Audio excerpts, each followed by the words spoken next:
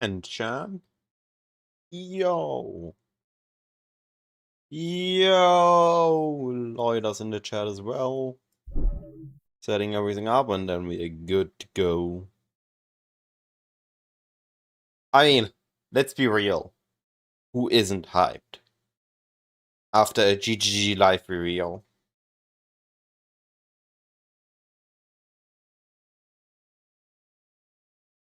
You are not hyped, Dynamic? How are you not hyped? What is missing for you to be hyped?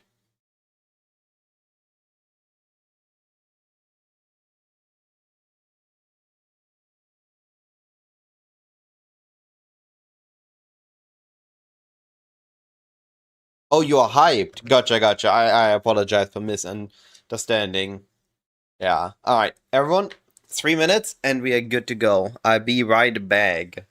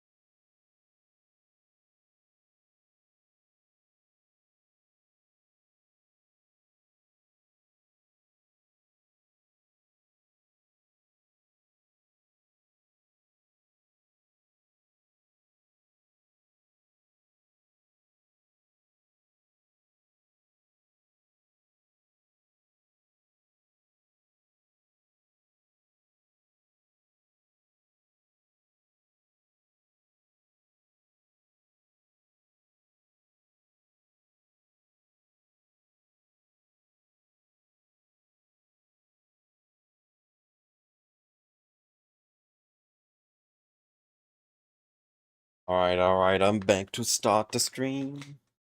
How is everyone doing? It's fine, Friday evening.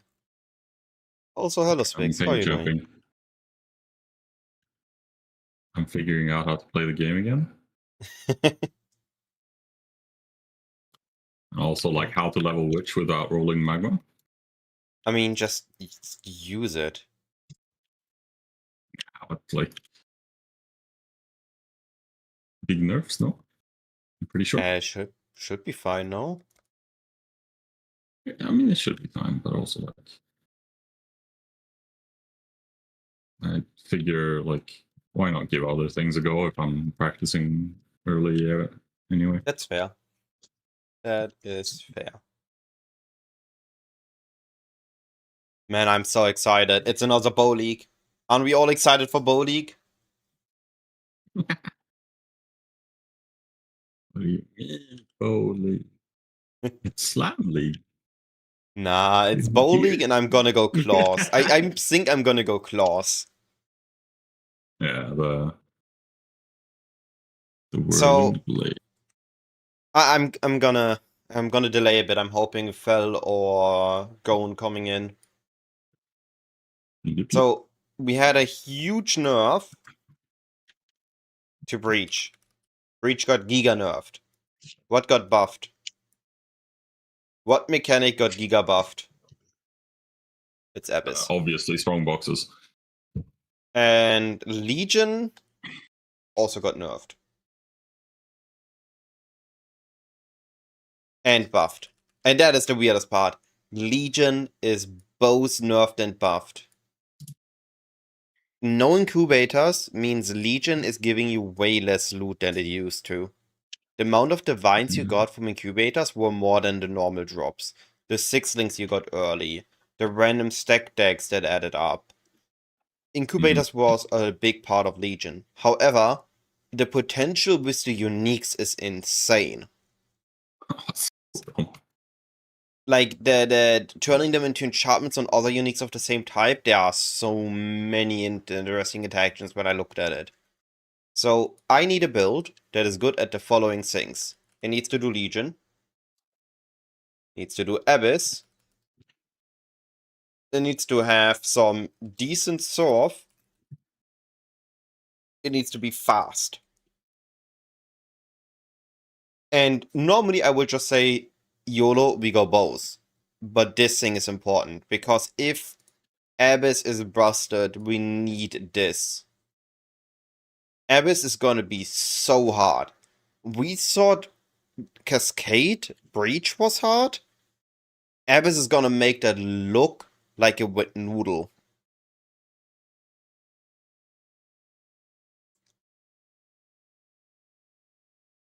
Also, the Soulrest build got Giga buffed. Soulrest got so hard buffed. It is insane how hard Soulrest got buffed. Let's be real here for a moment. If I would not be pushing for 5-hour Ether Exarch, I would instantly lock in Soulrest. It is insane how good it is gonna be in the next patch. If your average Ether Exarch time is between 10 and 15 hours. If it's slower, then there are some other builds that are also really good for you, but if that is the span, I think Soulrest is gonna be your best friend. This helmet gets extremely cheap very quickly. The biggest issue on Soulrest were the colors. That's fixed next league! The colors are just fixed! We can just get it 6-socketed. That's cost you what? 100 jewelers? 350 jewelers? That's nothing at league start. It's insane how easy you can get Soulrest going now. And then you need a couple of Abyss jewels. Well, Abyss got buffed. It should be never easier to get Abyss jewels. Then self-roll them to chance to poison, you're good to go. Nothing else on this build is expensive. It's crazy. The only other expensive thing you can argue is the Timeless Jewel, but you can just live search it, and the Anonymous Gaze, but it's not needed.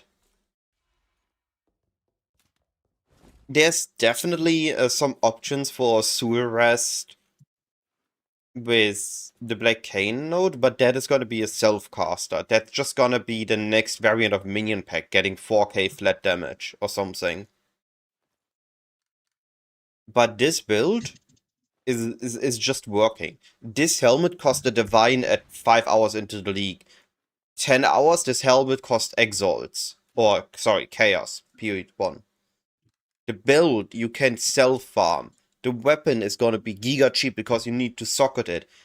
And you can even just get one early because you can now easily just gem swaps. And clusters, I was using 11 passive, 10 passive clusters. This build is giga cheap. It's one of the best league starters going into the next patch, in my opinion.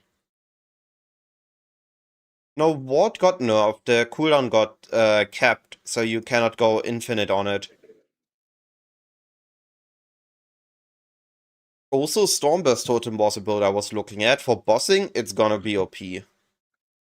I'm giga excited for the upcoming patch. I'm giga excited to push it like there's no tomorrow.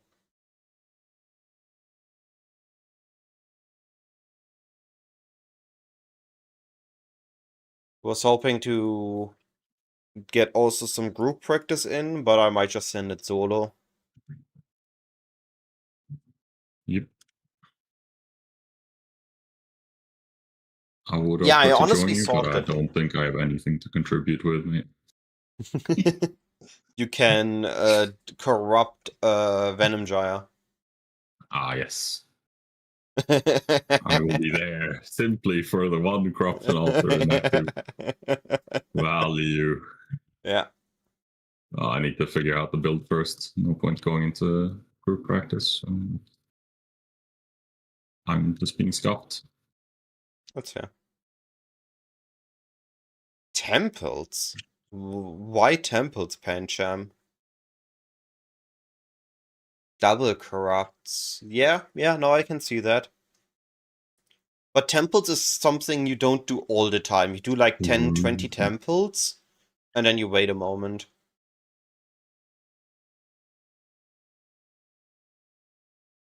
Alright.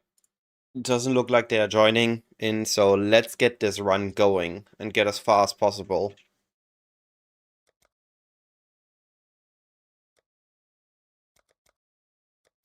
Swift and silent, you stole the bounty. Oh, yo! Just in time! Go and get in here! A stray dog. I need to test it. I need you to join in and help me test this. Let's do a campaign run. Think on that, Ranger. When Rayclass shows you how to truly live. What do you mean about to sleep? It's time to campaign!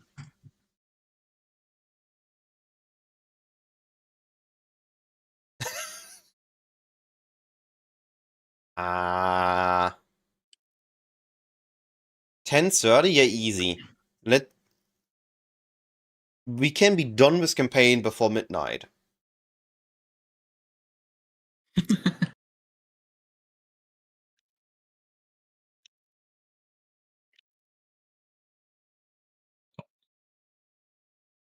Elemental Hit got EOE nerfed. This is actually the big hit to Elemental Hit. It used to be an entire screen hit, and now it's gonna be something like this. Just still really good. This. And it's just not gonna have the overlaps that it had for the insane clear. The damage is fine, but the AoE is not. So you rather just use something that has proper damage. And then has AoE okay. Has proper AoE and then has okay damage.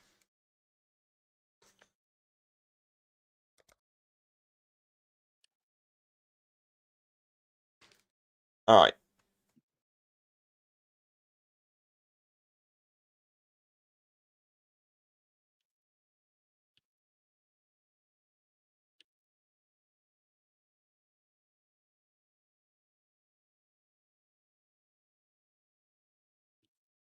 Dynamite, it is simply that we want a league mechanic, because we also expect to have a league mechanic with additional loot.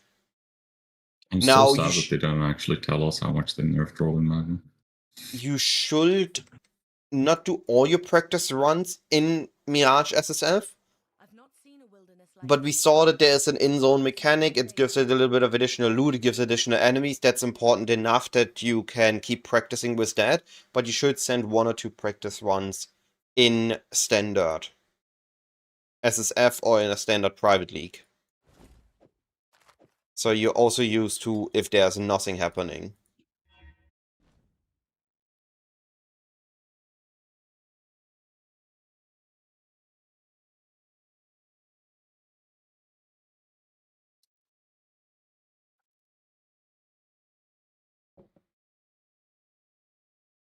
Alright.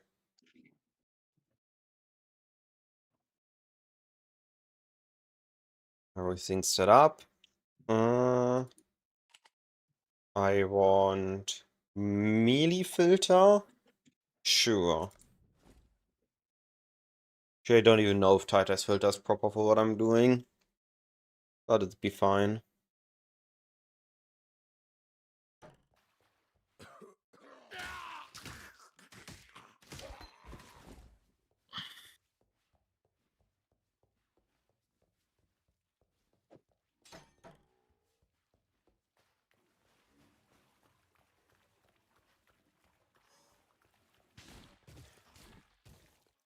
No, I stop moving.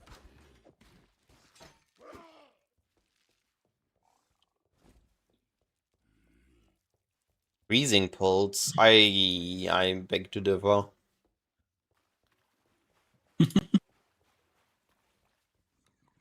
What do you mean? It's a great one.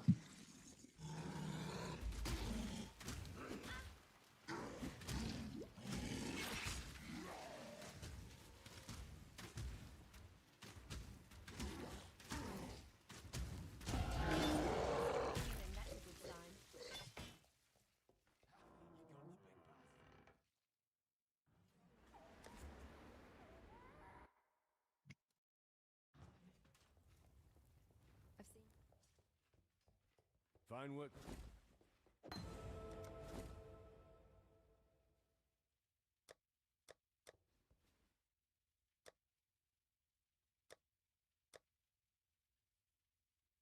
But oh, Stay sharp. everything's bad. I should have vendored.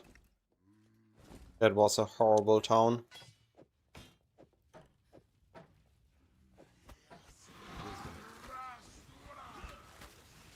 But nothing.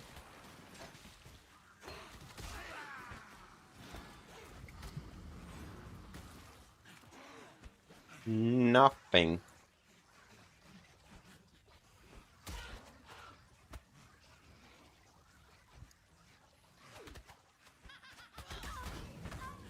Oh, fuck. Yeah, okay. I tried to set up everything while running. That is just a reset. That is just a big screw-up reset. Swift and silent, you stole the bounty of others. A crow that plunders our crops. A stray dog. I've not seen a wilderness like this before. There'll be some dark days ahead.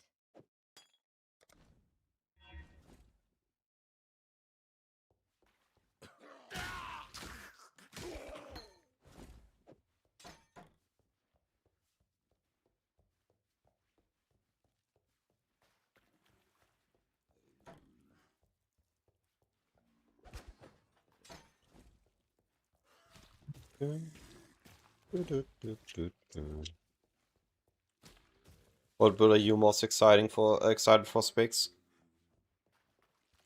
Good question.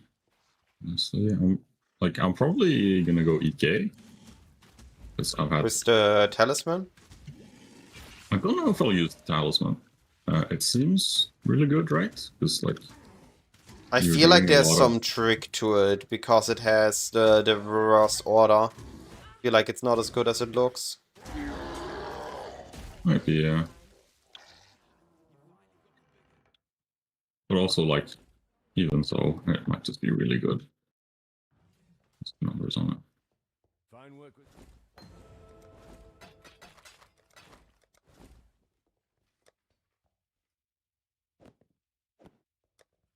Farewell.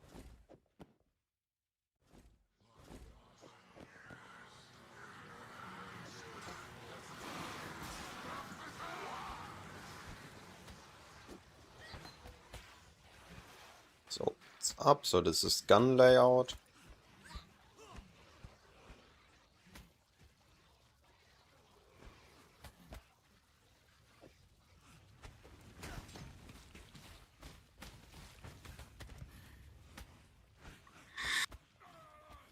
Gun is top pathing.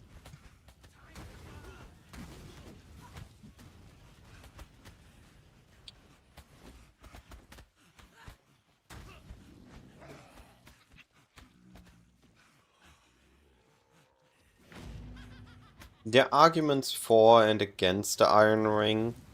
I decided against just because I need the currency otherwise. I feel like I always have too little wisdoms for the first 10 minutes if I buy the Iron Ring.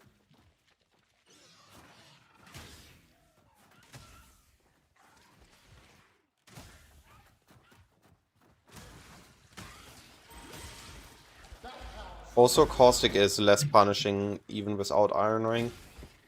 So I prefer Caustic Act 1 early.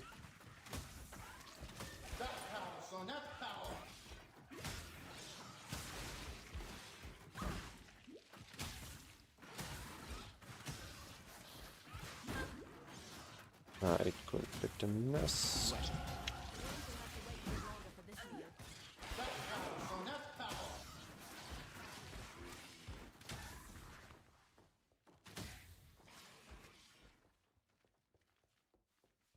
Oof. There's way too little enemies. I need more XP.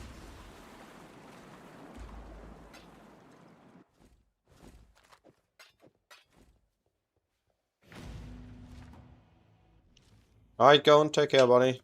Good night. Watch Gon be back in an hour, be like he can't sleep. Yep.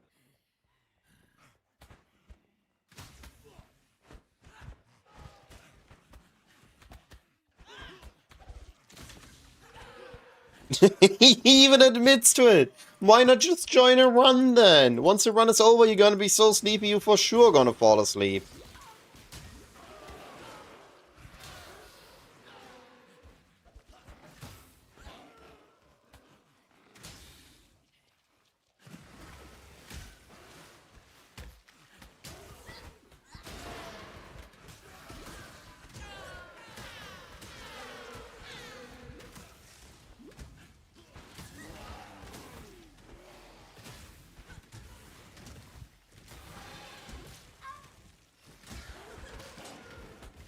Iron Ring. That's why I don't buy Iron Ring.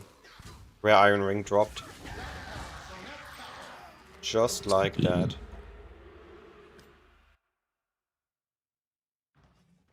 I've seen you. I'd almost.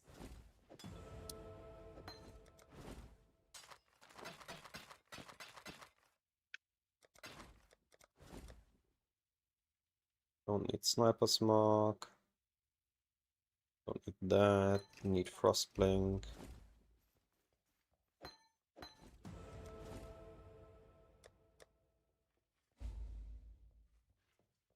Don't have to transmute. I have this.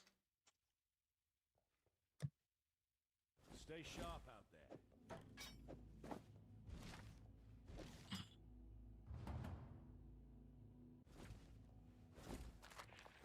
Oh.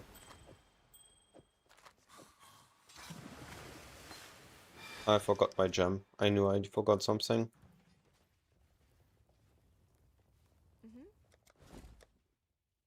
While we live, we are blessed.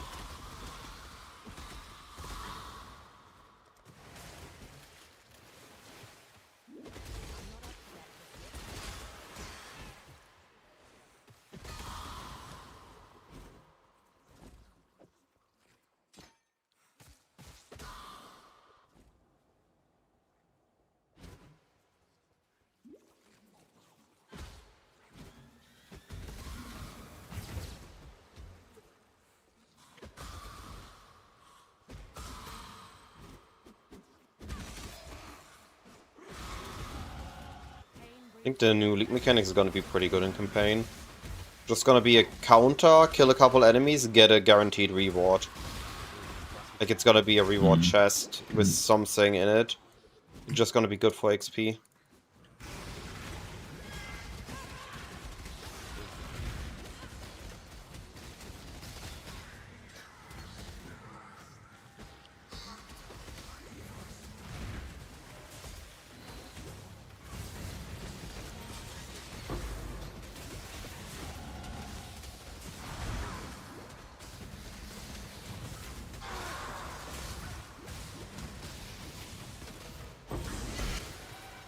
What the heck is this run?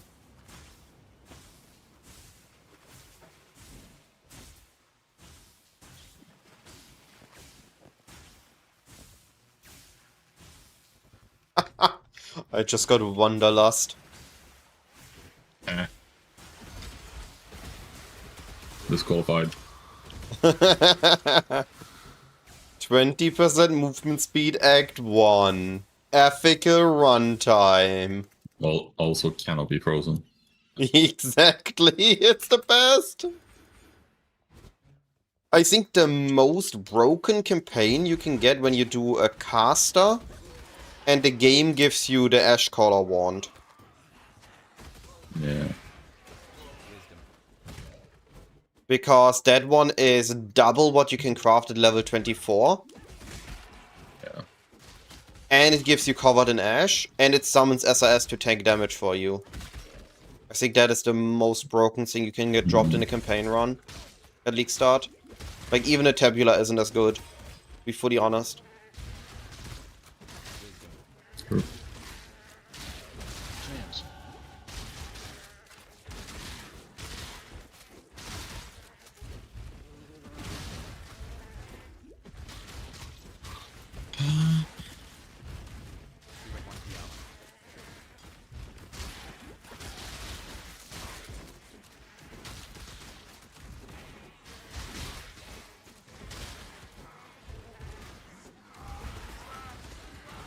Alchemy.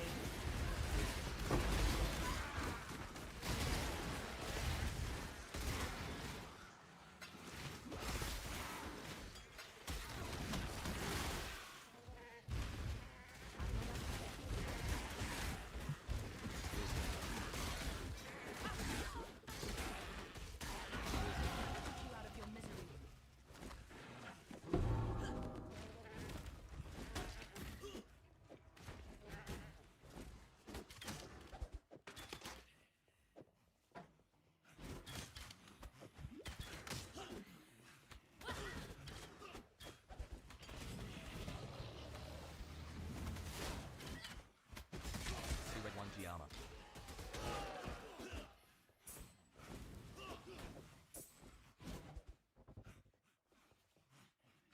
I once had a Tabula drop in Climb. I've had That it was in awesome. Submerged Passage. Wow. Spix really boasting on us here. I mean, it was a run that I think I ended at the end of Act 1, so... not much Okay, I got value it at gained, league I'm gonna be start. honest. Yeah, no, it was like a practice run 2 days before league start. It was not the most My amazing thing ever. condolences to your league start luck. Yeah.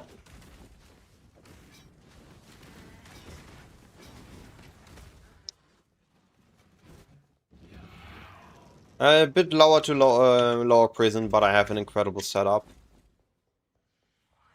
There's no justice in a place like this. Only misery.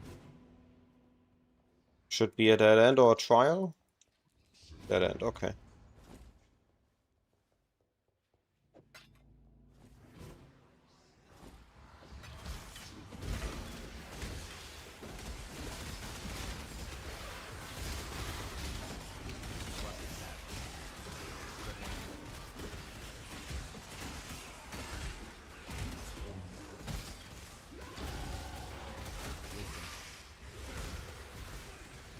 This is a Giga XP run.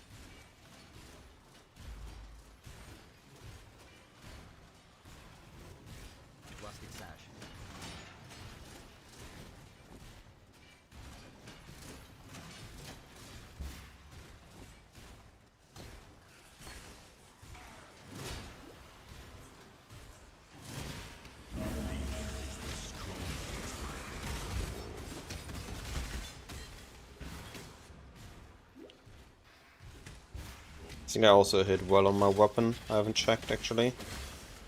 But I'm killing enemies, so it has to be good. Oh, I hit flat fist. Okay. Indeed.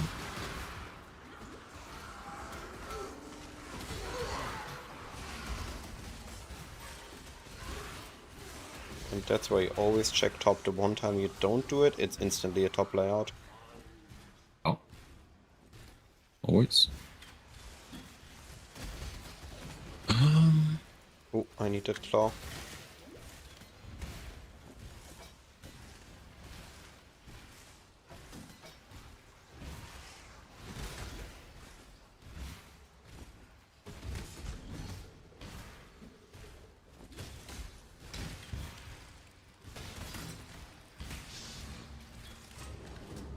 I need life flask.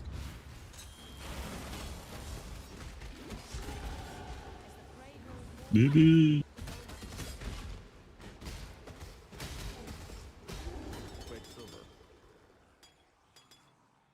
That would only slow me down.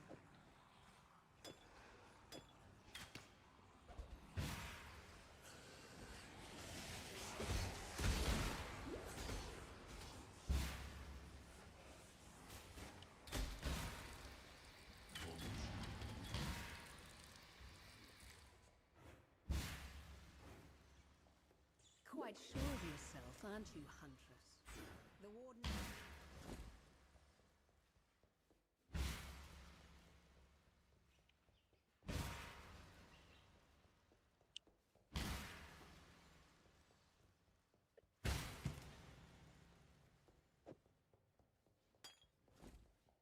You will know my mission. Come and share it.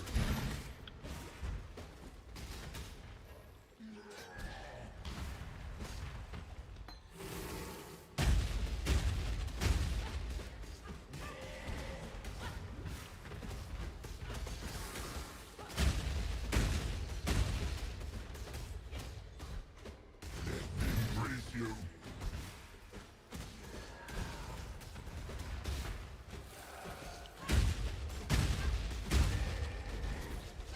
I've done for you what I would do for any wounded animal, Brutus.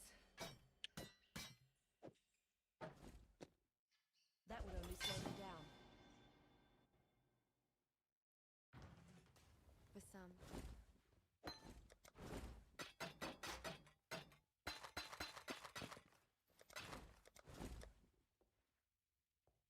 Be well.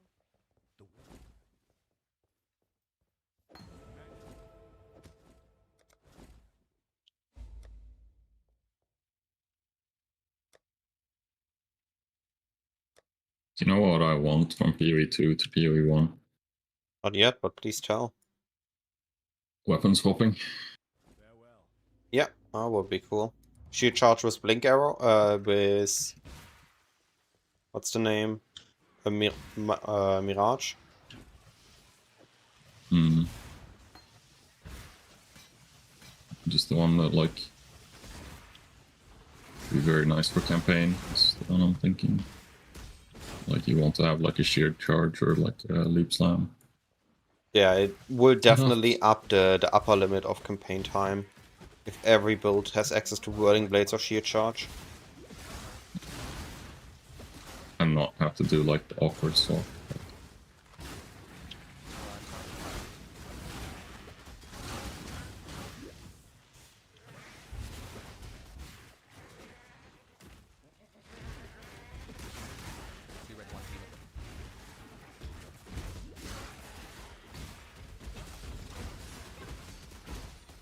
I am ready.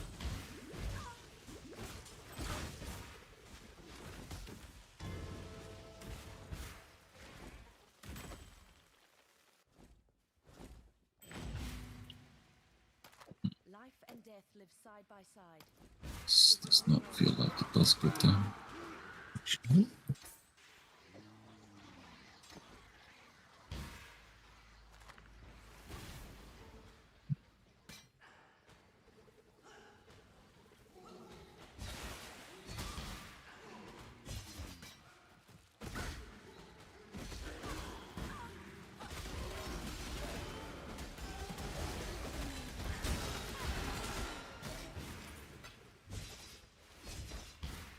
Now I just need triple green. I think Bows and Legion is gonna be one of the best things you can start this patch. It's gonna be absolutely amazing. Legion's always good, right? Yeah. The question is like how well does it hold up now that incubators are gone? It's still one of the best things you can do early. Just Altars, Legion, and Blast. It takes barely any passive points to start feel good. It barely takes any Scarabs to start feel good. And it just shits out a lot of bubblegum currency. Yeah, Who but are I'm like, you with the follow? Anybody? is it gonna be as good as like altars, right? Is the question. So altars is pretty good You at just shitting add it out. on top. You just add a Legion on top. You break out the important bits, kill them, loot them, get the altars, and get going. But like, you're still spending a bunch of points on Legion, right? Yeah, but altars don't take And additional points. I don't know, but you can scale like base stuff in the map. That's what I usually do when I'm doing altars. Or map effect and things like that. Alright, we skip here. Identify here. So, we buy Venom Gyre. We buy Eos. Take care. And we gamble 3 green body. Easy.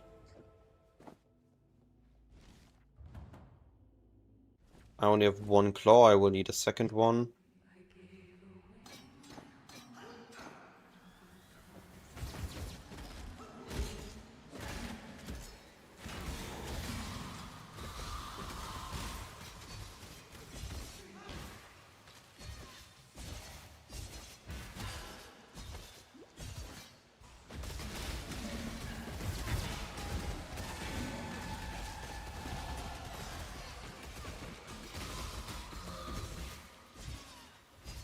I'm not up to that just yet.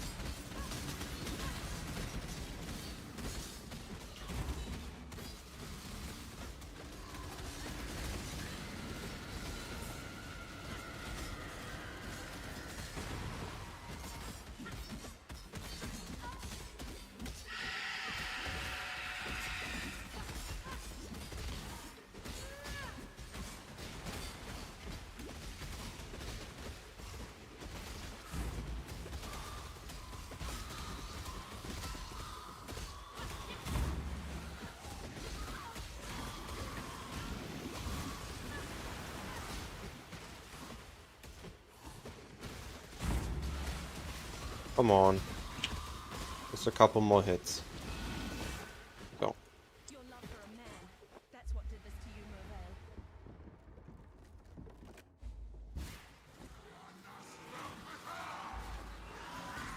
Time for the swap.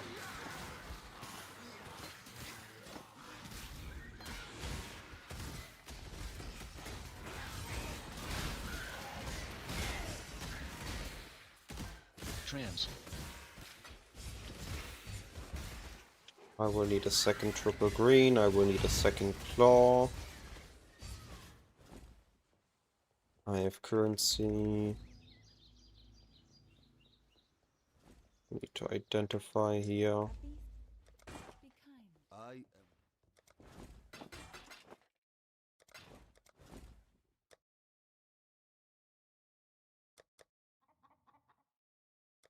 I need good dagger.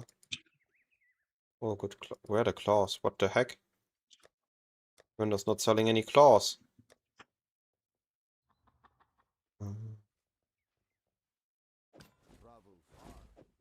this for now.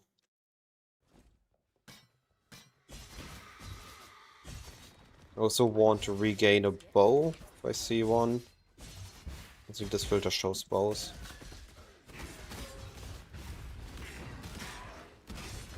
Yeah, that's another one I need to do.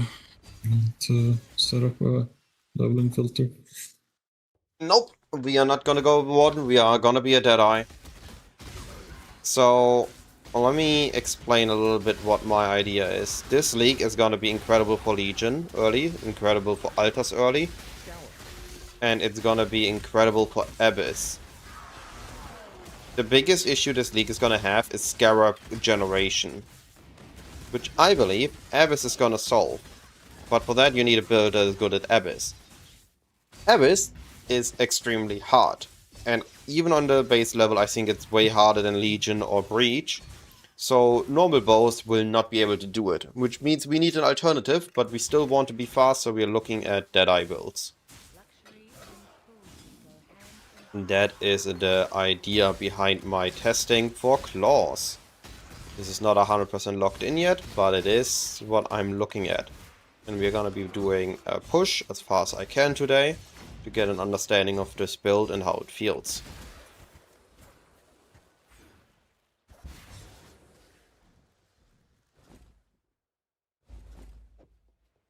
I will need more green sockets.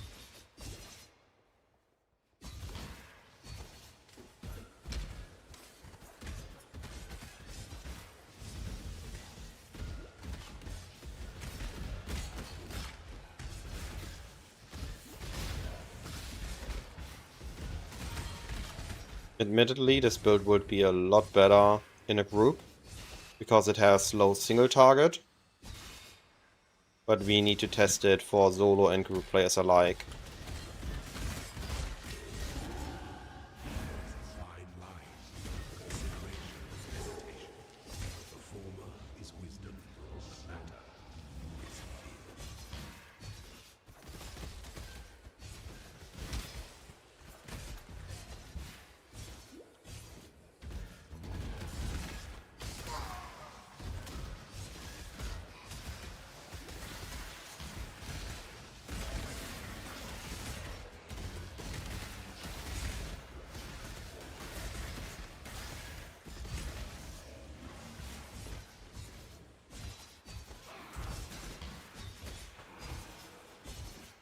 Also need to buy an edit golden act 1.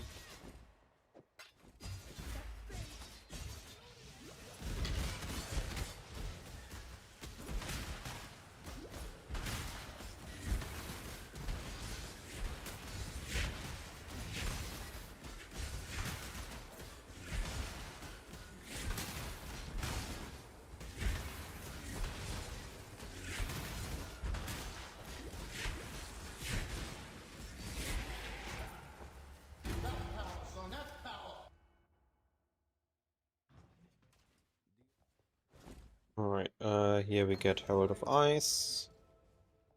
Yes. Here we render these and that. We then get, where is it? No, I get it. Blood Rage, Gamble,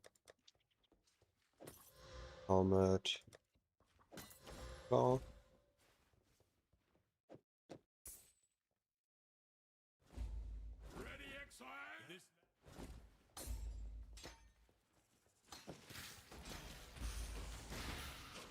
Wait, why am I not moving?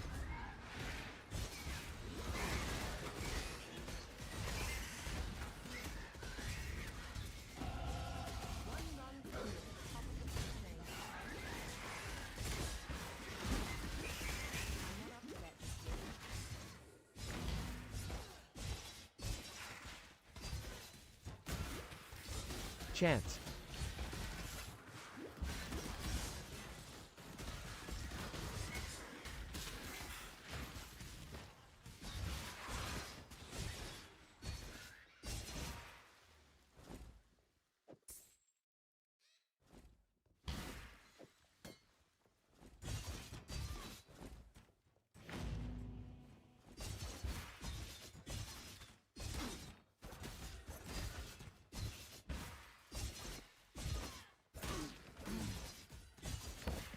We'll need proper weapons. Our weapons are pretty bad right now.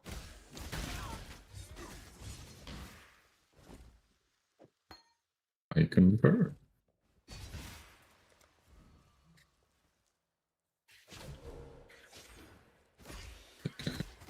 Basically still rocking the white one. 3.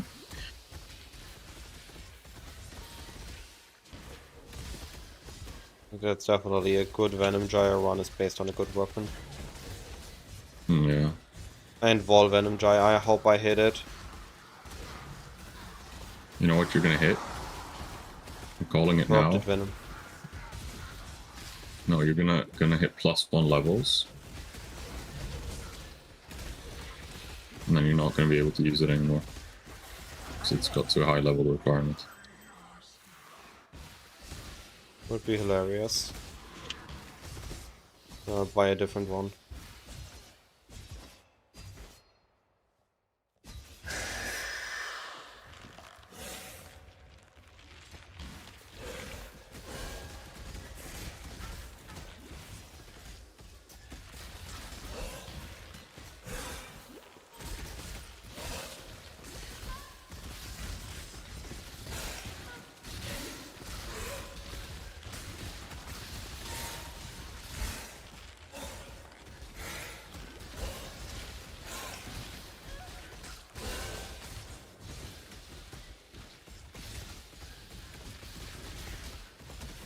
That's a 1.6 claw, that's good.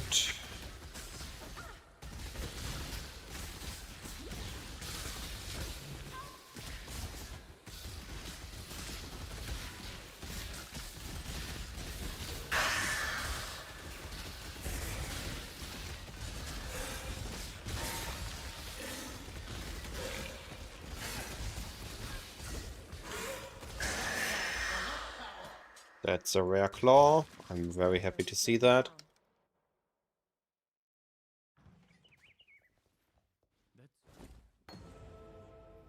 The spirit hunts with you.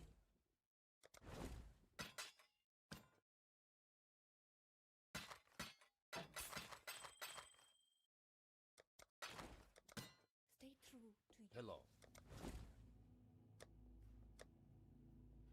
Exiles.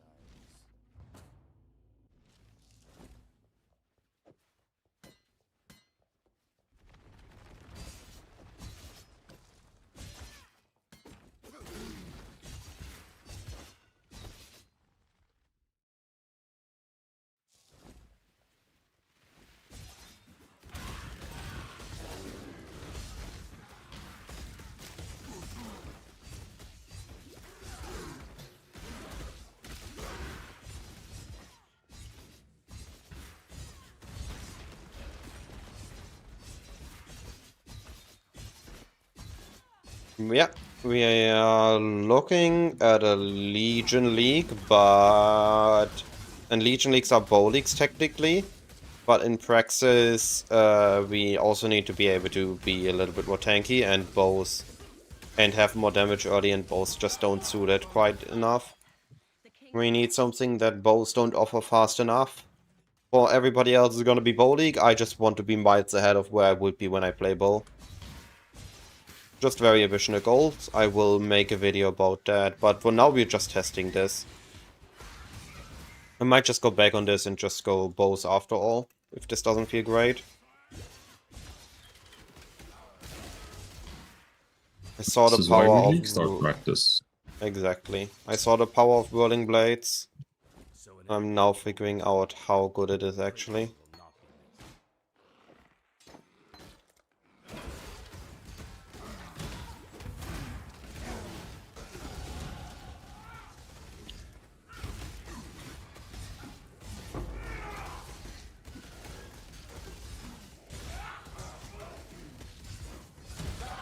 will not be missed.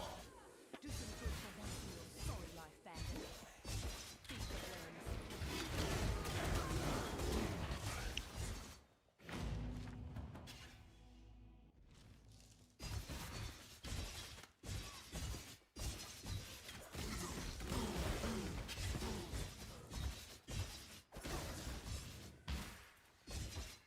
And instacking got hard nerfed. So Wanda also is nerfed. Like the late game build of Wanda is really weak now. We'll check this, could be Claw Daggers.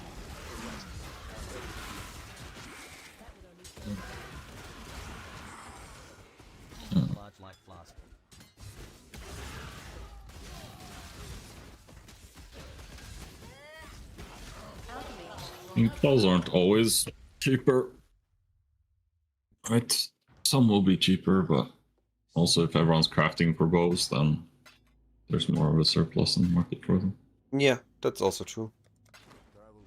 But most likely. I'm expecting next league that we need a lot more damage than bows have to offer early, and I'm looking for alternatives to bows, so today we're testing claws.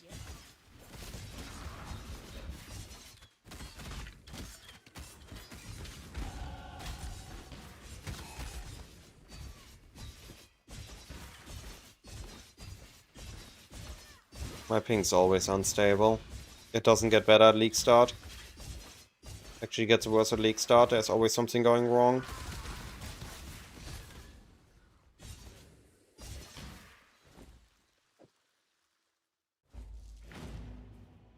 If I find an essence, I'm gonna use it on the claw. 1.6 attack speed base.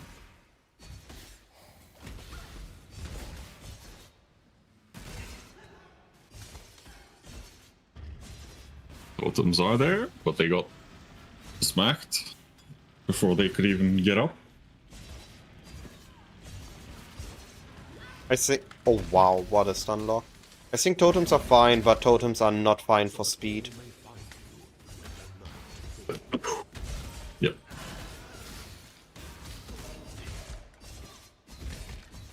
Trance.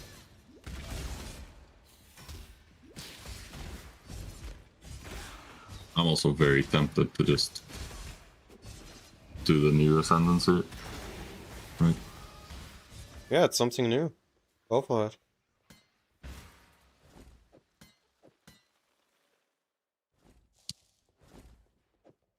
I don't think they killed all the farming thread. I think there's one farming thread which is absolutely gonna be busted next patch. And it's gonna be Abyss.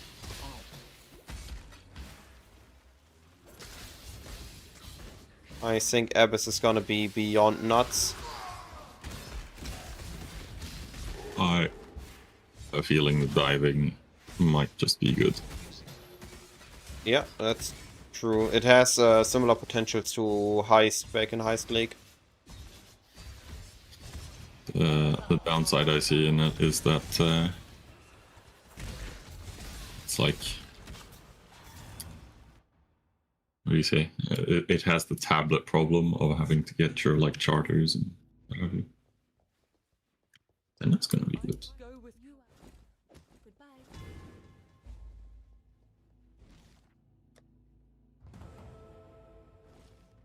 Goodbye. Abyss I'm expecting to be a raw currency loot, so it can't be bad, because it always gives the liquid stuff. Goodbye.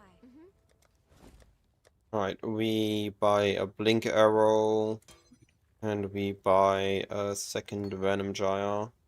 Take care.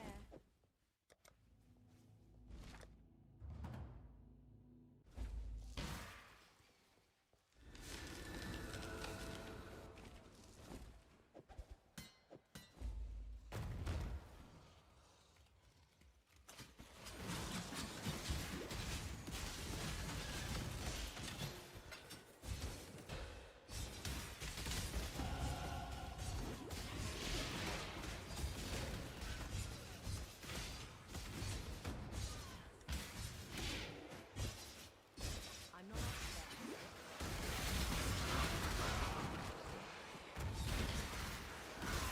Trance.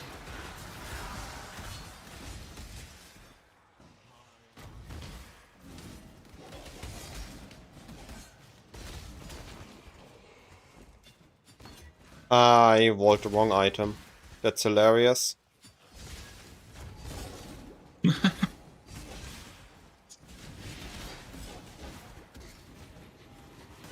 Now I need to hope I get wall ops dropped.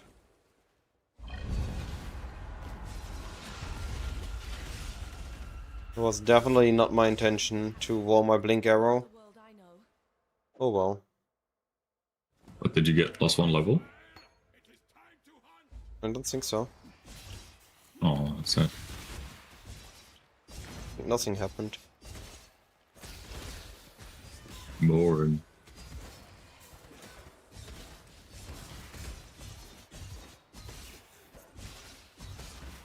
Oh boy, I misread the zone. Should be careful what I offer my Div cards is something you do late game. Early on, div cards are just not worth it. And the sculpts are too scarce to sustain it. You need to run like 100 maps in one to get a good outcome. And they fixed the original Sin div card bug, I think. Can't get that anymore.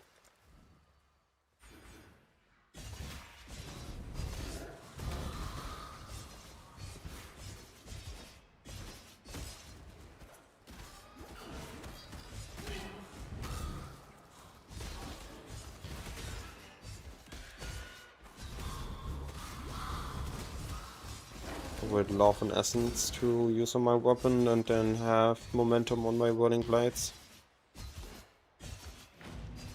Yeah, they are not worth enough. That's what I mean. Those cards are good, but they are not worth enough because the cost of the strat is so high. You need a very expensive div card for it to be worth it. Because it's like 1 in 100 maps.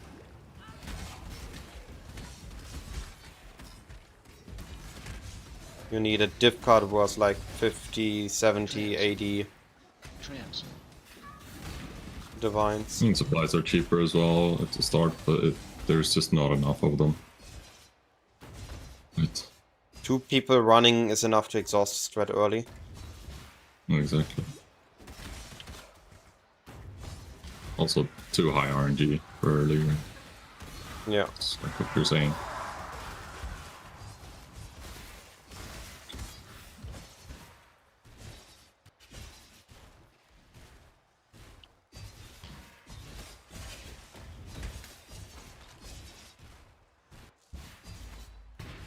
Not having Wall Venom Gyre hurts, definitely. This is better in a group. But I clicked on the wrong thing, so it doesn't matter anyway.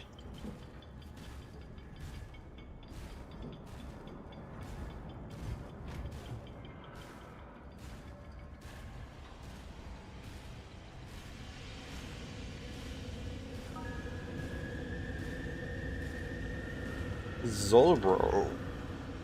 Thanks for the follow. Bow League, because Legion, Exile Altars, fast mapping is gonna be OP. Speed is gonna be OP, they nerf the top strats. Yep.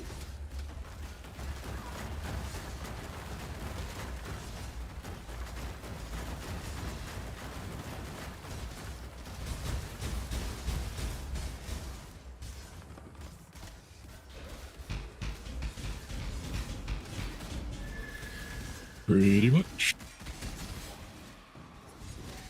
I didn't mark him, I think. I think Oh, I casters did. will be fine.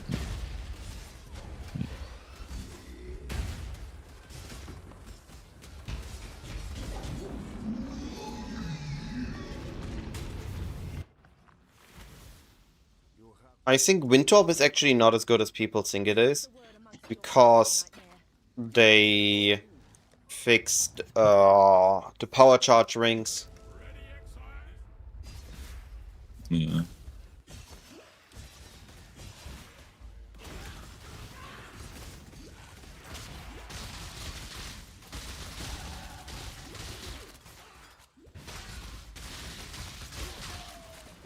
Casters should be fine, but I don't think they're gonna be exceptionally good at mapping this patch.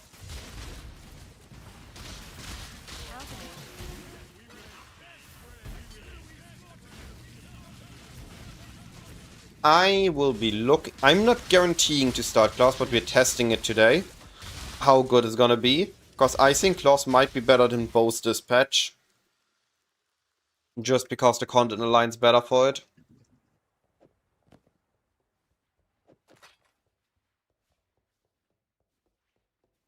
Lightning Strike League again. Poke. Yeah, no. not lightning strike. What do you mean? Spix is trying to bait people. I would never. You know? Isn't that what you do every BPL? Bait people to No. give you essences? That's a different matter. You coax them with gear upgrades and then they hand you essences all league. Ah, I actually never really enjoyed Lightning Strike as a skill. It wasn't quite mine.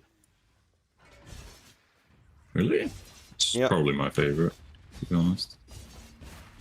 I get the appeal of it, it just... when I tried it, it didn't feel as great to me compared to other skills.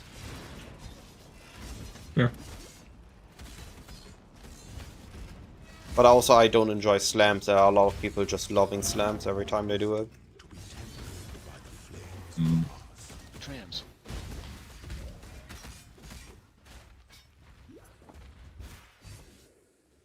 Hundreds.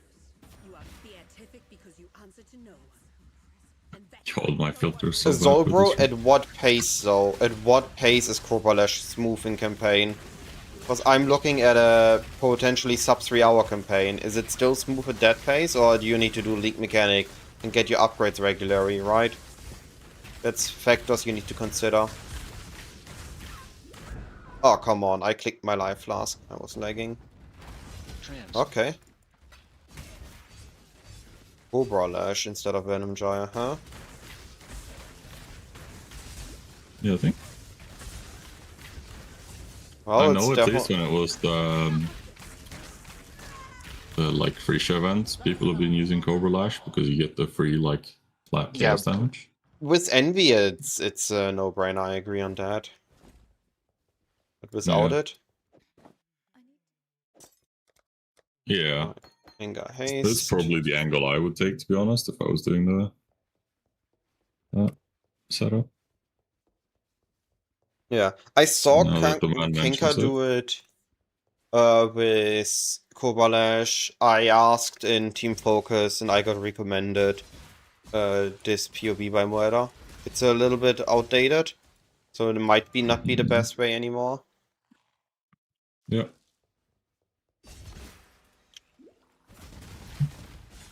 So I need to do the testing now. Basically, nothing I'm doing here is final. Everything is based on information that I was given, and I'm trying to verify what works and what doesn't, Yeah. What's the setup? so that in a couple of days I can make a guide where I truly believe that is a good guide. I will not be baiting people into a bad league starter. Wow. What is this baiting you speak of? I don't know. I heard this Spix fella does it all the time. Possibly.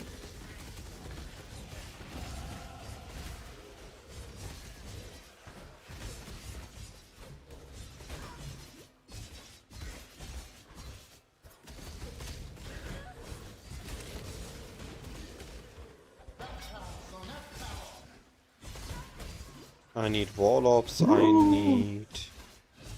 What's the RF bait? RF is fucking sick, dude. RF is good after 2 or 3 leagues. Labs level 80 or something. It's really good once you're just XP mapping. I give it that. Yeah. If it was not for the fact that to play it, I would have to log in Marauder, I would be playing it, to be honest. Yeah. First, like, 5 acts is just pain. I think slams in campaign is actually fine after the second, in starting second act, but I don't enjoy it in the end game. I enjoy slams, but like, yeah, it's just Act 1 Marauder for me.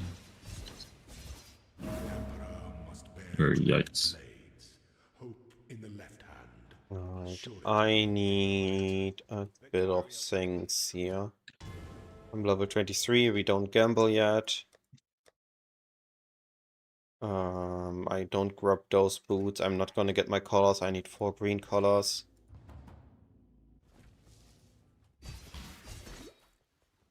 Early wall shoves us to the right.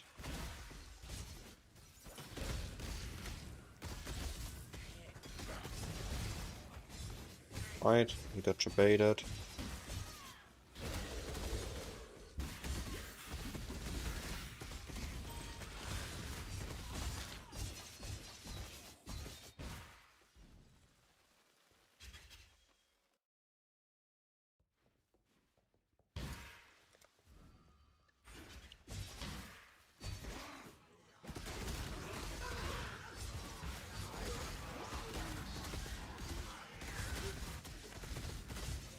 I hate that the moment you want an essence, you have a white item in your inventory, the game knows and doesn't give you any more essences. Mm-hmm.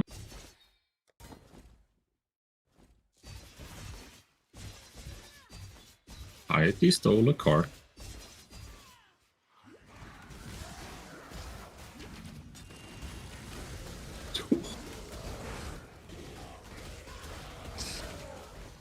I love getting chain stuns.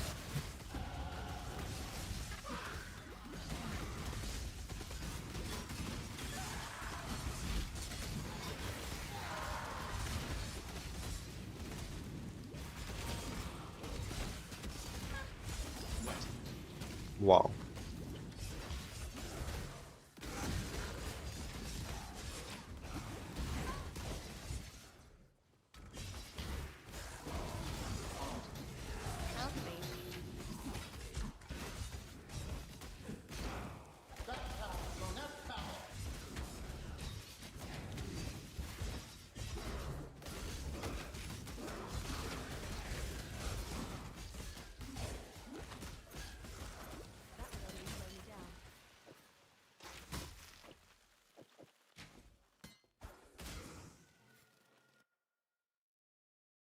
Yeah, they removed Minion Pact from the game again.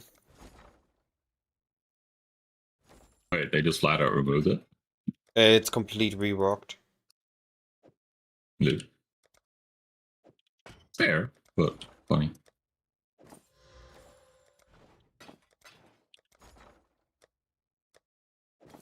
This is scuff Bruh. gambling like this. I fully understand that. And I didn't. But falling. Be well. Game hates me. What's going on?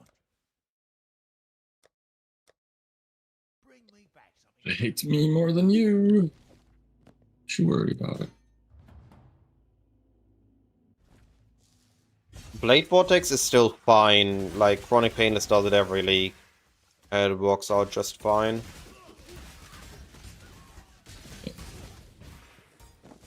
Same as other fist skills. The question is, how broken is it? Like, how quickly can you do the craziest content on it?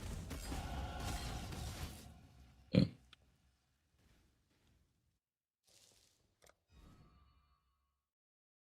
And also be prepared to play something else for like just 8 hours.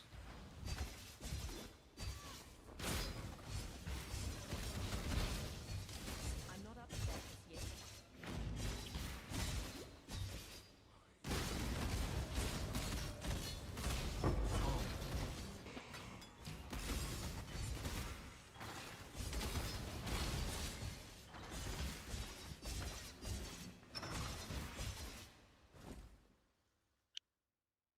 I need weapon upgrades. This is not a caster run.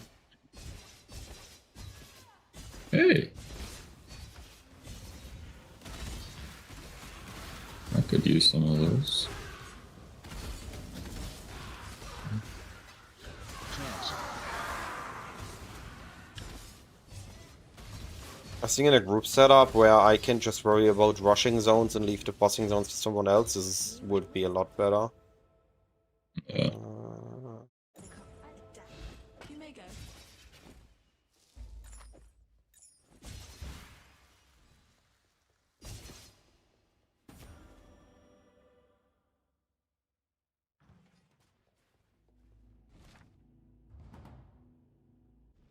I'm 25.5. That's barely enough. Posting the lower end of the XP curve. Can I stop getting stuck on walls? Still looking for a random bow.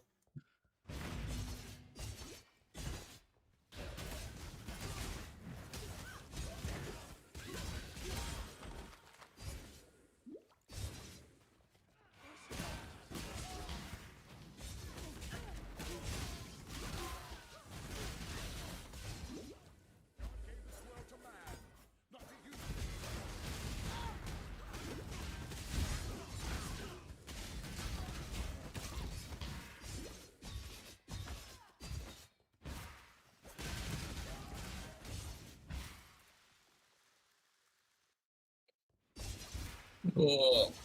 I think both is for sure safer to start, but there's nothing to farm on both because everybody's going both, then I rather go a little bit risky.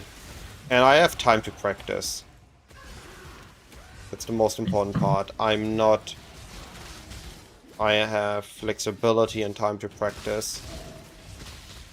Maybe it's Cobra Lash that's built skill to go, and it isn't Venom Gyre. Unless you hit the wall Venom Gyre. You have a life search going, and trade just buy it.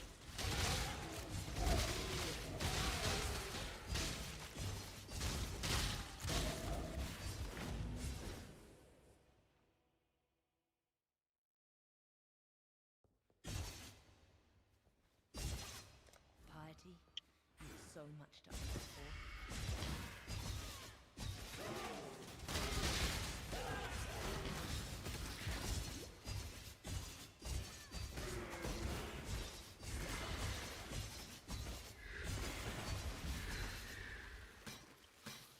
I'm not up to that just yet.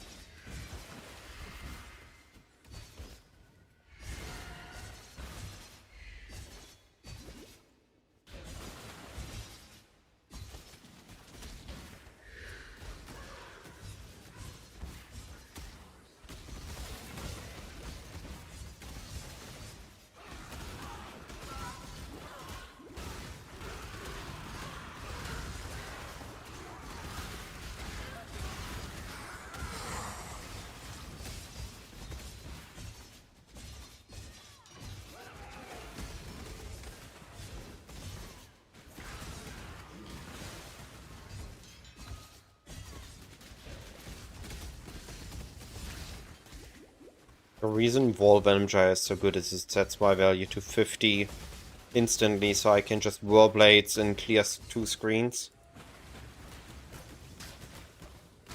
Yeah, I'm planning to go Elemental. And eventually use Unholy Trinity with a Fizz Lightning or Lightning Chaos mix. Ever done but serve yourself.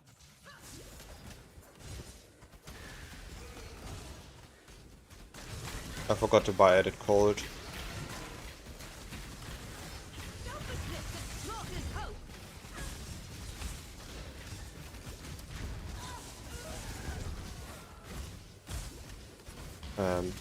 Whirlblade.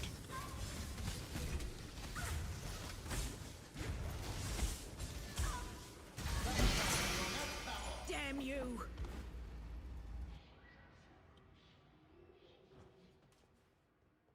Why are you still standing there? Piety's on.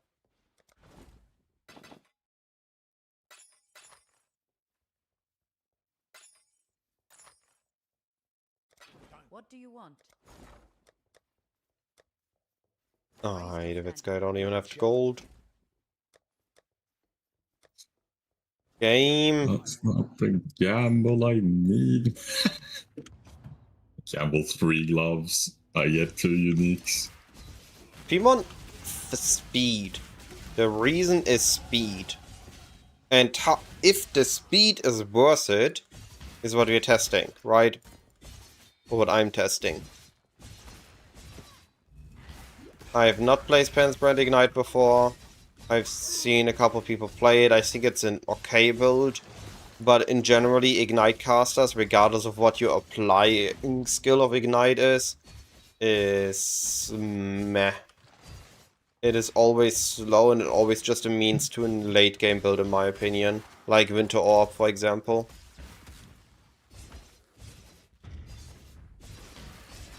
The Emperor must know precisely where he stands.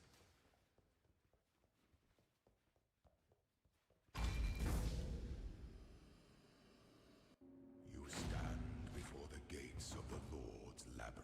Oh wait, Within these walls, the Lady of I forgot a Justice passive point. presides. A messy town, I'm aware. She shall weigh your mind in one hand, your heart in the other. Should she find you wanting, death shall be your sentence. Should she find you worthy, you will be given the loyalty, love. We didn't hit 28, so we're not doing lap before exiting. Normally I would do lap here. Chance.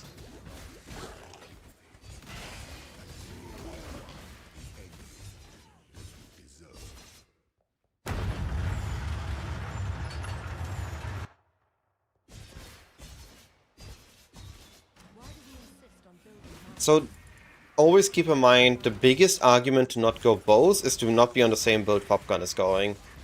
And I don't think there's any other build than bows for him this patch. I just don't see him playing anything else.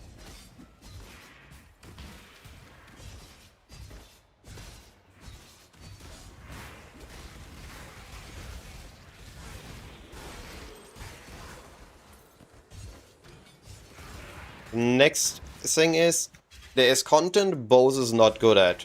That was the reason Lightning Strike was good for so many leagues in a row. Because it was good for for Nightmare maps, for T17s. And I think something might have like that happen this league again.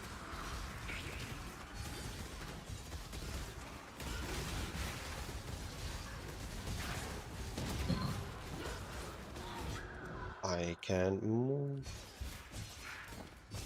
That bows will fall off in damage for what is gonna be a good mechanic.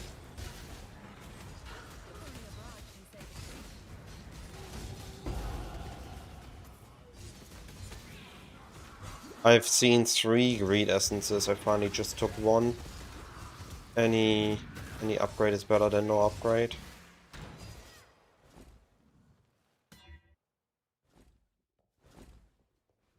Oh, it's no upgrade. It is fucking bullshit. My weapons are hot garbage. Look at this. That's fucking nothing. Those look like beauties to me.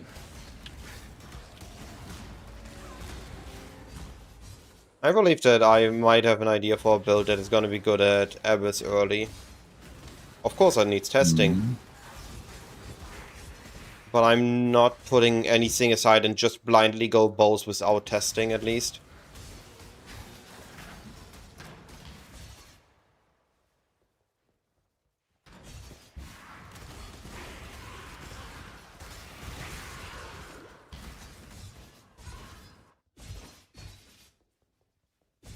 It is woman's purpose to tempt and try the will of man.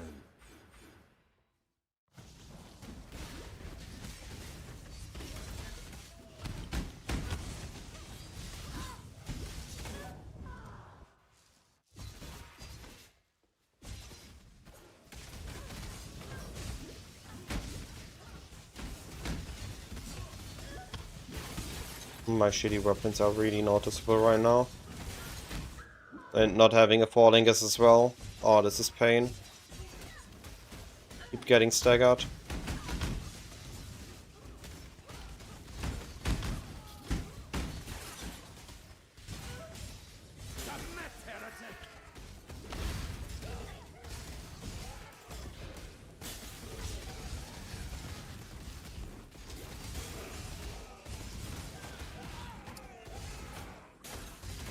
I'm missing too many key items. I don't have my Ascendancy right now, I don't have a good weapon right now, and I don't have Wall Venom Gyre right now. And I'm still doing pretty decent damage.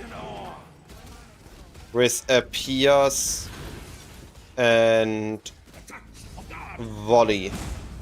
Like, keep that in mind, I'm using Pierce Volley on my 3-link.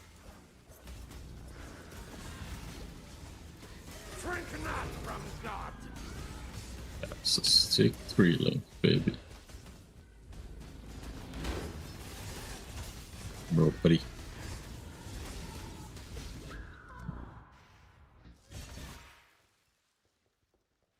This world is an illusion, exile. Perfect timing.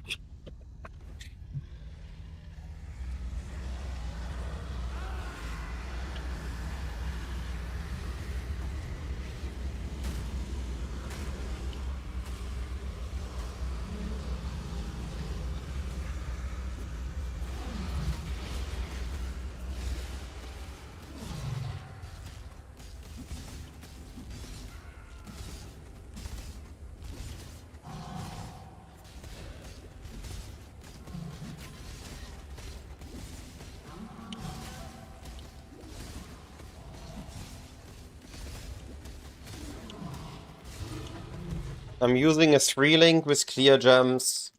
I'm using bad weapons. I'm okay with this build feeling as right now because it's still doing good enough.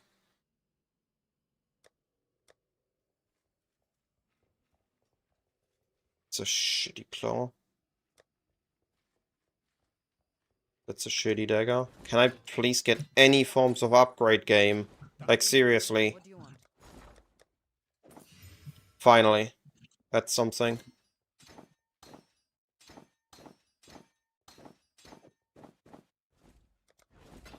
Palacoda, what do you Bruh. Goodbye. Perfect leap start prep.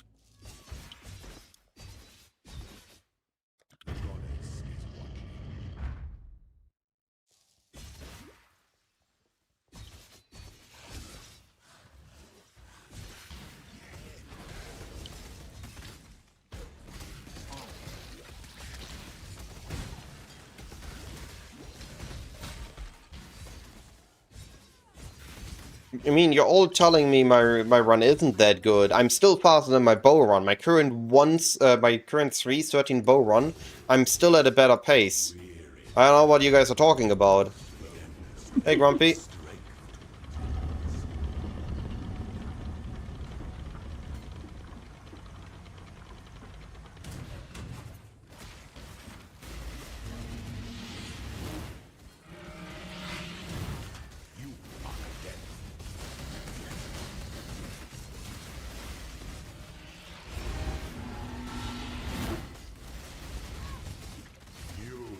And I have bad weapons. And I have had a good weapon on a bow run. And I have no Vol Venom Gyre.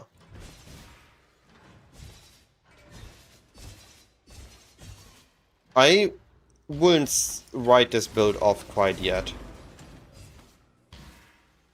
I'll be fully honest. People are dooming right now.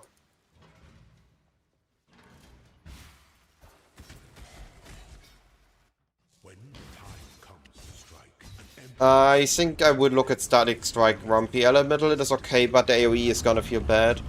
I saw a pretty good Static Strike run that I would keep an eye out and just test and see how it feels for you.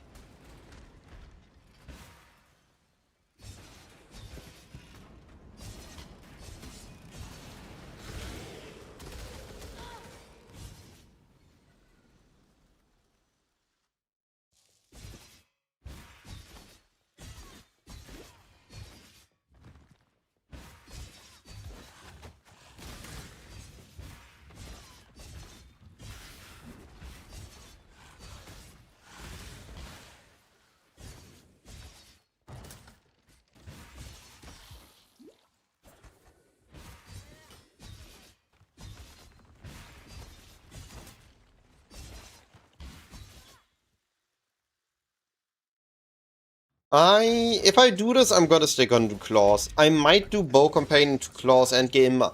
I might do Cobra Lash into Venom Jaya endgame. I don't know the exact details yet, but I feel pretty good so far.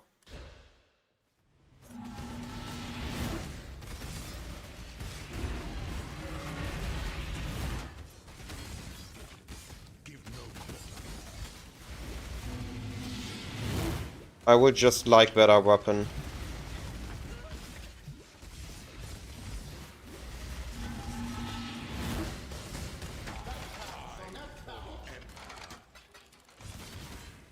Before your emperor, Trams. before the goddess of justice, you are worthy. Receive our blessings, embrace our gifts, and rise. A woman can change the world, for this is the ending that we all deserve. Like, I'm still saved almost 4 minutes so far in this campaign, compared to a 3:13 bow run. And San was the foulest of them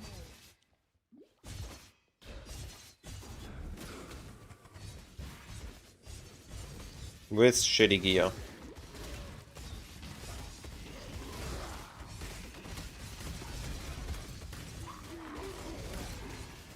Sounds pretty good to me. So far it does to me as well. Pretty good baked material, that is. Yeah. Big Steph, have I ever shown you this very special voice channel called The Door?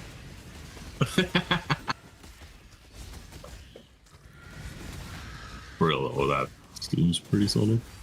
Strife, I believe that Abyss is gonna be too hard for both on day 1 and day 2. And especially Juiced Abyss, and I'm expecting this thing, Claws, to be better at it. Based on what I've seen others perform this build at in the previous league, so I'm testing it right now. But there are several good reasons to go both. I'm not saying that there are none or that the reasons to go here is better. Might need this one.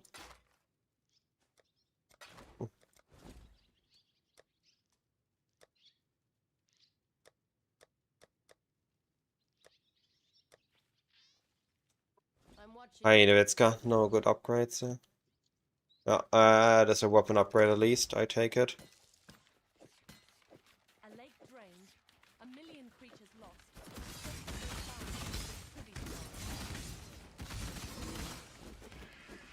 Even though the attack speed is horrible. I need some damage upgrades. I've been using sub 50 DPS claws so far. Look him fly now.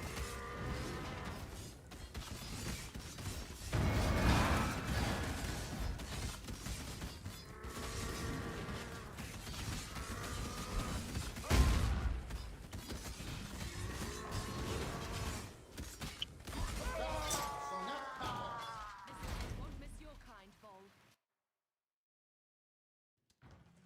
Yes. Go where you are needed. Look at that.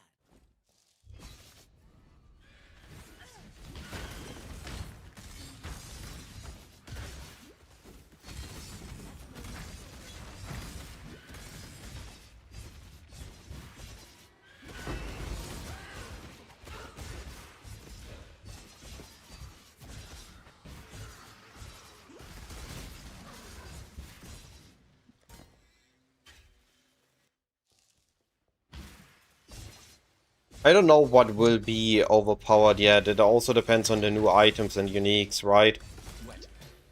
But I do believe that it's gonna be good at least at league start, with no knowledge of what else is new.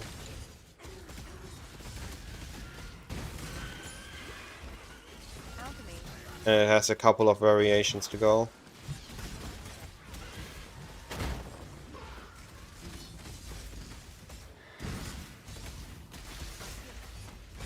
This today is not the I am confirmed what I'm running. This today has been I'm doing a test and I see where it goes.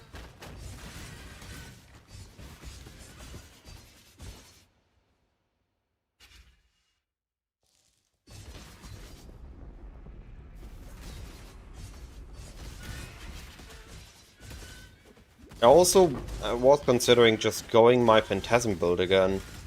It is extremely buffed in the upcoming patch. It has never been cheaper to league start Phantasm than in the next patch. And it's gonna be extremely powerful because of that. Essence, good essence, baby. It's another Creed essence. I wanna cry. Sadness.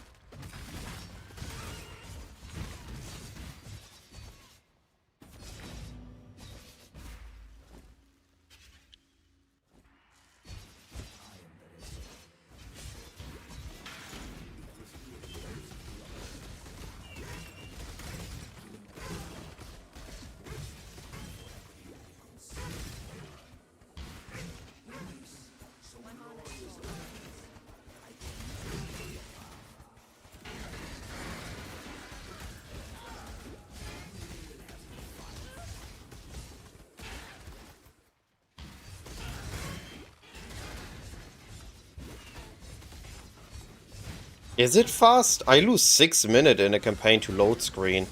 I would have never described my load screens being so fast. I mean, they're a lot better than mine.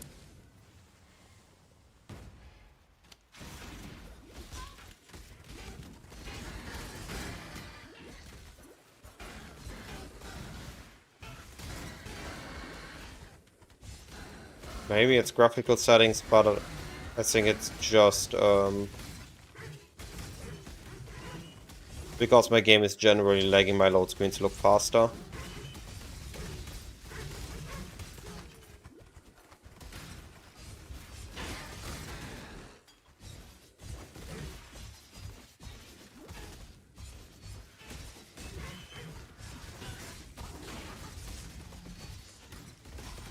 Oh, don't die here. This is about to be the exit.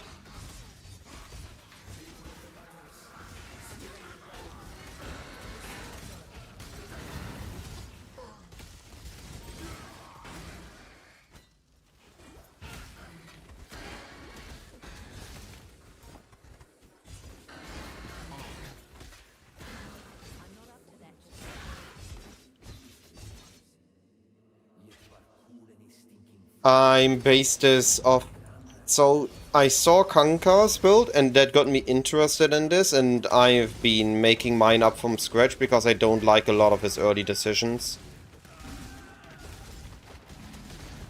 Or at least in theory, I need to test if they are maybe the correct early decisions or what I have in mind based on my speedrun practices. What is better?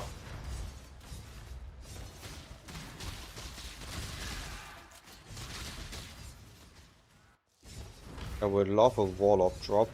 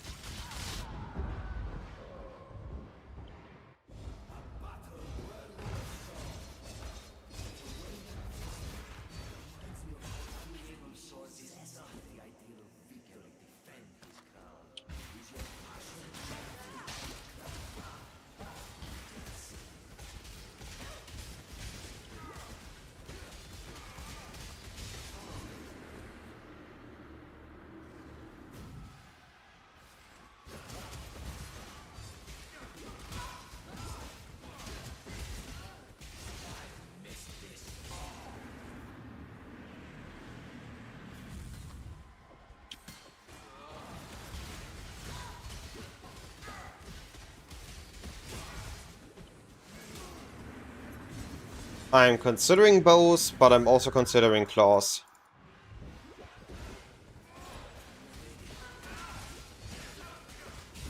I haven't decided yet, and I'm testing to decide. I think Winter Orb looks really promising, but it will feel very clunky early on, and will need a lot of investment to feel good. That's how it usually behaves. The serial knives for are EK. okay, but also there I feel like those are usually need a lot of investment in damage and then are very ZHP. Like the EK Ignite builds, as an example. Mhm.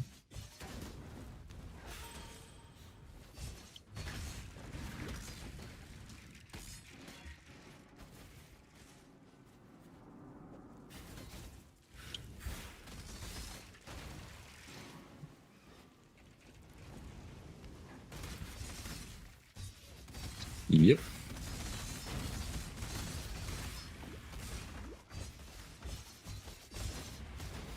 So EK usually falls into the realm of either you're going to be slumming it for quite a bit of time, or you're going to have to play another build until you get there.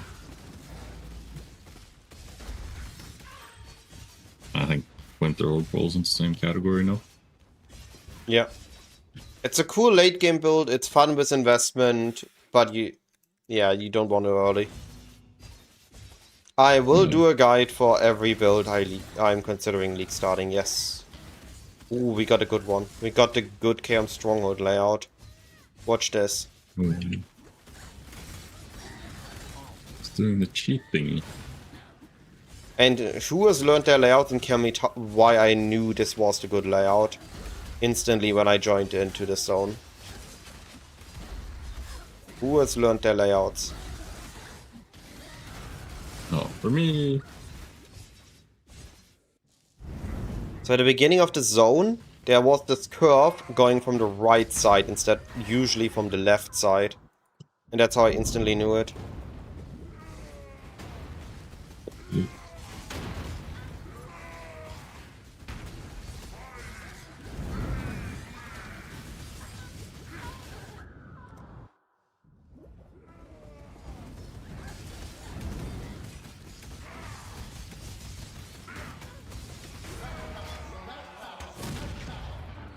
Angry boy for the world to deal with.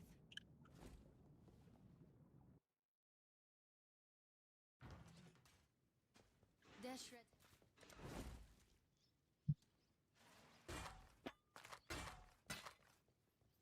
That's a good helmet. I want to keep that. I want to try to color that. That's a good one. I'm watching you. I am your path. I found.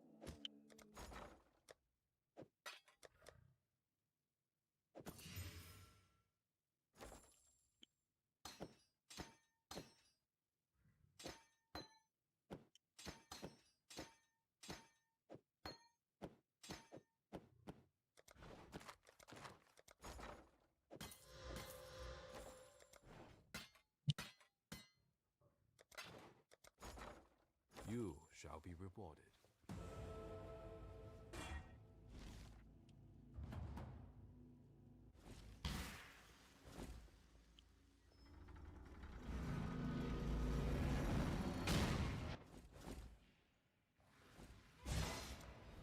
So this is what life inside of a nightmare looks like.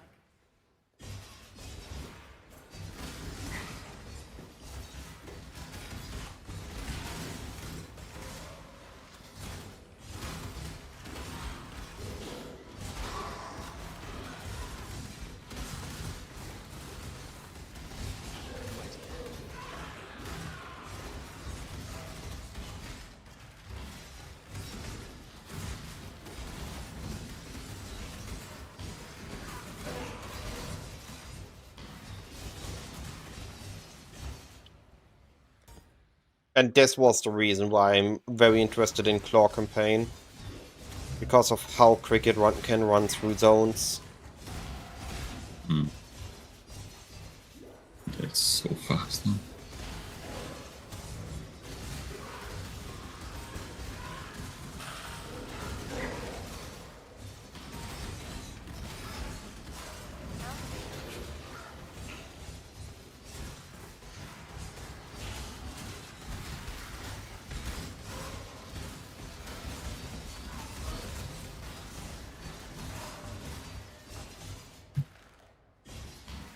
You see what happens when you hunt dreams, Ranger.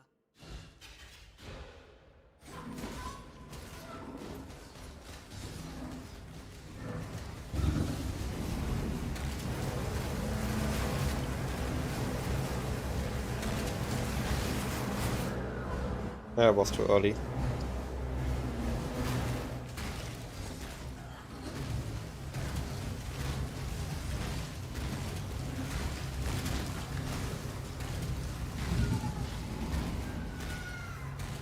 Earned yourself some bigger prey, hunters.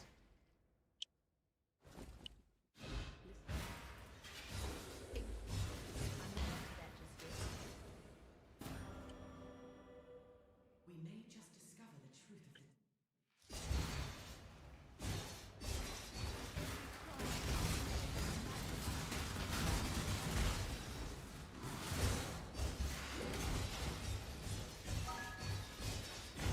Mario Kart 6. I appreciate the follow.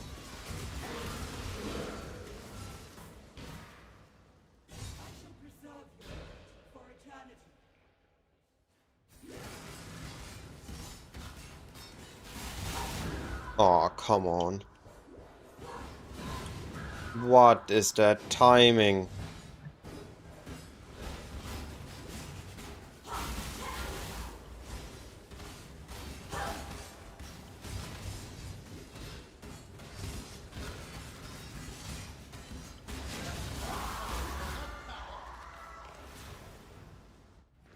We destroy so much beauty. Population might be better, but I'm testing Venom Gyre today. I'm on the first day of testing out how class are compared to both in campaign.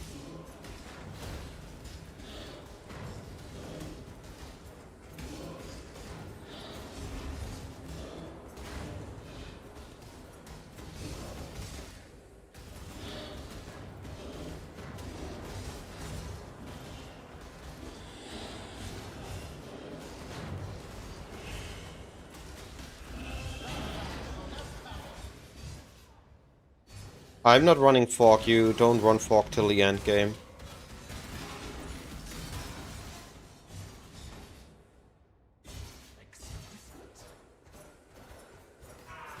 You run Pierce during campaign.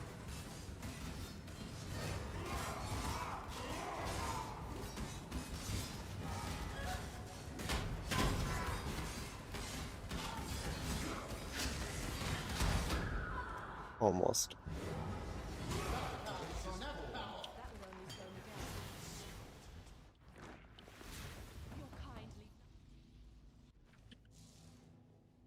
I lost time in this act, my single target was too low. Moment, Ranger. Mm-hmm. You and I, who create the most beautiful of nightmares together. Creation, usually the concern of nature, isn't it? Not anymore. Now, exile!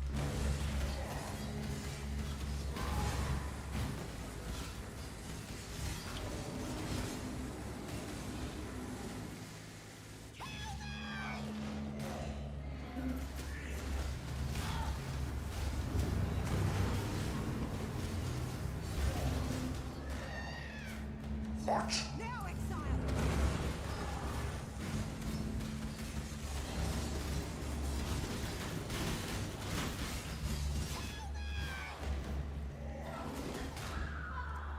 Seriously?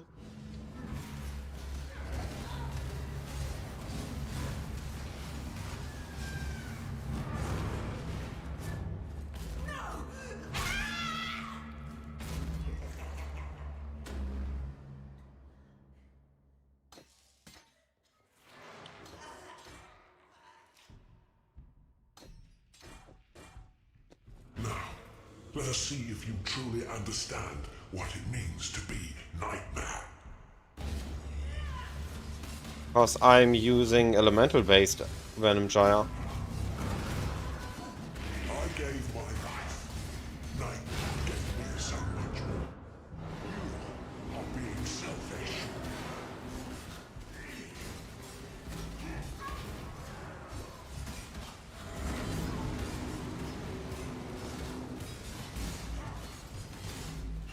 Accept the gift of immortality.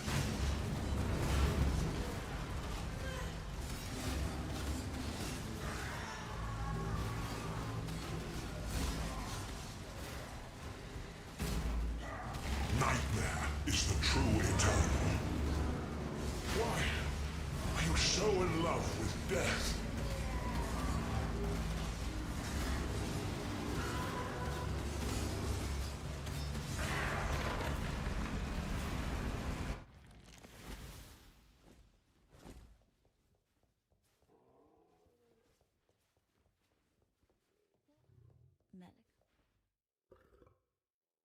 Where is it? Oh, I don't get mark on hit. Death, the world that I love.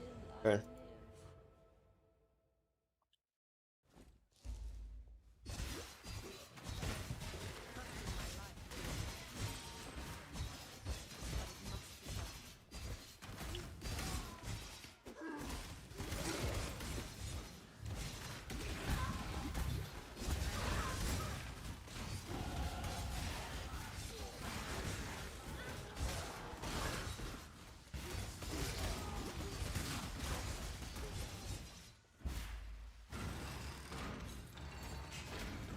Yeah, I lost some time in this act.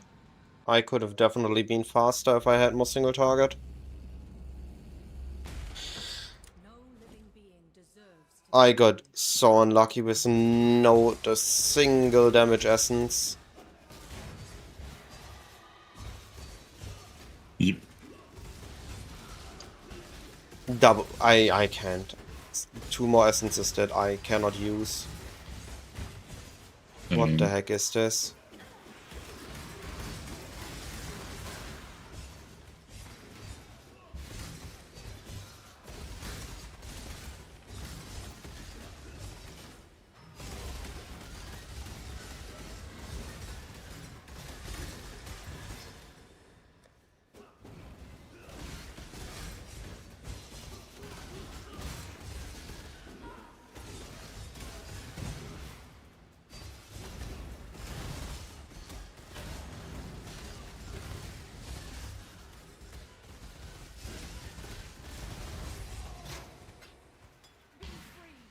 break your cages and escape.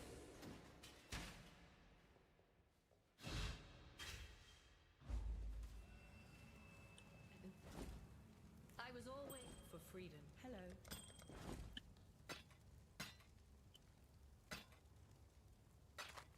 For free.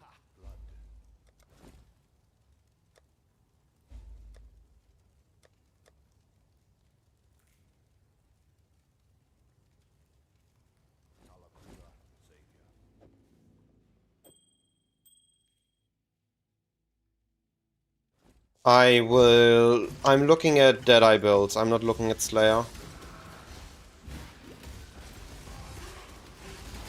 At least not right now.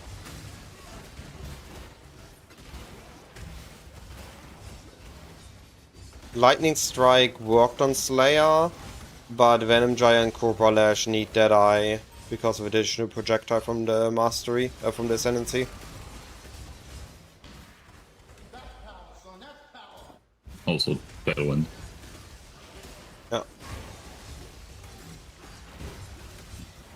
But Tailwind, you have alternative ways of gain. Additional projectiles are hard to gain. Yep. Very true.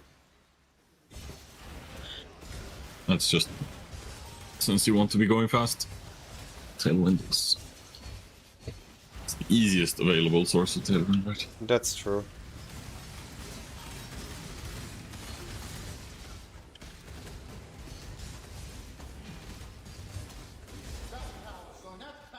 He should have kept a better eye.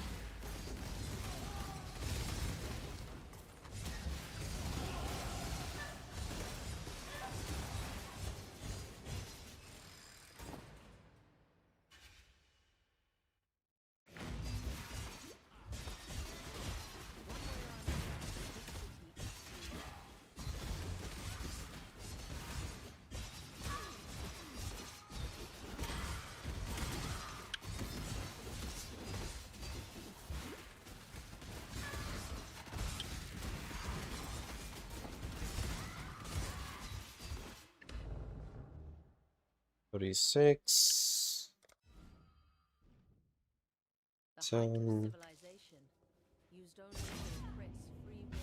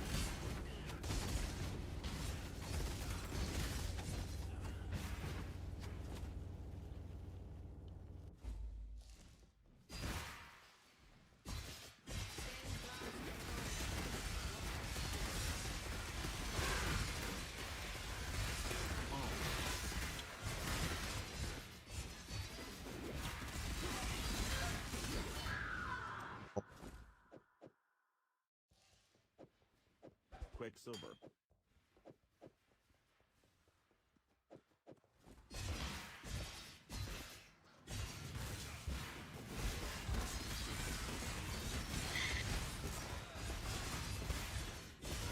I'm not up to that.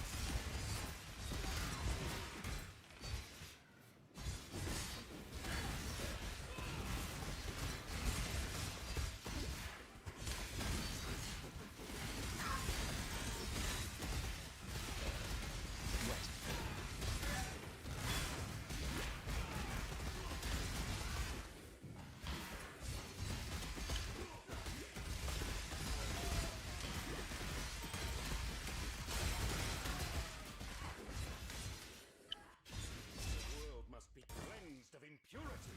Not if I have anything to say about it.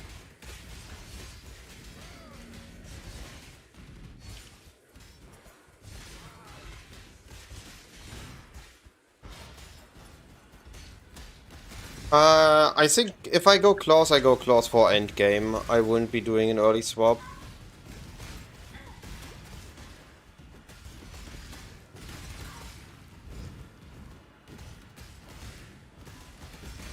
So either I'm level. If I go claws, I'm going bows for campaign and have an easy respec into claws.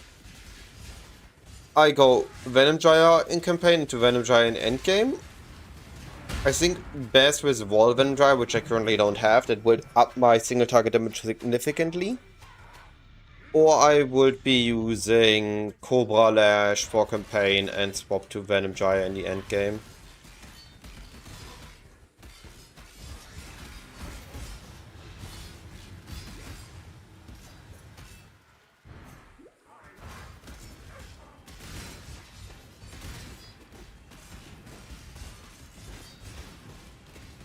There's a couple of options. I don't know which one is best yet.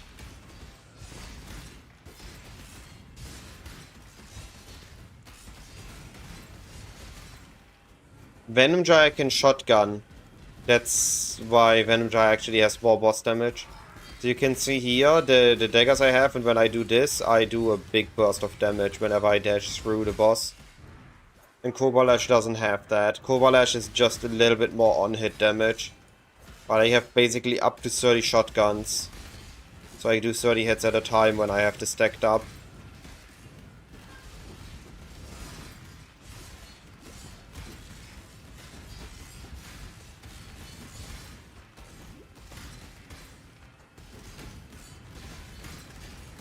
Cobra Lash has built-in clear though, Venom Gyre doesn't. So I'm using a whole additional support just to add coverage.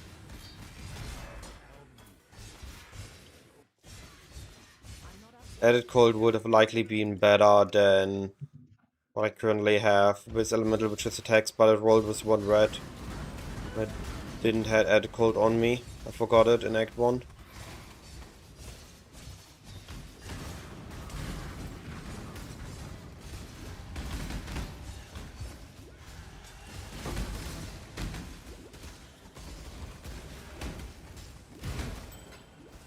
Chance.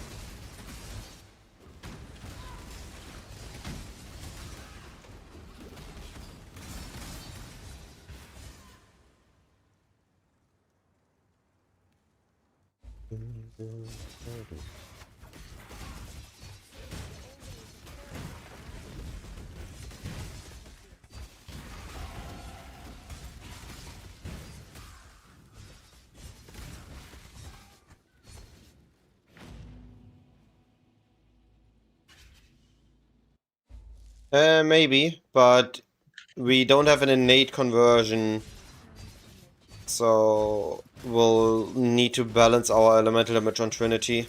It's not always guaranteed.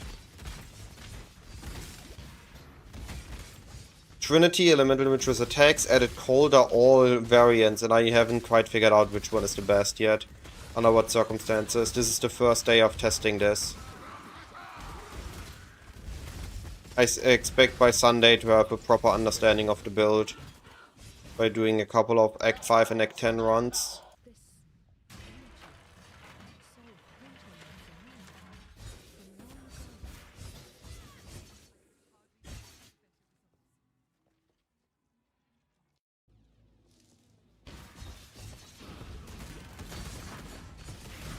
Like, it used to be Kobe who pushed it, Kanka has been using it for a while, and a bunch of people on Ninja have also been using it. So there's always been some attention to... Ooh, finally, a flat damage essence. Now I don't have a base type anymore.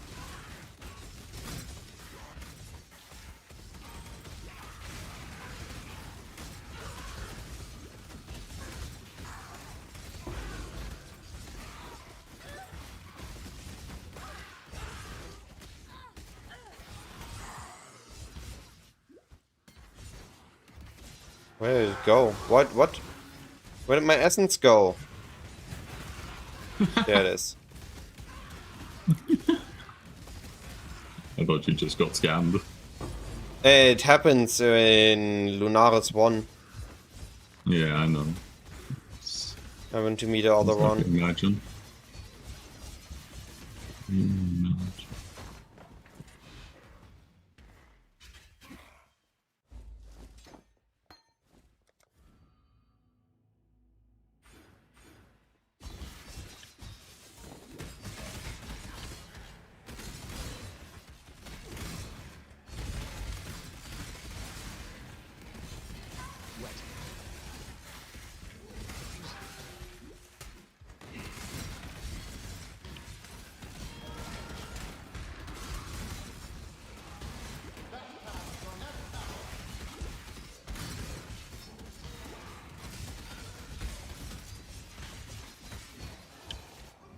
Does Kobe still exist, by the way? Or did he just move on to a different game, or did he stop streaming altogether?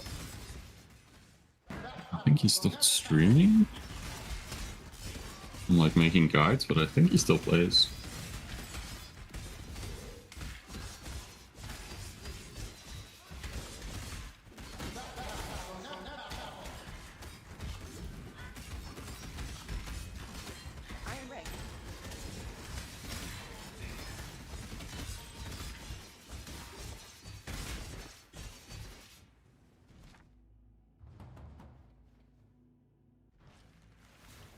Interesting. There I learned. Remember, unlike these assassin. Tootles, greetings.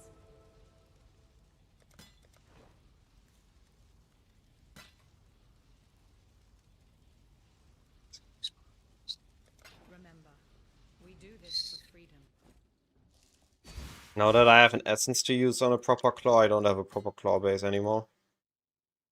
Hope it's the same. Mm-hmm.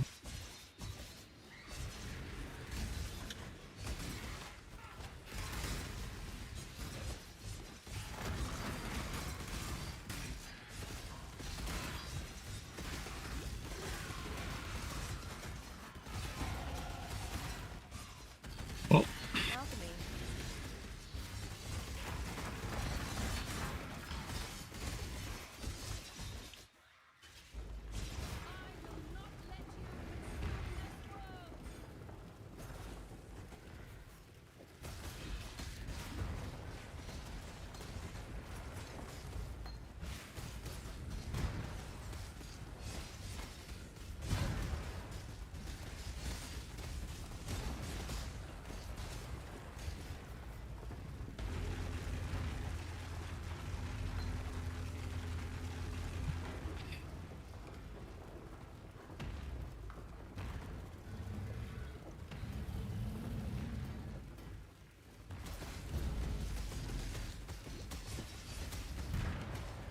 What I've learned from this run is I need to practice my Act 1, 2, and 3. Pretty sure that everybody does need to practice theirs. Yeah. Also helps if I don't go like kinetic bolt for Act 1 and 2.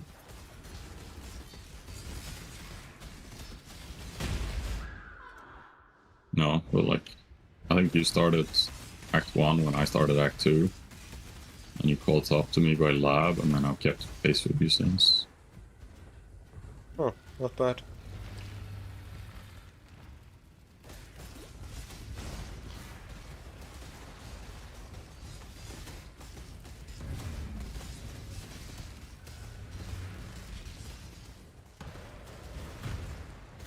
Should be using Edit Cold, by the way, for sure. I need all the flat damage I can get. That's my biggest weakness. I should not be having momentum here. Mm-hmm. I'm losing so much time right now on the boss kill. I wish I had Wall Venom Jaya, I wish I had more flat damage, I wish I had better weapons. It really has been like the difference. You've been doing like running. Yeah, I so think much in a faster group than- run this is insane. Yeah. In a group where I can just leave the boss to somebody else. Yeah. Not a single wall up as well to try and get my own. Resistances would 1 suffix, no suffix, 2 suffix, no suffix, no suffix, 2 suffixes, Need to hone my 4 skills. third. Yeah, I could have been fine on resistances on this run as well. I'm not pushing this past Act 6 though, past here. I had a really solid Act 1 to Act 3. I had saved a good amount of time there. I could have saved even more if I played a bit better, if I had more damage, if I had Wall Venom Gyre. Because here's what Wall Venom Gyre does.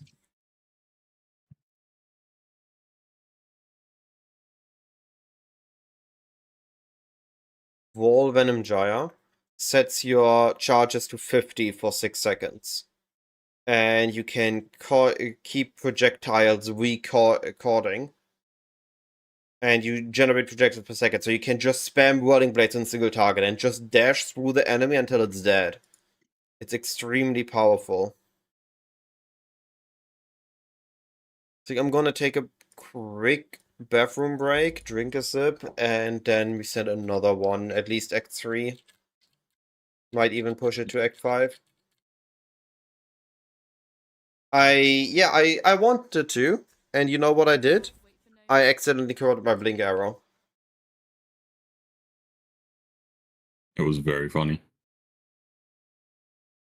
I just screwed that one up, trying to be fast. We did very good currency-wise. 5 alks, 22 alterations, 19 transmutes. We finally just gotten some essences. Nope. Nobody is on clip duty in my chat. Nobody's clipping here. My weapons were really bad. I was using a magic weapon till end of Act 4, early Act 5.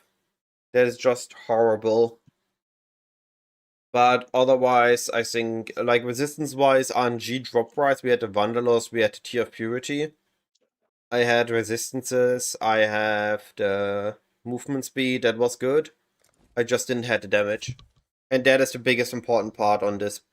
Which is why I keep saying group runs would be so much better, because in group runs, I don't need damage for single target. I can just say, I take everything that isn't a boss, and everything that is a big boss, I just leave to somebody else. I just do the things Or where I just need to call tag a people boss and in call earlier, people right? in. Yeah. If it's a boss I just need to tag, I can do it. If it's a boss I need to half kill, like here Kitava, I just skip that and I leave somebody else to do it. And I think I can save a ton of time with this. In group ones, I also have up to 6 attempts on getting Wall Venom Jaya. Alright, I'll be right back.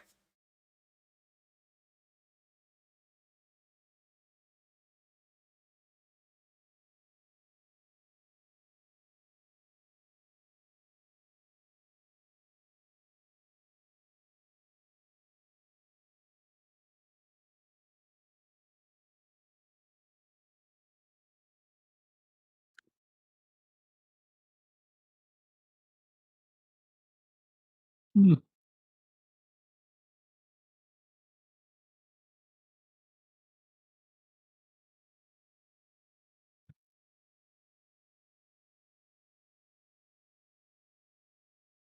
Well,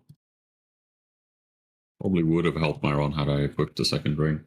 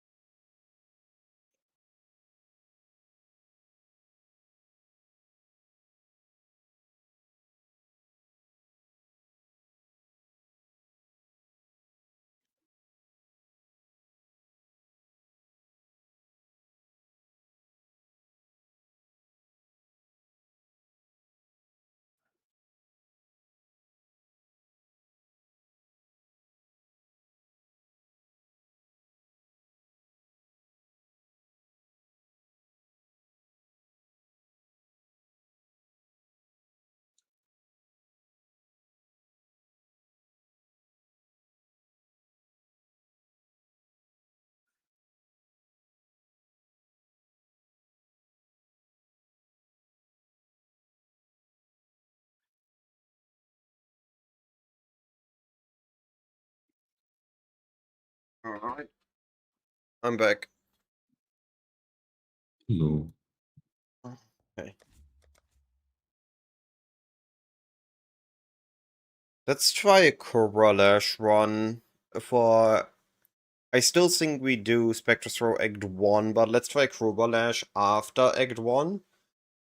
And have Venom Gyre in case we get Wall Venom Gyre. If I have Wall Venom Gyre, I push with Wall Venom Gyre and see how that feels. Otherwise, we just try Act 2 or Act 3 Cobra Lash. Mm.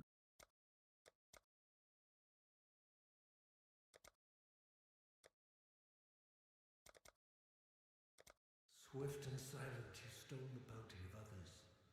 A crow that plundered.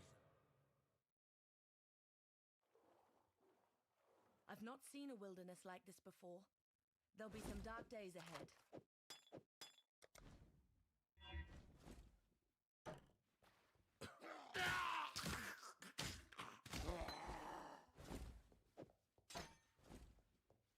Somebody won his mirror gamble.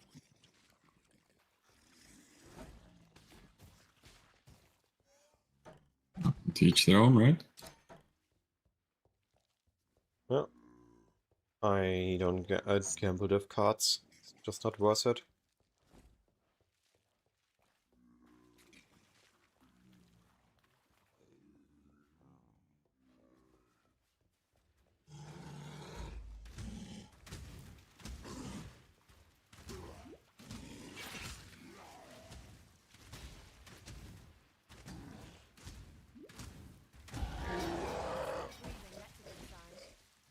Let me keep this corroded blade.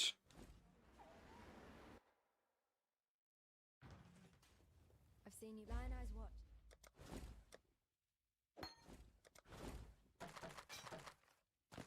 God hasn't abandoned.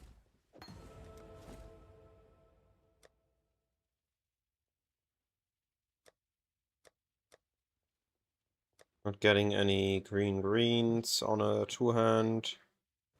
No, not buying anything then. Keep that weapon.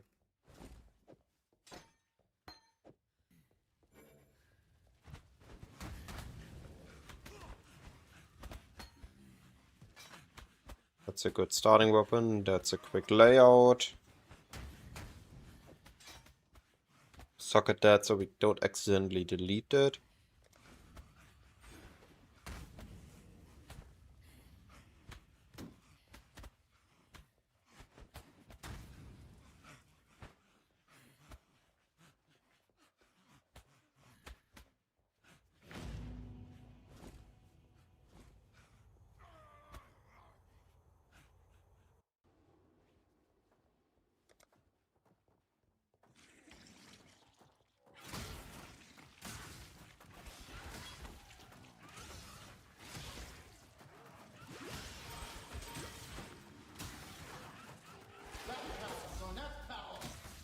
Chance.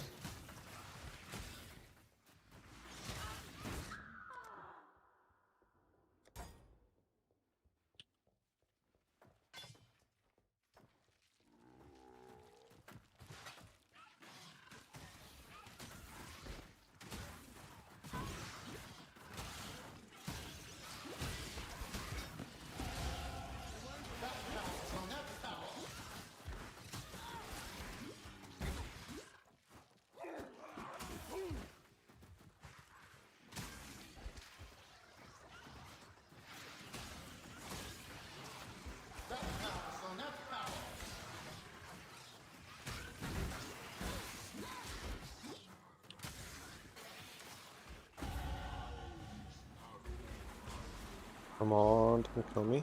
Perfect. Was a good one. Was a very good layout. Fast coast plus fast mudflats.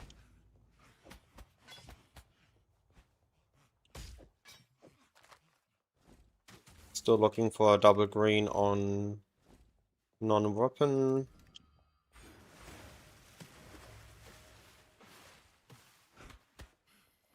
Spectre Throw is just a really good Act 1 skill. That's all there is to it. Yep. Glazo, both being good has nothing to do with Barrage. Both being good has to do with what is gonna be good as a farming mechanic this patch. It's all gonna be they again nerfed down the top threats. There are new top threats we currently are aware of that are difficult. So it's all gonna be about speed. And both are very good at speed. There's no adversaries, there is no boxes, there is no nightmare maps. There's just fast Legion, fast Abyss, fast Breaches, fast Altars.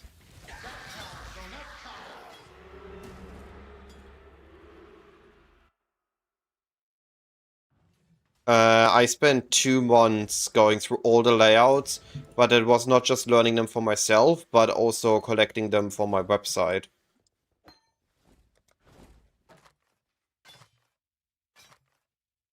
Generally, also, when you're talking layout practice, there's like 2 ways to do it, right? Either just make a bunch of characters and run a bunch of times, right? And figure it out as you go. You get a kind of intuitive feeling. And then you add into that like the certain tells that you know, right? So, like the gun layout in Coast, for example. You read up on them, and then as you're running, you recognize, oh shit, this is really cool. And I need to go that way. Or you can get like a 400% movement speed character. Just run the same, like recreate the same zone over and over and over and over again. And just run it until you have it down.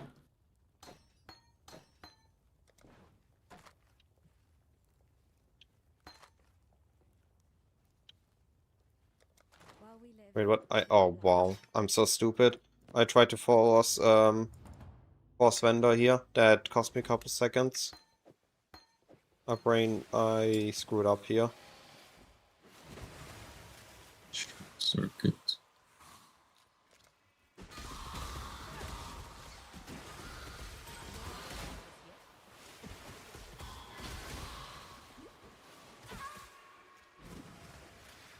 Yes, I forgot I bought it in the first town visit. Oh well. Minus couple seconds.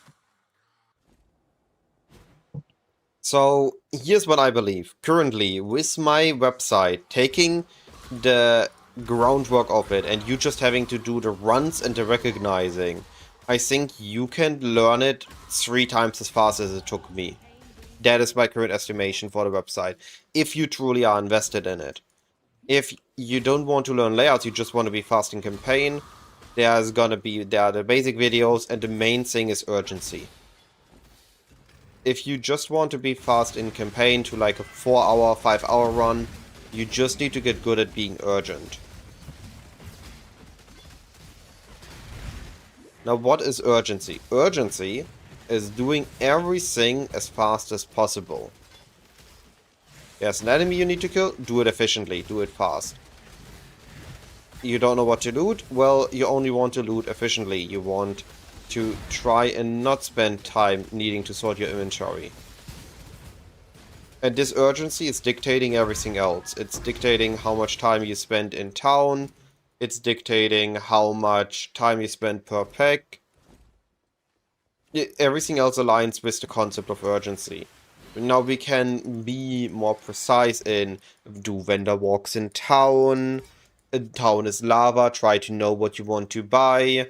Use your movement skill on cooldown. Use your Quicksilver Flask when they're ready.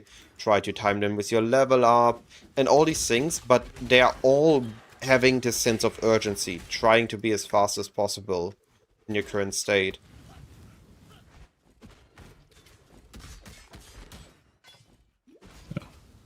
Trans. I mean, it's kind of like the practice runs that we're doing now, right? It's a lot of taking in the information, right? You're a bit slower possibly on these runs, because like you're figuring out, okay, which gems do I need? What links do I need? Right? The previous run you were like, okay, I need an extra 3 green link, right? And you take note of that. And then next run, you make sure that you're always keeping your eyes out open for these things so that you're not standing around in town going, what do I need to fix?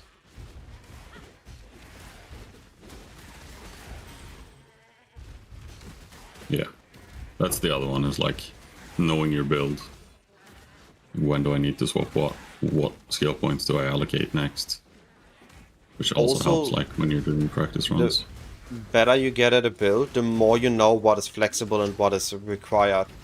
For example, accuracy rating, if you just follow a guide, you always need to be high up on accuracy rating, so in case you get any lucky life items, you're covered. But I know that I just need one more accuracy than I have life, and that's good enough. Yep. It's not something that you learn by just following a guide, that's what you learn when understanding a guide. Yep.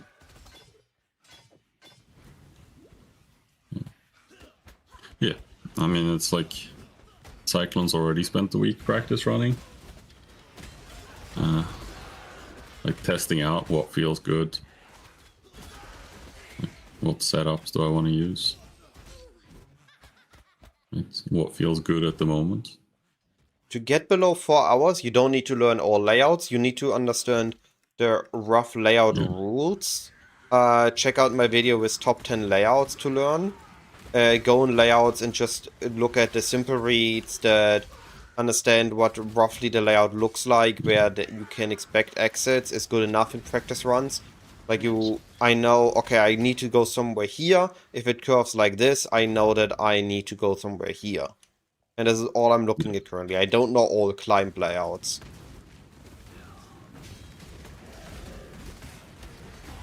I see the Legion, I see that it extends downwards, so I'm assuming it's sieve-shaped, and it is. See, that's all I do here.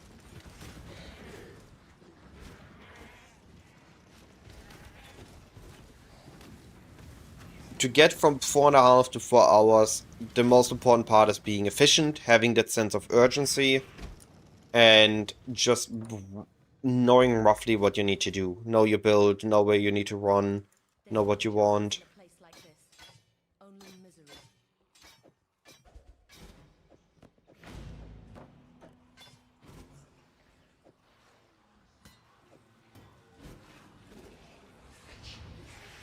Ooh, is this layout? This is a rare treat. Want the XP here?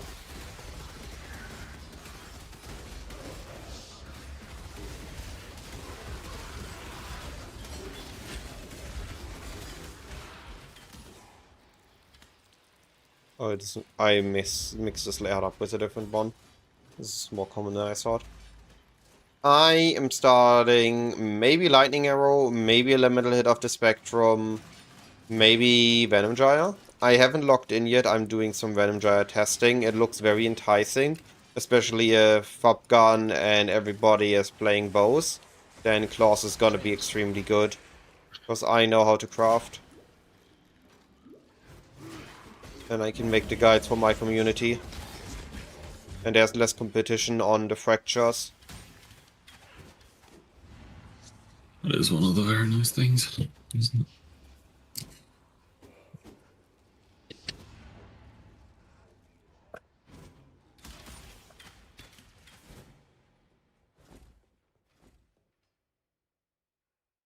Well, yes, and Phenom.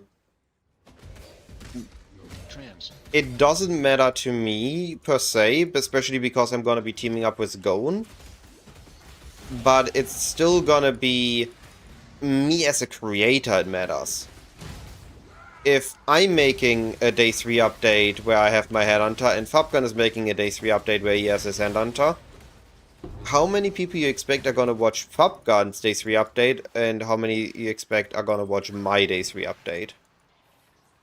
Now this is you can argue an elitist thinking. And as for you as just a player, it doesn't matter, but it matters to me as a creator. That I not just make good content, but I also try to be a little bit on the unique side and interesting side. I'm just dead. You gotta just make it stand out somehow. So I need to be faster than Fubgun, which is impossible in the long run. The amount of time he spends is just way more than I can, mentally. So after the initial league start day ends, he can easily catch up to the where I am at and then just keep blasting while I need to go to sleep. It's just like that.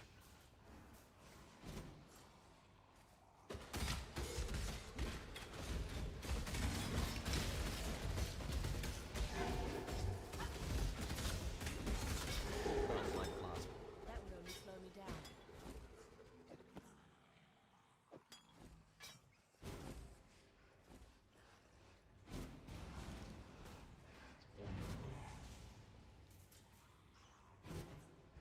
There is very much a good argument for both. I am actually still, one of my plans Quite sure is to say screw it, I'm gonna go both for campaign and I'm respecing into claws later.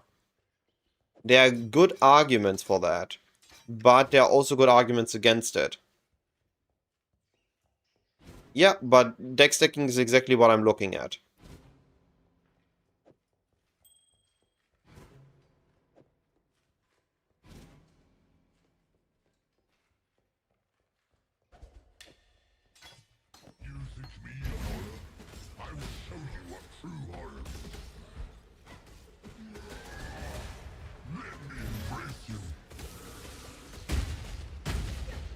I might need to town here. I started with a low mana flask. Only have one. Ah, never mind, I don't need to town. Why was I not able to dash across the corner there?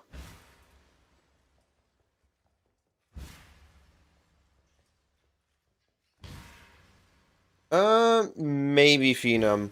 But it is tankier than both, and that might be a very important factor next League launch.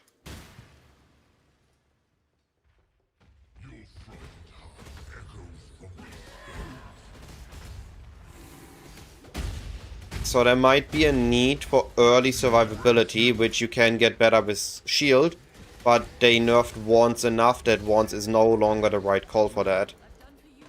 For that decision. animal Brutus.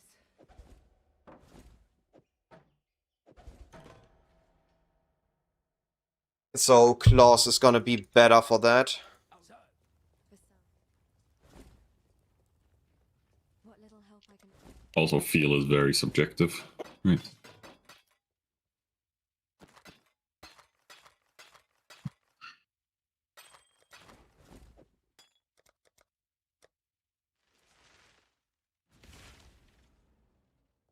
Take care.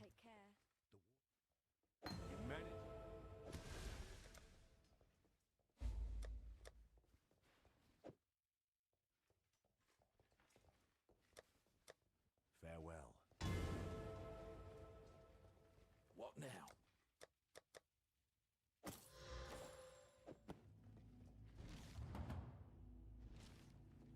I'm not too sure about that. I remember that Fabka needed Nemesis and Headhunter to do Cascading Breaches.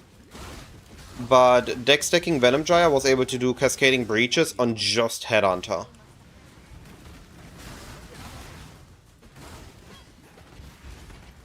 So there's already a difference there. And the reason Bow always were so good at Legion is the coverage, right? And with Dispatch, you don't need to clear every single enemy in a Legion. So it's way easier to clear Legion on non-bow.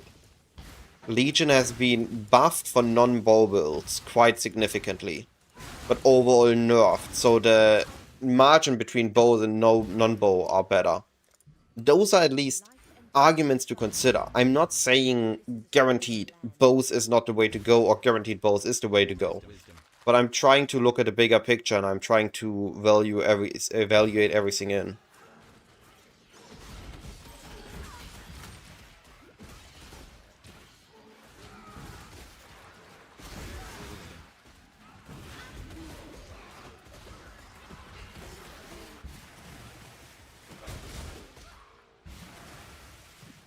I'm not up to this yet.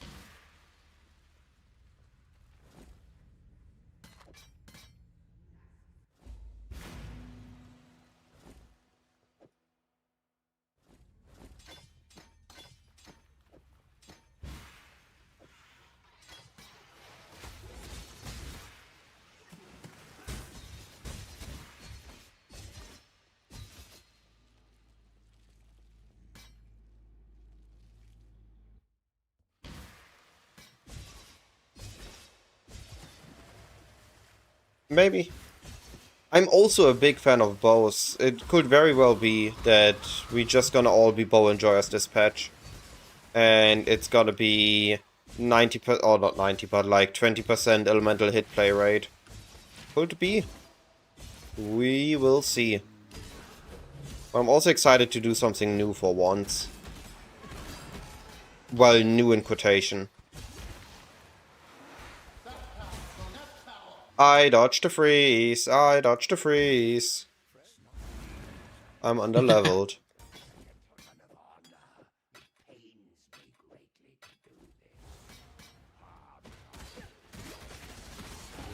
Good thing you get a bunch of XP there. Yep. I'm expecting to lock in my build on Monday and make a guide about it. I also am gonna make an update to the Phantasm build, which I believe got Giga buff this patch. Alright, so this time we gonna attempt to use Cobra Lash. Where is it? Cobra Lash. And then we use Added Cold and Volley. Welcome. Stay sharp out there. What now?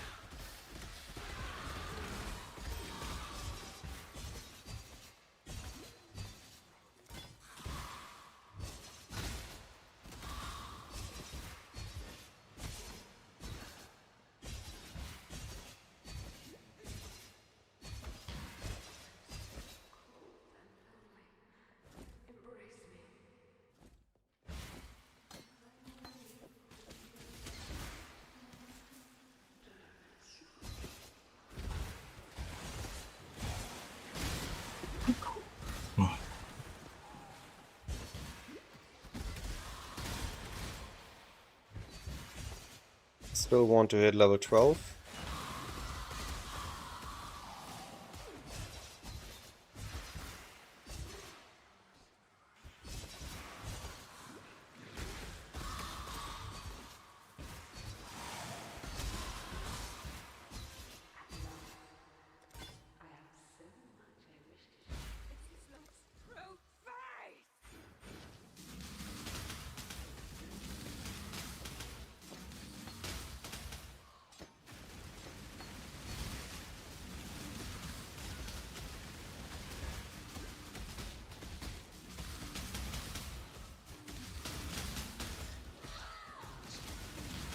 Phantasm's biggest weakness at League Start was coloring your Soul Rest. With the new white socket system, that is gone. You need a 6-socket item at League Start. That's it. One 6-socket weapon and you're good to go. It's never been easier to be a Phantasm. And then to slowly improve the build, you need Abyss Jewels.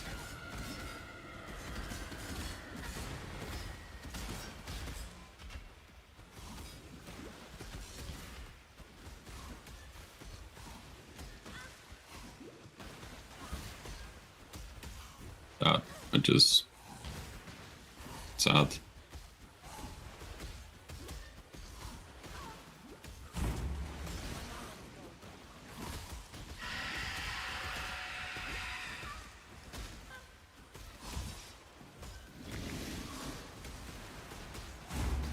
How was your Venom Gyre compared to this? I was using Spectre's Throw at this point still. Spectre's Throw Yeah. felt better when it was hitting, but it was hitting inconsistently. This one hit more consistently, but it's slower. Yeah. But also my other times, like the last part was actually fine. I was slower in the in-between parts, not here in the last Yep. section. The last section was actually overall faster. I died on Brutus, and I had 2 messed up towns. That's what lost me time.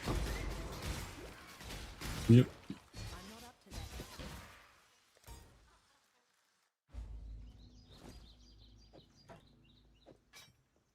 I am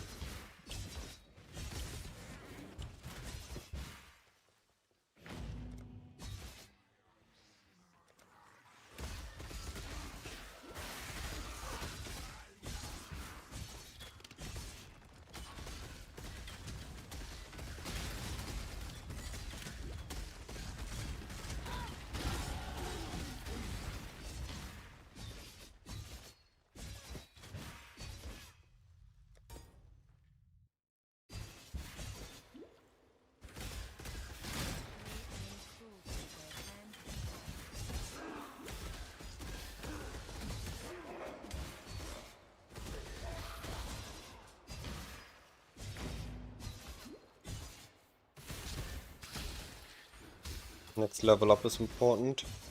I need to get that before Vidali does.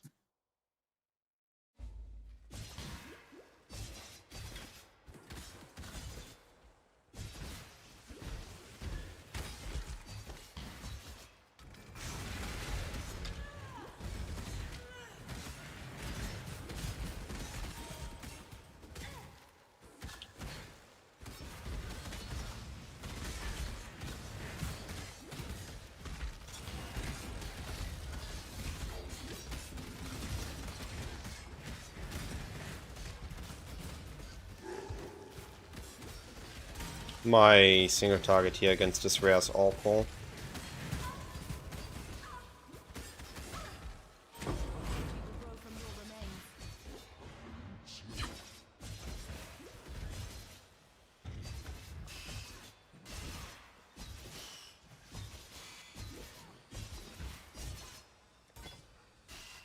Venom Gyre was definitely better there.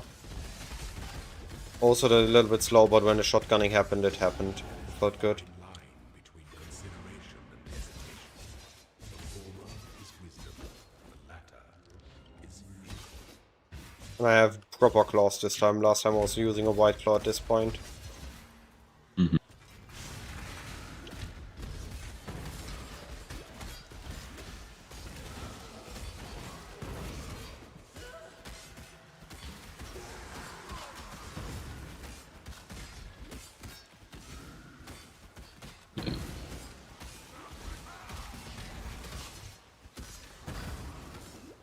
I'm gonna go out on a limb and say that does not look great.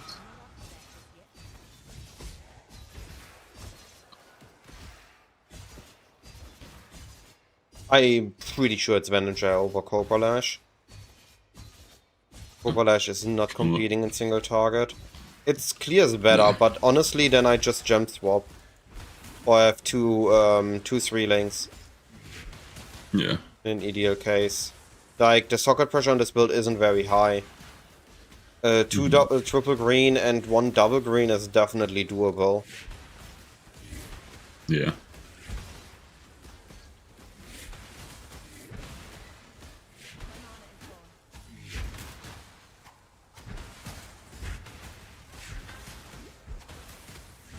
I run out of mana.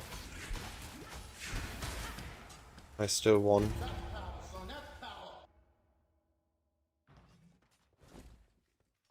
I am a beast.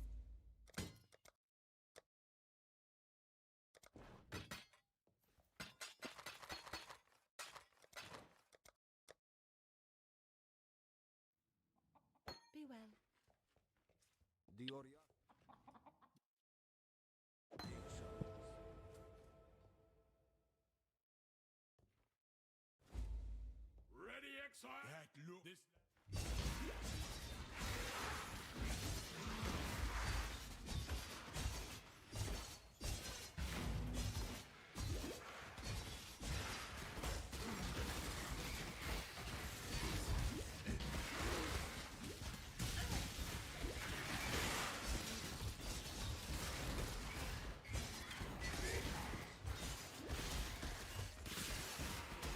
Chance.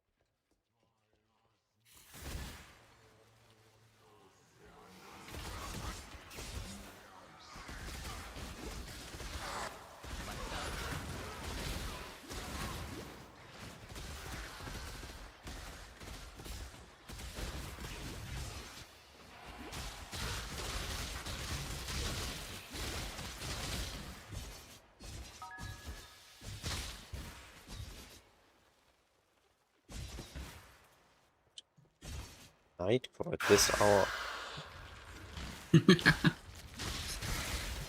Oh boy. Oh, I know what you're listening to on League Start. At least that every bet is off. I hear what I want to hear. What do you mean? I need to spend my channel points. Yeah, I can spend those after league start.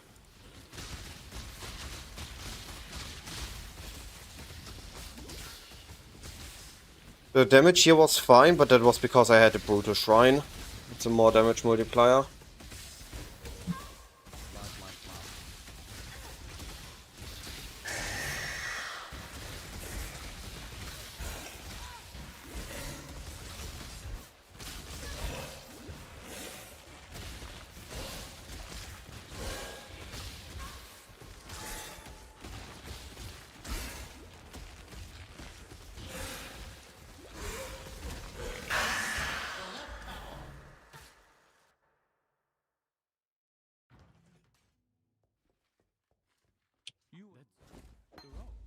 Yes.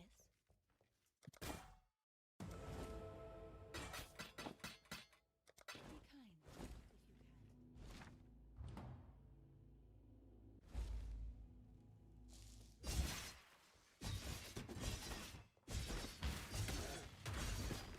I'm not up to that yet.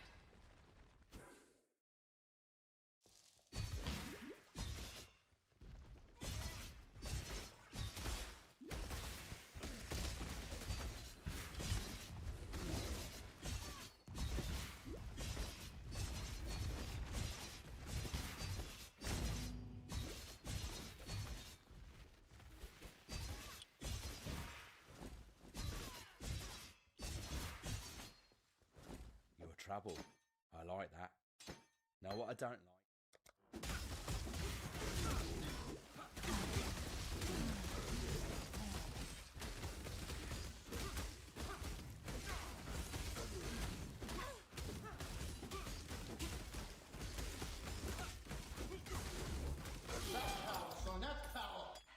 The king of rats.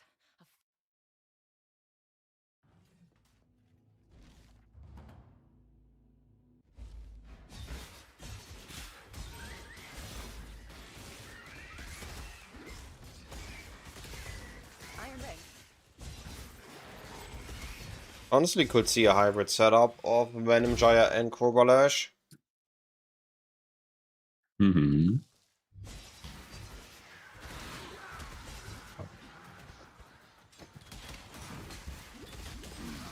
On ball runs, I also get like 2, 3, 4 links, screens. Next patch it's gonna be even easier. Mm-hmm. So surely Yeah, it's I think gonna be that's- fine. I tried Blade Trap in an earlier one today, and Blade Trap did not feel better than just Venom Gyre or Cobra Lash spam. Blade Trap needs to be poisoned, and that's better on Assassin.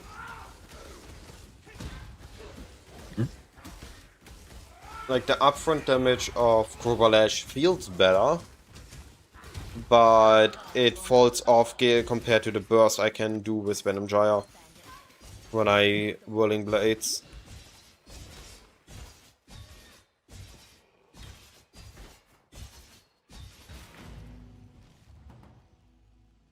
I have a better weapon than I feel about the same speed on the stores the other one.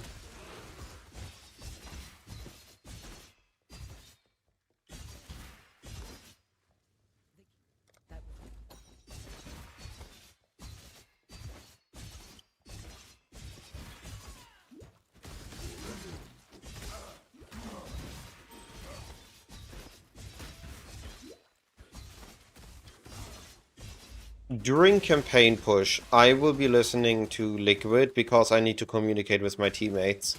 Once I'm in maps, I'm okay with swapping music around. I will tell you that much. I need communication, and the only music I can listen in when I need to communicate is Liquid GB. Or Chill Step.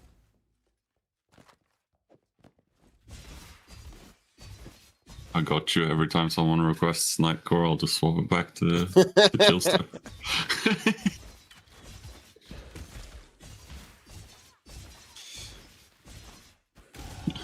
The big music choice war.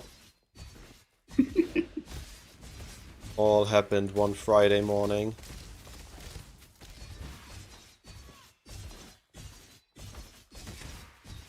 You'll just be running League Start and then go, yo, Spix, I need a fix.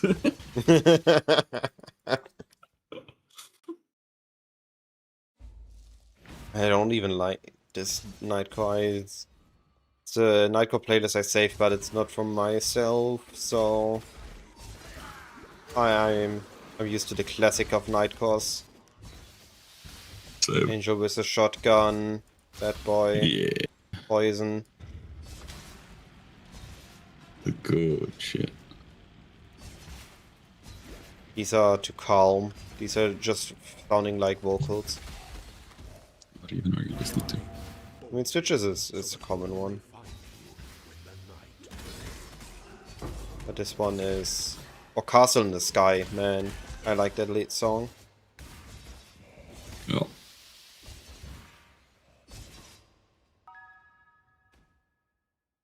Yo! I can't fix it on this one. Arrow is the raid. Hello, everyone. Arrow, look. I'm playing your build. How was the stream? How was the preparation?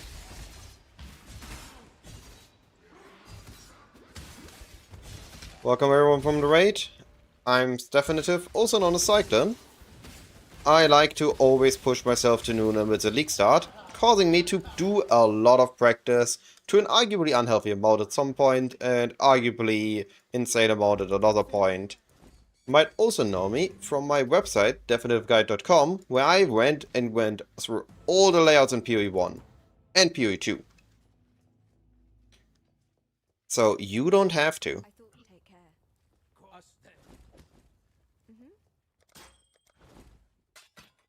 That's not a key. Where we live, we are blessed. What do you mean pre-recorded SH? I practiced this one. Every morning at 3 AM on the mirror, I stand there and I say that to myself. Just so I can perfectly say that whenever somebody comes in.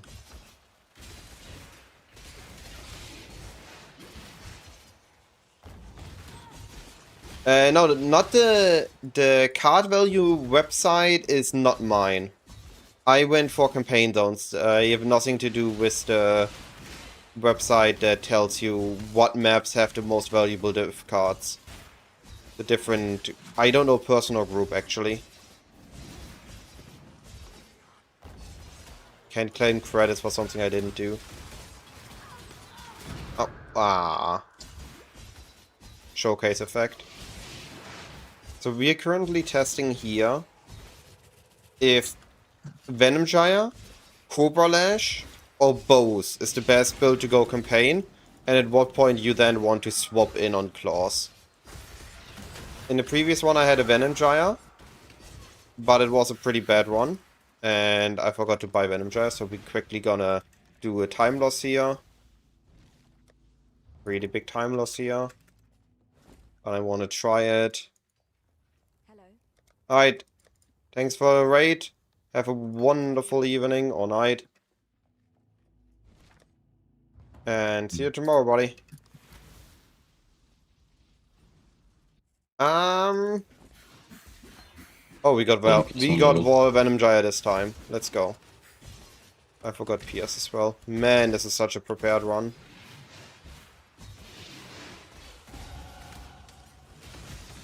I believe that Cobra Lash is okay on clear, but its single target is lacking. And both have Mana Forged on Ballistas, and you don't have anything like that on Claws. You need to do the damage yourself.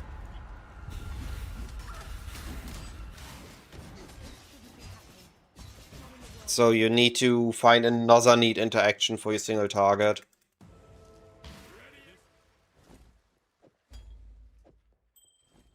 Alright, I don't have Pierce. So we do one more inefficient Act 1 town, I know. How dare I?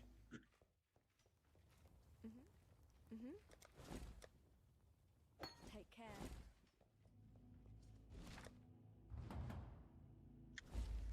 And now...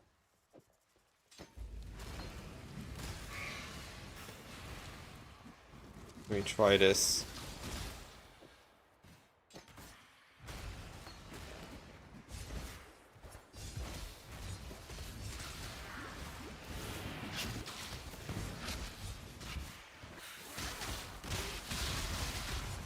Chance.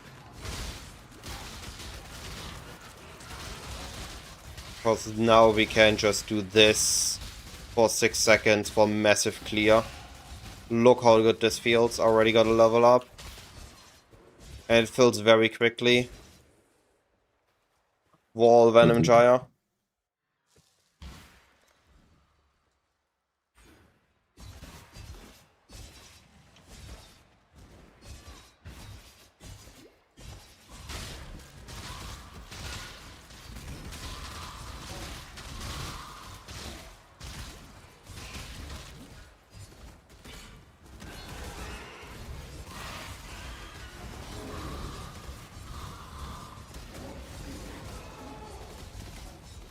Having 6 seconds of just dashing around and killing everything is extremely efficient. I can see how that is good in campaign if you have it. And you just go hybrid maybe before.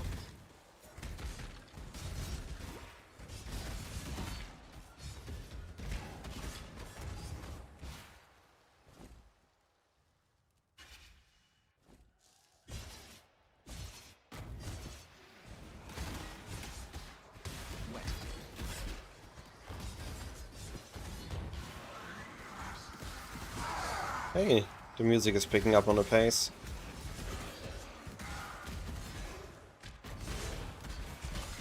Still don't know. I'm missing the classicers.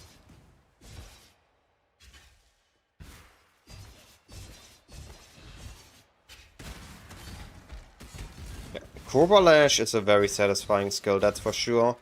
I'm a bit sad they ruined Follow Through notable. I'm keeping my... I'm level 20, I'm good on XP. I just need to get through the boss. There we go. Let's test our single target.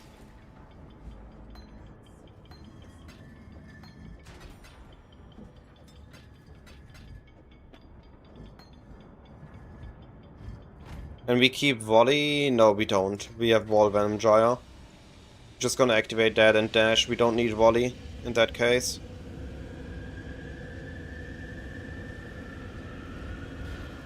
We Blood Rage. We And when he comes back up, we activate Wall Venom Giant. We're just gonna dash.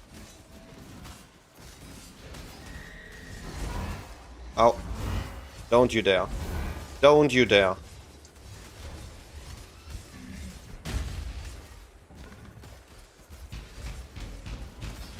Was not bad single target, actually.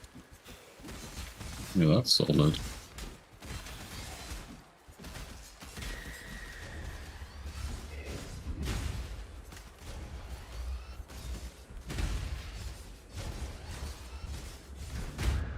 Oh.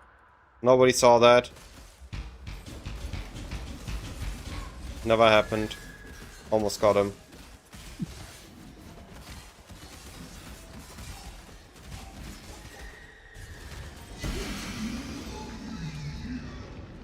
Alright. So... This was what? A 21-minute Act 2. The other one went faster. This was a very slow Act 2. I don't see Cobra Lash. I'll be fully honest. I do not see Cobra Lash. I think what you can do at most is what I said with Cobra Lash for clear and have a Venom Gyre that you can gem swap or in a separate 3 link for single target damage.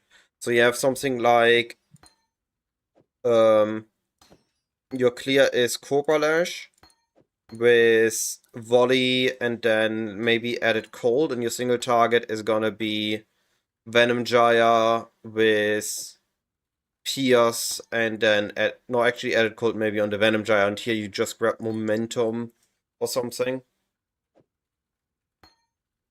Or you actually just grab here elemental damage when you have some elemental damage on your weapons.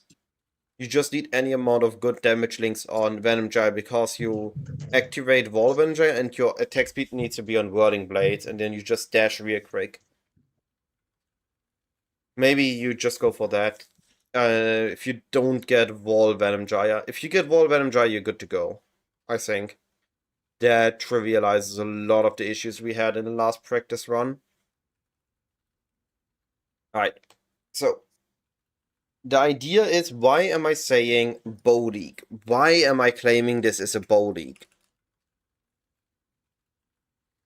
What was in 328? In 328, we had Cascading Breach, and we had boxes in the Mirage. Those were the 2 top strategies. Those were really good. But this is no more, because operative boxes are no more. So you are basically just gambling on boxes, and the moment anybody makes a video on it, the Scarab shoots up, and it's not worth running anymore for anybody else. So it's not gonna be a good sustainable strategy. You don't get your Scarab sustain, you don't get the Mirage as a bonus map, you need to use Containment Scarab, and you need to use it on a random map because Nightmare maps also got nerfed for that. Right? So boxes I just don't see good. So that leaves Cascading Breach, but that one got also hard nuked. Now I think early Breach for Breach Blood is still gonna be fine, but hard Breach got nerfed. Now these strats were pretty good, but they were hard. Now in 329, they aren't. So what we got? We got Legion Rush, we got Abyss Rush, we got League Mechanic Rush. Oops, that's already too low. And we got Breach Rush. Those, I believe, are going to be the best strategies in the upcoming 329 League. Getting through content really quick. Yes, Legion got nerfed, but I get to that part in a moment. It's still gonna result in a lot of bubblegum currency. Abyss are gonna have targeted boxes, so it's gonna result in a lot of bubblegum currency and scarabs, hopefully. Breach is gonna result in links. Now, I also believe that the League Mechanic rushing will also yield you a good amount of currency early on, and a really good amount of chaos recipe by the looks of it.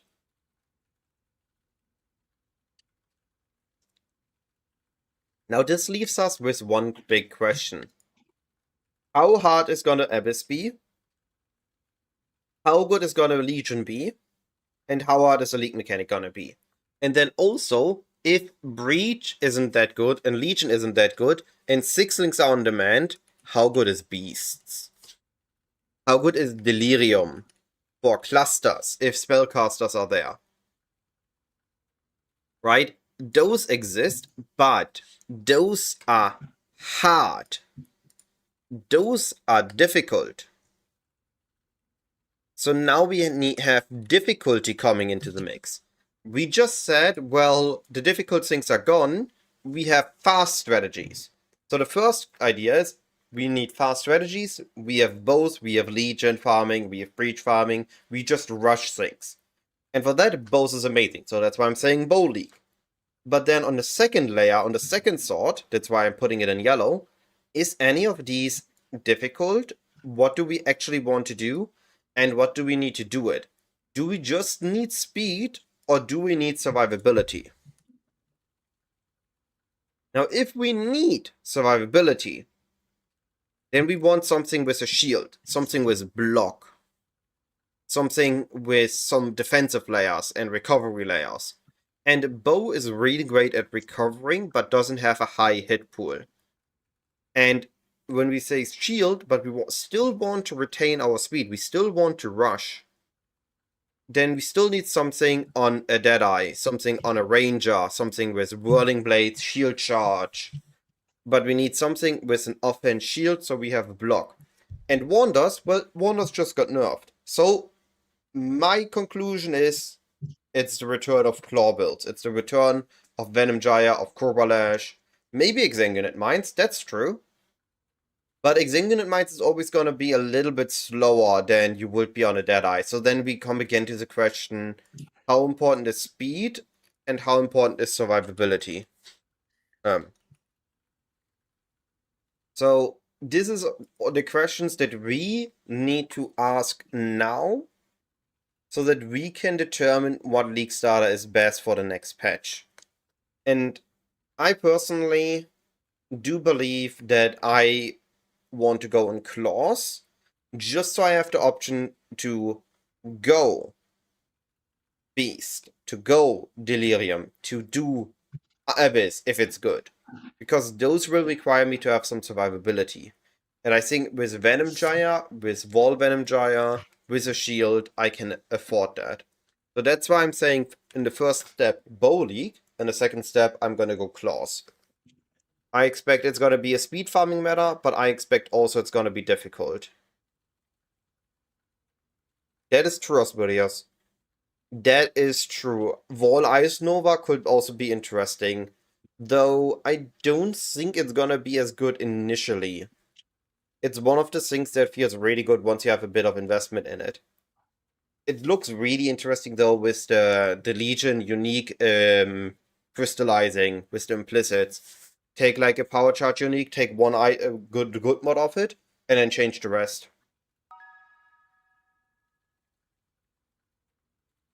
So, and Cobra Lash itself didn't actually got nerfed. Where is it? There it is. Cobra Lash itself is fine, as far as I know, but its interaction with the projectile keystone or notable that gave it damage for each remaining chain, that got nerfed. But for campaign, it's okayish. The issue is it has 0 single target damage. So that's why I'm thinking Venom Gyre over Cobra Lash right now. But again, needs more testing, needs more getting used to. It's fairly new to me, to the layer of understanding that I want. I only been playing it or looking at it on a very surface level so far. But with Wall Venom Gyre, with a single target just felt really great. A little bit better gear, falling, so we have added cold and pierce and volley, and I think we're good to go on it. If nothing of these works, by the way, there's always just Phantasm and Totems.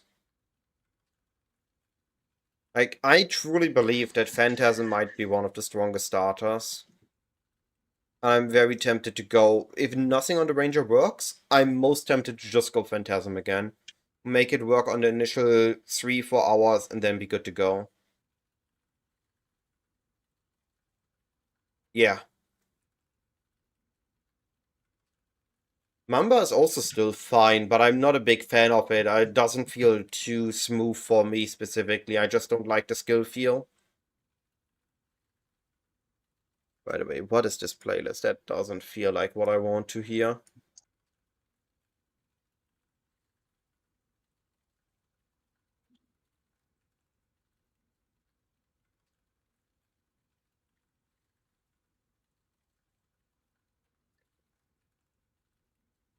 There we go. There we go. Alright.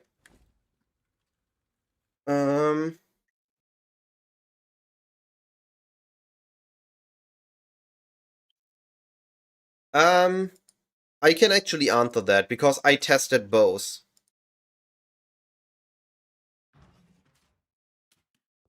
So if you go Arcanist brand, it is technically safer and technically faster, but you will always be behind. Right now, I can start with Phantasms. So let's say I open a map, right? We take a map, we open it, hold it mention. Actually, we can even take a good map. We just open it in here, and we just go at it. Now, if I use Arcanist brand, I would need to find... I have nothing, right? I'm completely defensive. Now I find enemies, now I Arcanist brand them, and now I would start my Phantasm generation. While on Cyclone, I just start. I just start spinning, and I just start generating.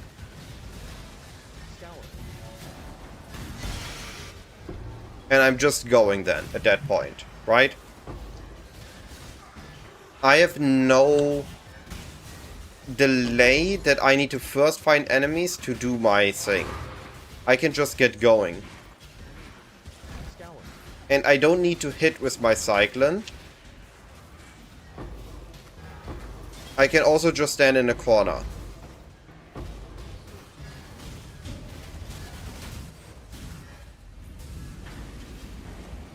So I can just here, I just enter the map, I just can stand in my corner, I can summon my Phantasms. And I can move while doing it. This is also a thing, right?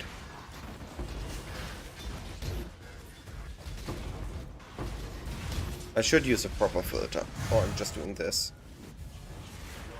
God, I love looking at the wrong filter in game maps. And the reason I believe Phantasms is gonna be so good is that the biggest issue of Phantasm was coloring your weapon. And it's just gone now. They just removed the biggest issue Phantasm ever had.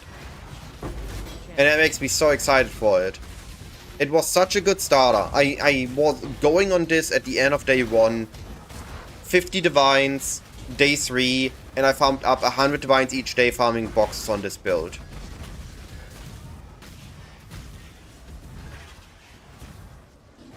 But with it being white sockets, all you do is now just put them in and you're good to go.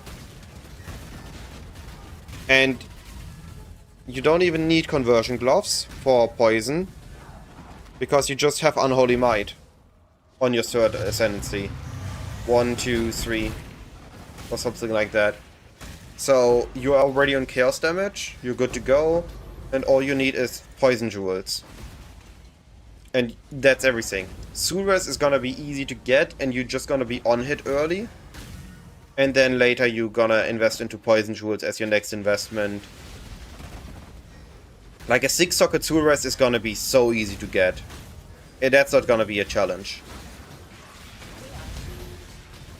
And then the only expensive thing is Congregation and the Amanamus. These you can usually snipe cheap. So I believe that you can again get away for 30, 40 divines and you can make this build going. The question of course is the content that is gonna be good for the build again? Like it aligned that boxes were so broken. Because this one had just high defenses. Oh yeah, right, the biggest buff. The mana staff. Like, oh no, I need to, where is it? Here, I need to drop Flesh and Stone And I need to drop a little bit of reservation get a little bit more reservation efficiency. I get 20% more chance to block attacks and spells. It's never been easier to get your spell and your block capped on this build. I had to go and get a bunch of notes for it, and now it's just free. You never been easier to get block on this build.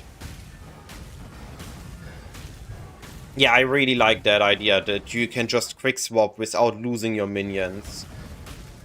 That they don't desummon when you swap. That's so good.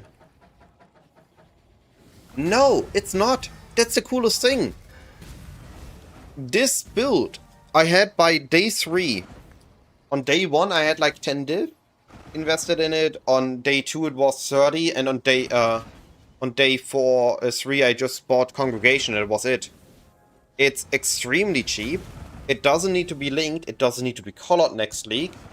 And your Abyss is buffed, so it should be easy to sell farm your jewels and just sell their access.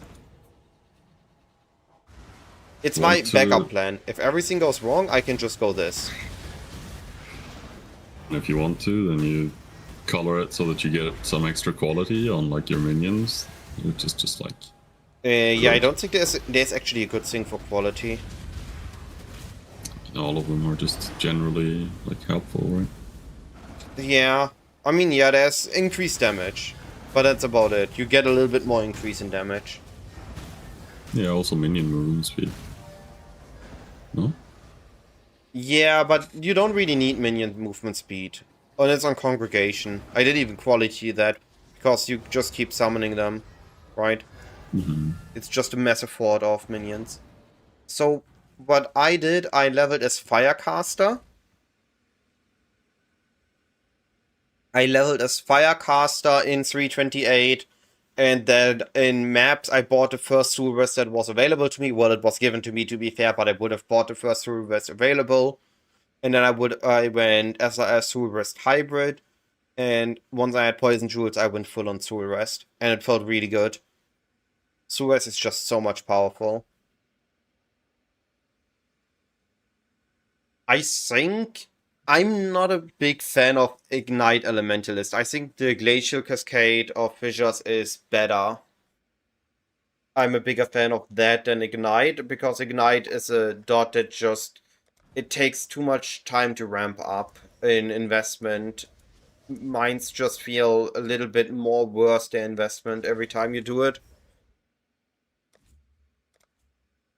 I'm of the opposite opinion on that one. Okay. Why? I find that Ignite just... With Elementalists, you can get it up in like on basically nothing, and then it just keeps going. Also, it just feels good.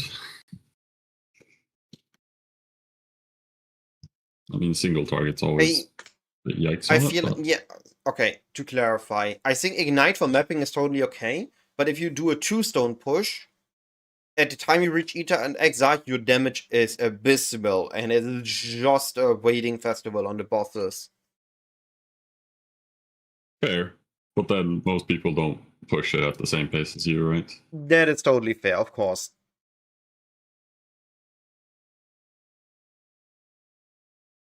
These right now is what I would consider the top starters. There are arguments for other builds, but those are under personal bias. But Cyclone just casually leaves out slams. Yeah, no, slams I don't believe is a good starter.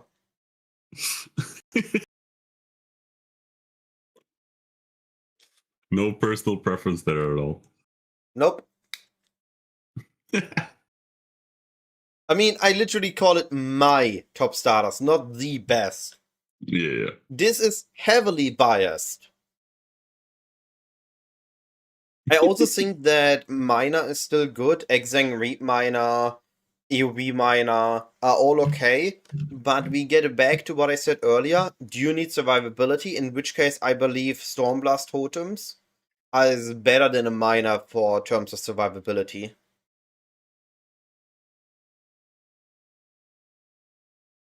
Mm-hmm.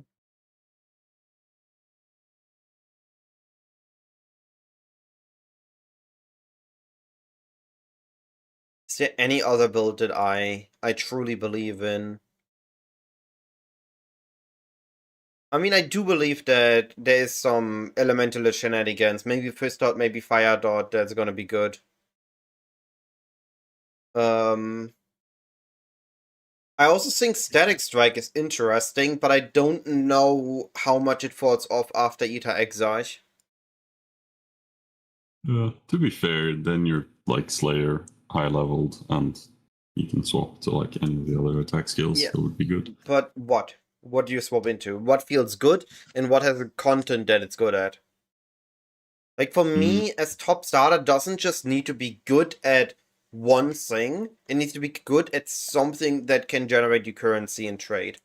So for example, Totems is gonna be good at Blight, is gonna be good at bossing, is gonna be good at Imitation.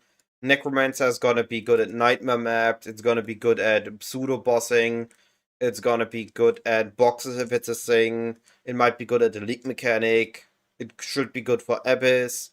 And here again, should be good for Abyss, should be good for Legion, Altar farming. I always try to find a content that it's good at. I saw Bannerman Champion, but it's Slam, so I'm decided not to do it. But it looks really promising, to be fair. Bannerman Champion looks really promising, to be fair. I mean, you can also go the Bannerman, that's no slams, right? It's the bleed banner. Yeah. I mean, from what I've seen, it was really strong. If Freezing Pult's gonna be really strong, I might have missed that. Why? You get a free GMP at level 20 without the reduced damage for projectiles. Let me quickly open patch notes. What happened here? Huh? Now fires 1 to 5. Approach. I mean, me and Gold were going over these like patch notes yesterday and just laughing at the ridiculous numbers on the buffs for spells. What would you say are the top 3 spell buffs picks? Like the 3 that stood out the most? Biggest, probably Freezing Pulse is high up there. So it has likely additional projectiles, additional base crit, additional effectiveness, and slightly better base damage. Yeah, okay. Yeah, that one got pretty good buff. The EK one is also pretty insane, going from 6 to 10. As well as getting prod speed quality, like flat damage as well, and like more effectiveness. Oh, so the projectiles are on the base thing. Crackling Lens I saw, but I never really felt that it was that good. That you would always just play Arc over it. Yeah. But also, like, it did get a really significant buff. Like, our laughing at it was less of like, these are going to be really good, and more just like, look at the numbers they are pumping into these skills. And we don't think like nearly any of them are going to be usable anyway. Okay, I get you. Yeah. Winter Orb has it like, Warp got a really silly buff as well. Here's what I think with Winter Orb. What my biggest worry about it is, Winter Orb always felt like it needs a lot of power charges, but since power charge rings got removed, so now you need to corrupt. The rings are gonna be so endlessly expensive, or they are power charge and nothing else. And I feel like then that's gonna make Winter Orb weaker. Like, but if you get it to work, it's gonna be good. The thing with a lot of these is like you do need less crit now, right? So for a lot of them, they buff the base crit, which makes a lot of differences. But then also, if you're stacking power charges for these, what's the one called? Got nerfed.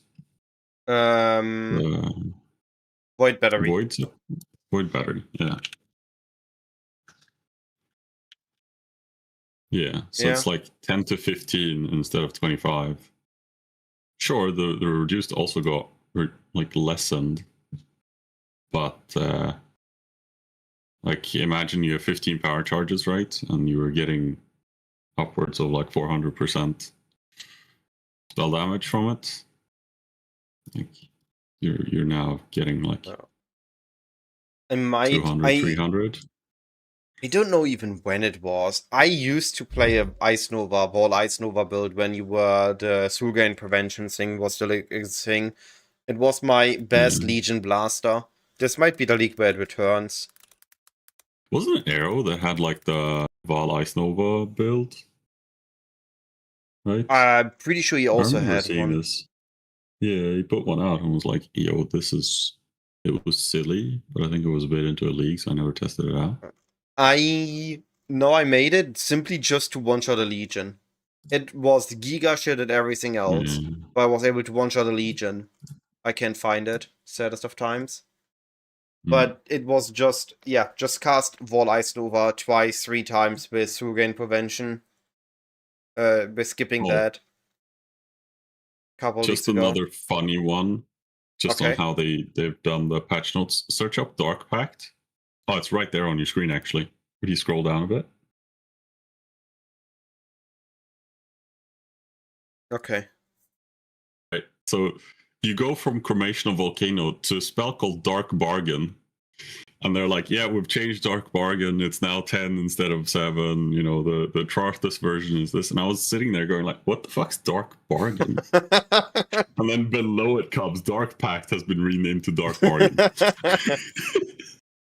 Honestly, you now need to make just like Gazi making a video. New minion skill has arrived. Dark Bargain. Never before seen. I think we were also talking body swap had some silly numbers on it. So like potentially a body swap like Ignite build. I'm just out of the spellcaster meta. I've bodied on spellcasters in PoE 1 or PoE 2. Always attack based. The body swap thing, right, it was previously 200% increased AoE when consuming a corpse. It's now 300% more AoE. Cast time is slightly lower. And previously you could maximum hit 8% max life of your max life on it. Now you get it up to 12%. And that's before factoring in the quality you get from actually putting it in the proper socket, right? So you get another 3 on top of that. I mean, up to 15% over the previous 8. Like that's a lot of fire damage. Yeah. Wasn't there a body swap meme bossing build from Poopy Butthole that actually just one-shot bosses? Maybe that's now even better. An actually viable boss killer. Tendrils, you just play like Palpatine would. Stand in an enemy and say ultimate power and then just shock him. Or whatever he said. I haven't watched that scene in a while. Like imagine you have 10k life, right? And you get like 15% of that as like flat fire.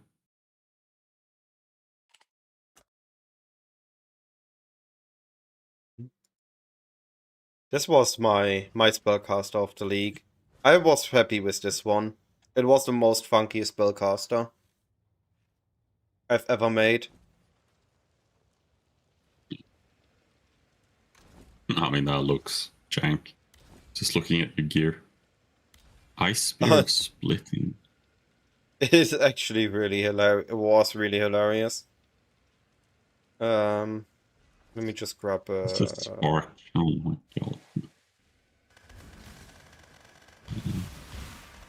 It's... Warden Spark. One thing I can tell every spellcaster, keep an eye on this thing. Overload Intensity is the most broken support in a previous patch. Oh, I died.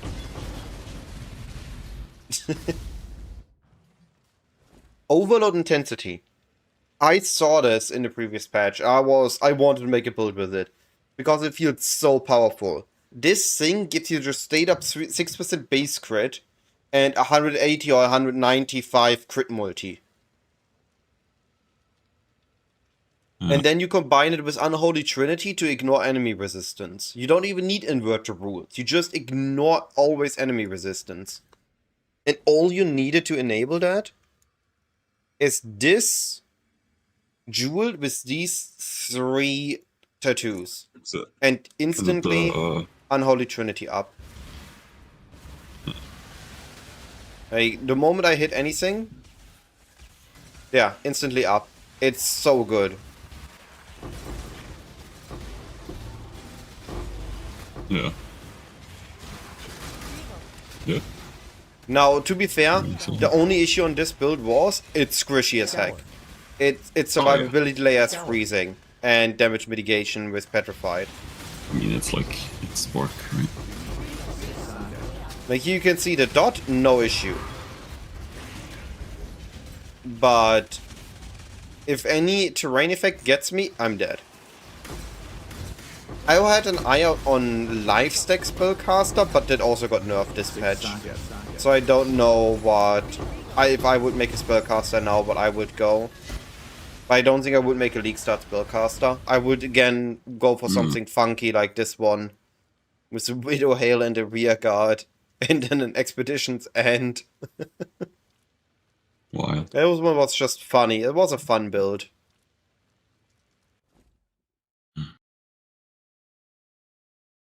I do feel like that right now there's a ton of paths to take.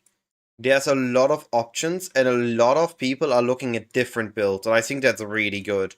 It doesn't feel like, really okay, we have Fusillade, we have, like in the previous patch, what were we looking at? We were looking at, do we go Fusillade on a Warden, a Deadeye, or an Inquis, or an Elementalist? It wasn't, what Do we league go was it Kirby where or Bow? everyone was doing slams?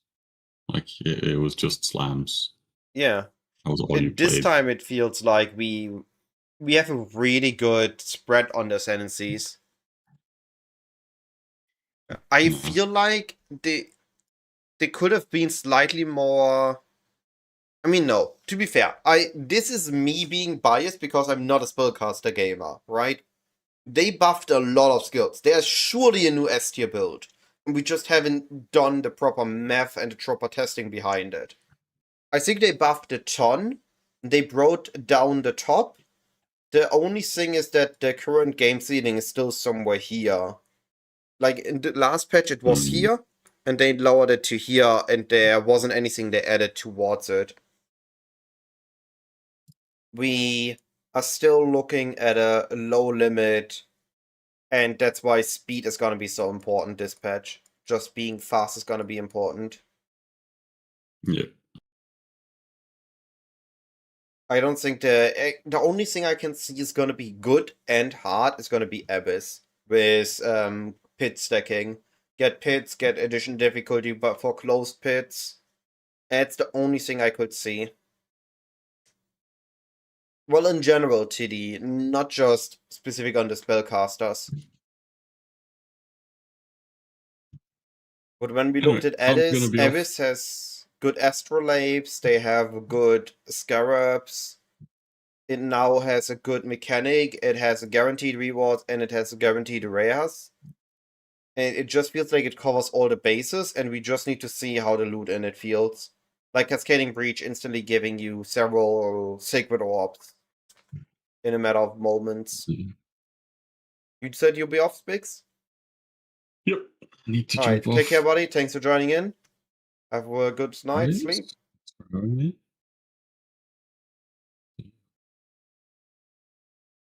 I wouldn't say it's underestimated. I think people just don't know how exactly to evaluate it yet.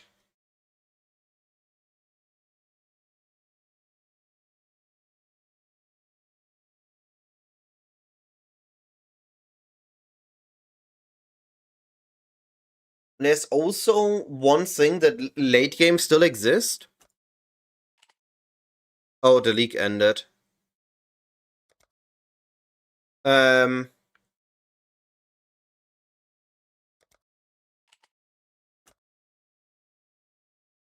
don't even know what happened to the character.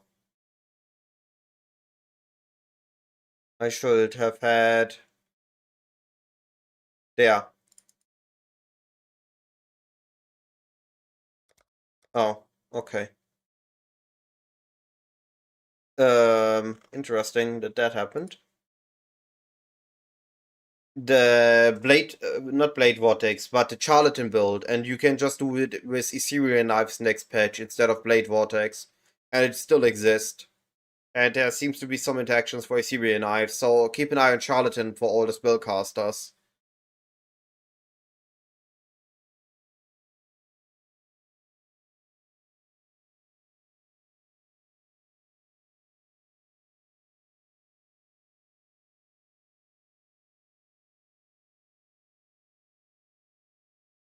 It's definitely gonna be interesting patch. I feel like we're gonna have a very interesting meta, and it's gonna take a little bit to figure out what is good and what isn't. Blade Vortex Pathfinder is something that you can check here.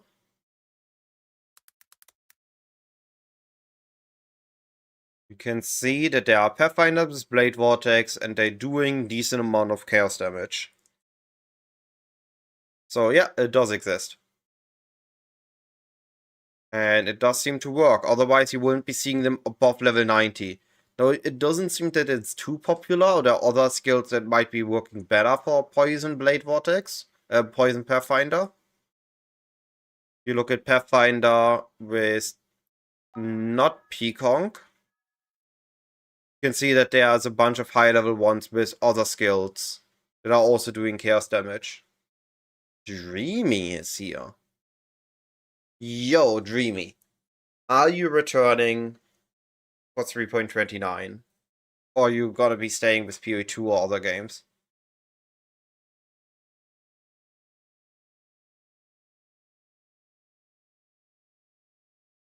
Yeah. Loidas, I need you to, by the way. There's no time for real life. You need to rush to bosses so you can carry me. So I can not have to worry about any of the Voidstone bosses.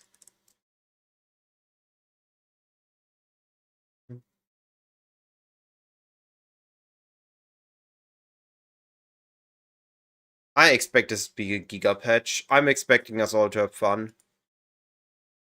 And I also expect the meta to be healthy. Fusilade is gonna be gone. And Elemental Hit is gonna be gone. And then the rest, you can see they're all very close together on the top skills.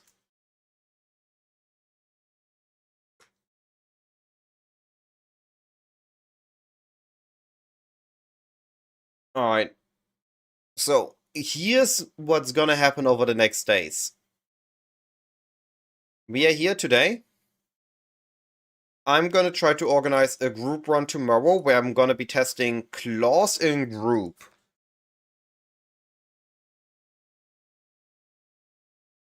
Plus Atlas push. Hey Goddess, how are you doing? Exciting. I'm excited for this upcoming patch. Then after tomorrow, so this is tomorrow, on Sunday, I'm planning to do a solo run with whatever I decide is the best way to go it into an Atlas push. And this is also going to be recorded, so on Monday I have it uploaded. Monday you can find this then as a video.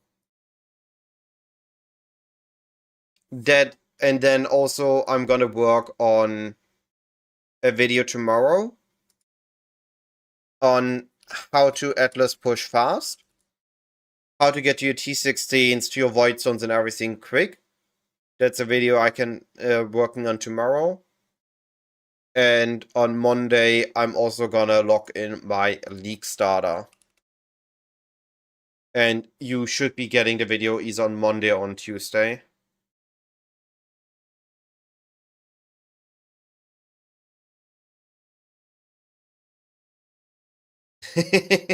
I don't think there's nearly enough attention on me that I will ever create a text on a skill. Even Phantasm, which I boosted quite a bit in Mirage League. Like, Phantasm, Sulras, 5% player rate in Mirage League, in Keepers. Sulras 3%. So I boosted it by 2% if you wanna be estimation. Like, that is my impact on the meta. 2% at most. I don't get it. Man, I don't get why bows in PoE 2 can be everything they are not allowed to be in PoE 1. Bows have the most absurd single target damage in PoE 2. I don't get it, why bows in PoE 2 are so crazy. Just give us Tornado Shot back in PoE 1. Buff Tornado Shot. Make it great again. Let us destroy the endgame with Tornado Shot.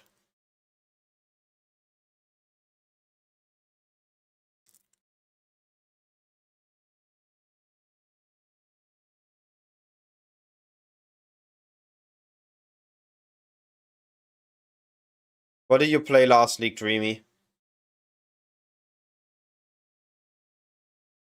Well, tell me, maybe I can give you an idea.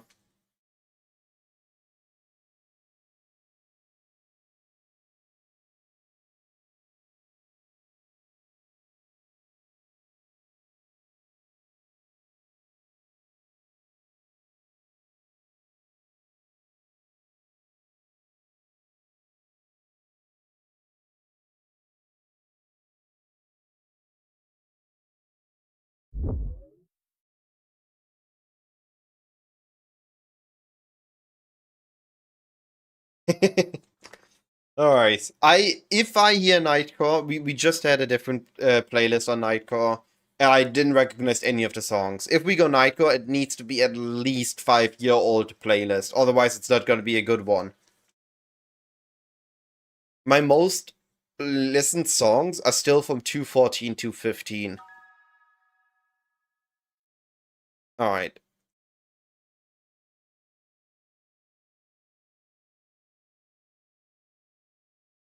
I mean, this is totally fine in the next patch. And you just start as either Ignite Elementalist or Fist Dot Elementalist. I don't think it's gonna be that rare. I'll be honest, I'm expecting it to be about as valuable as a Fracturing Orb. For like a couple divines. I am intending to Synthesis, but I don't know exactly yet. I haven't done enough testing on it.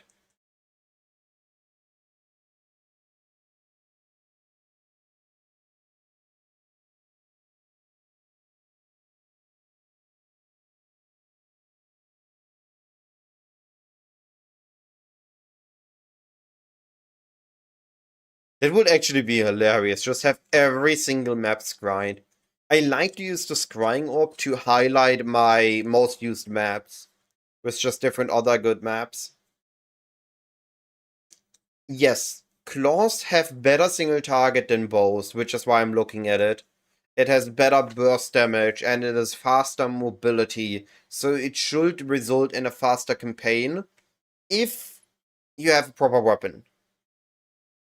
Bows, especially if you get Elemental of the Spectrum, doesn't rely on your weapon as much. And bows also have Mana Forged and Ballistas, while claws don't. So claws are definitely weaker, unless everything aligns for them, at which point they get stronger. And I'm just want to test it a little bit.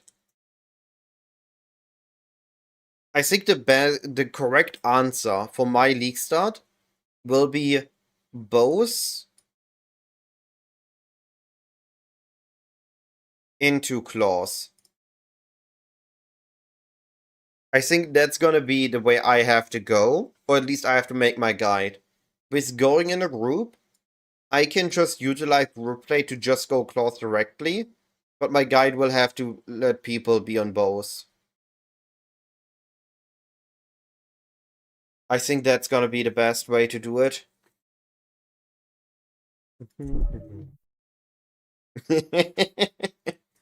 Which defensive setup do I think would complete Legion early on? There's Monsters Penetrate for each time they have been revived. Okay, so if we are looking at 5-ways, there is one answer how to do 5-ways. Are you ready?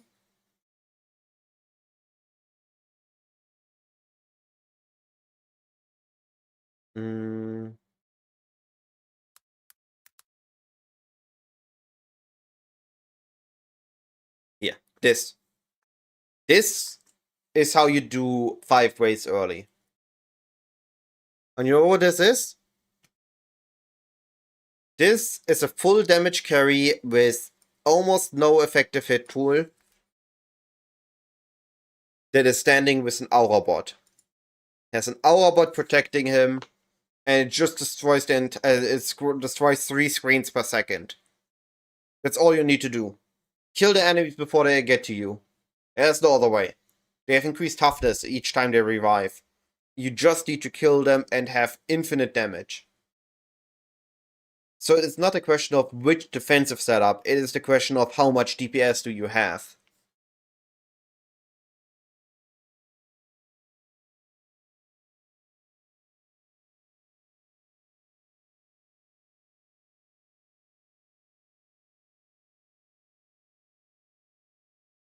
I don't know about Winter Orb. Yesn't. Jungron is making really good builds, but I feel like following the builds is not always the best choice. Either they get nerfed, or they're endlessly complicated to set up, and if you don't understand it properly, you will set it up in a bad way or wrong, and you will lose damage.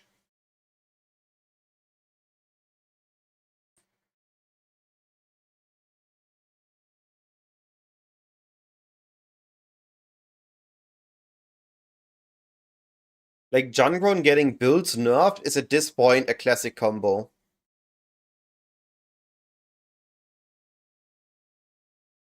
I might be wrong, and honestly, if it's good, I'd go for it.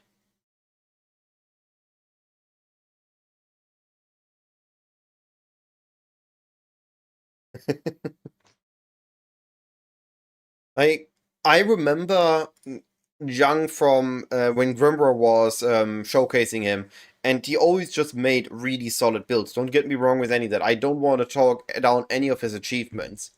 I just often feel like his builds use complex interactions that if you miss any of those, your entire build breaks. Which, of course, is cool for advanced players that understand what they're doing.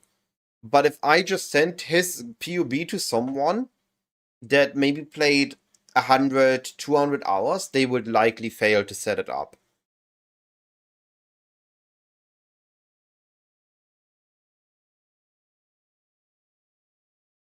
They do still do sometimes those bug fix nerfs, if they deem it necessary.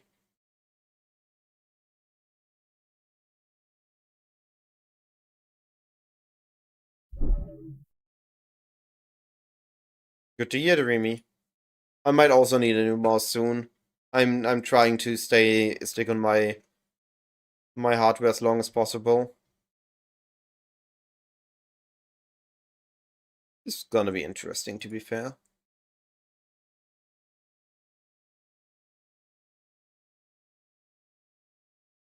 Yeah, Abyss. I believe Abyss is gonna be so good. I really want to blast Abyss next patch.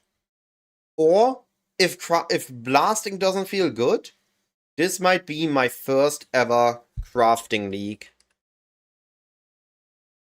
I might try crafting as blasting is not enjoyable for me this league. If there's no good endgame strategy, I'm just gonna craft. I'm gonna learn crafting, I'm gonna use the new mechanic to craft good gear, and I'm just gonna make videos about that. Easy.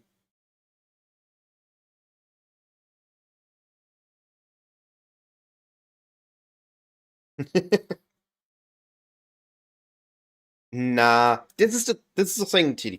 I'm not making the crafting for profit. I'm making the crafting to learn it and to teach others. So of course I will make videos on every craft I do. I'm gonna make the craft, I'm gonna make the video, and everybody can enjoy. If I make less profit, who cares? I just go to the next one.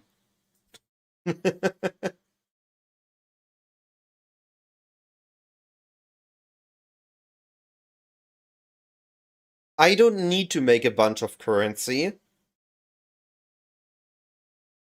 I just need to have fun. And to be fully transparent, I'm not playing solo. I'm a team player. Now, this is something I am advocating a lot. And not a lot of players are utilizing this. I am working with at least one other buddy, sometimes even several buddies, and we're pooling currency either for a set amount of time before splitting, similar to group play, or for other goals during the league. Now this, in this league, means I have a buddy that is gonna be joining up with me with the entire league, and we're sharing currency. And compared to me, who is a streamer and a creator and just having fun, he is a true profit crafter. He is a giga crafter. And the kinds of crafts I do are nothing compared to what he does. So, full transparency, I have always a backup buddy.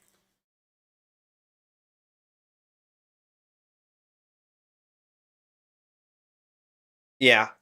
Group play right now is really just for the fun. No, I'm never trying to go full negative.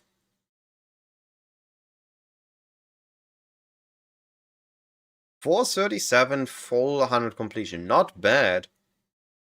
Big props.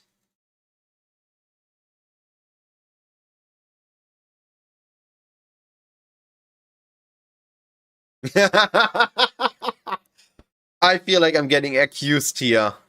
You have no proof. You got no proof yet. Now I'm just utilizing this to make even higher goals. Instead of a header that they won, the goal is 2 mirrors they won. He makes one, I make one. Easy, right? Classic. Only 2 mirrors on the first day.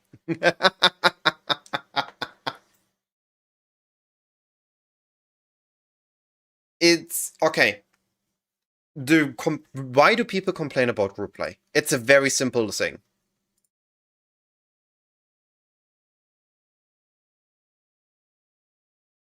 You know why people? Kein Problem, Goddess. Clips. Highlights. High rolls. That's the reason. This is the reason why people hate on group play. Because all they see are the high rolls. MP getting the 3rd Mage Blood drop this league. Them getting a map with 30 Divines dropped. Them getting a mirror dropped. That's what people see. They don't see the 50 maps they did before that, where they got maybe just barely sustained. Or maybe even went negative. So, group play, right now, you do for fun. There is not a mathematical probability in group play over solo play. Playing efficiently solo, or as a team play, it's actually better. Yeah. If you need to write something in German, go for it. I will respond in English so that the viewers can understand me. Wording. Continue to understand me. I kind of disagree, Titty. I do disagree with that. GGG balances around the statistic they see. GGG has insight. Now, they react. This is important. They react to public opinions and outburst. If the community is loud enough about loot is bad, GGG will buff loot. If the community is loud enough about builds too weak, GGG will buff builds. But this is only if there is some backlash, if there is some PR issues, or if the community is loud enough and GGG needs a hit. That's, in my opinion, why MP's group got banned in Ultimatum League. Why, in general, if an exploit happens, normally people just get silently, it gets fixed and nothing is up. But if it gets an outburst, then bans happen usually. That happened with the Hinekora's lock exploit, it happened with the diff card stack exploit. If the community is loud enough, there's a reaction. But most of the changes they do is based on insight. The nerfs they did this patch, the buff they did this patch, those are on insight. The community wasn't saying, we need these spells to get buffed. The community was just saying, hey, spells casting feels kind of bad. And GG looked at the insight and they agreed. This wasn't a reaction to an outburst or reaction to the top 1%. They just noticed in their statistics that spellcasting needed a buff.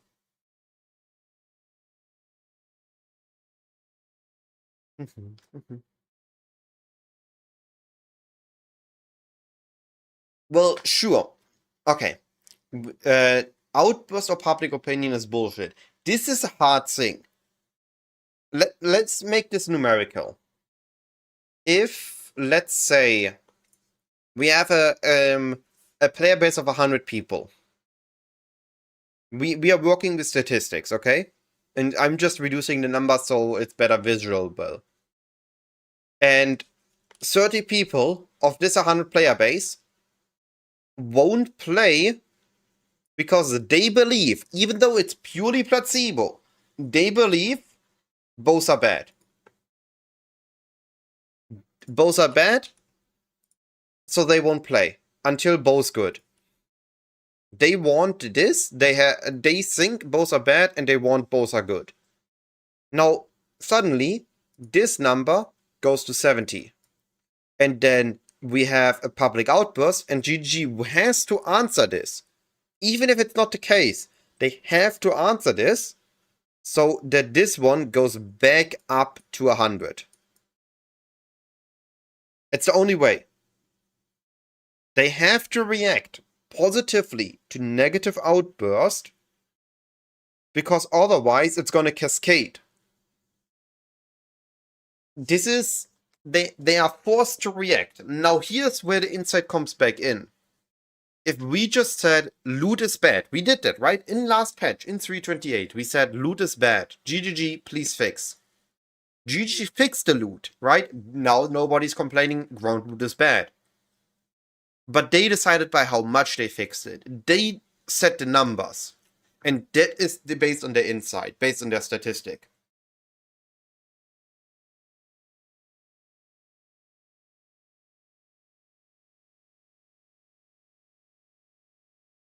Then let GG know. See how many people agree with you. I think... So, Mirage was your one map. You had one map. And it had twice the loot. Now they removed one thing, so you just have... Your one map is worth one map of loot. And that's it.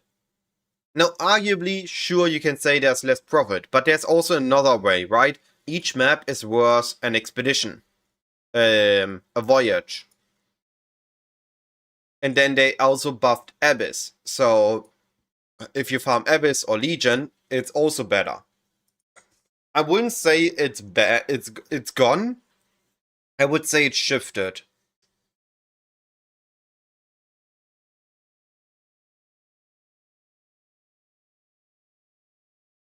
Where do you even spend more than 10 divines on a map currently? Even with cascading breaches, it wasn't worth. It was like a diff or two.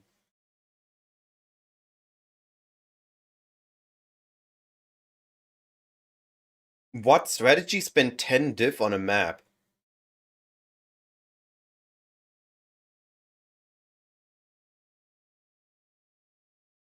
That's news to me. I mean, to be fair, I also wouldn't want to spend 10 divines on a map.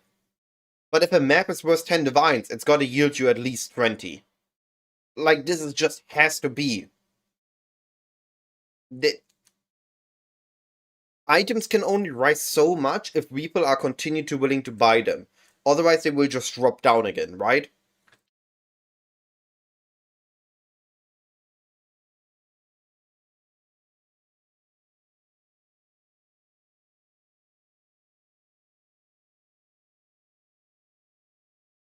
What happened to Mirage economy?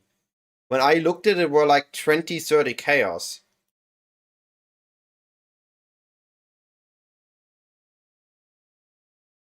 Yes, goddess. Okay, let me just look at... This is what I looked at. Why did I go to the wrong PDB?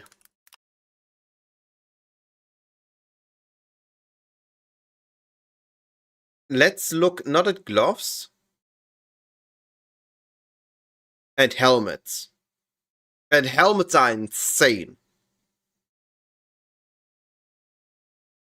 So if we just look at one thing, and this is bow players, be careful.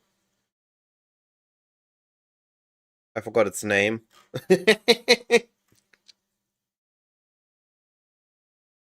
Where is it?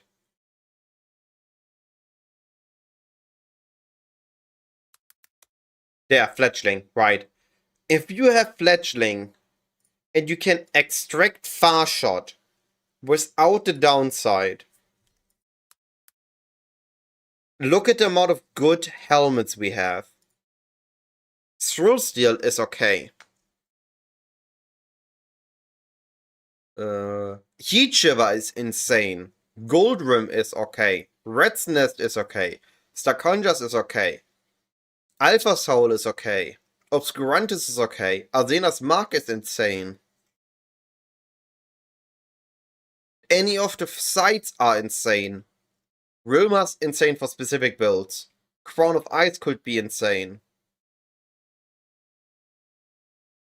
Black Sun Crest could be insane. Devotus could be insane. There are so many good helmets if you give them one mod that makes them crazy.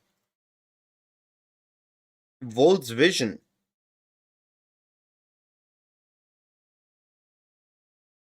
Gull.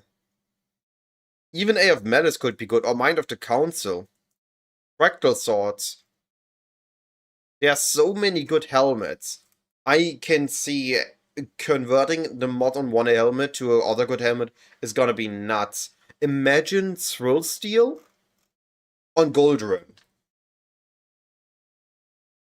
That's why I believe Legion is still gonna be good this patch, because making these crazy uniques is gonna yield you crazy results.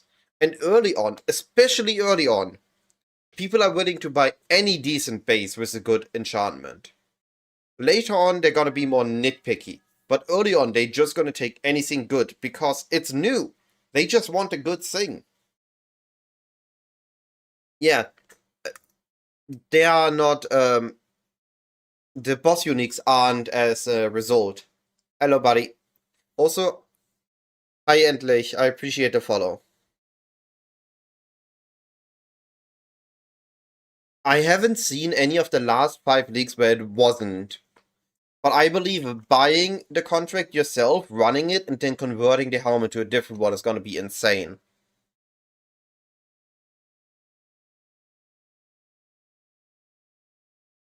I think there's 1 or 2 mods. Like, for example, I could see... where is it? Mask of the Tribunal to be one of these 3 mods. It could be either of these mods that's taken. But for example, on a Heat Shiver, I would bet that it's always gonna be this mod. Or on, let's say, Echoes, it would always be this mod. I think it's the unique line on them that's gonna be taken. And if they have several unique lines, it's gonna take some of them. And if it's just one, it's gonna take that specific. Oh, interesting. I did not know that. I thought all mods can give, all items can give mods.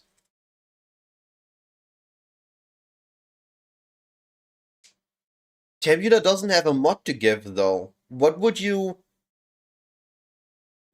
give Tabula?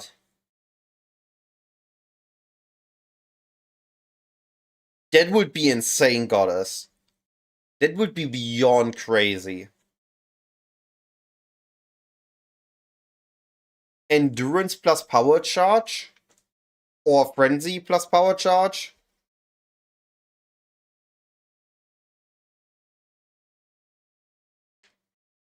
I think Legion is gonna be fine. Yeah. The best interaction I saw on gloves. Let me see if I can find it again. Celestial Bracers, right? Maximum fortification. Or Rim Thrower, guaranteed convert. Azena's Explode. Hemophilia, also explode. Tanu Ani, really good donation base and outcome base. Adrenaline, this could be nuts. Okay, here's the most insane one. Hand of Frisia. Increase effect of non-curse auras from seals. On Volcaris. That is the most insane item you can make. 40% aura effect and +5 to your wall auras. That is the item that I'm gonna live search the entire league. And don't you anyone dare bite it away from me. I want it for my collection.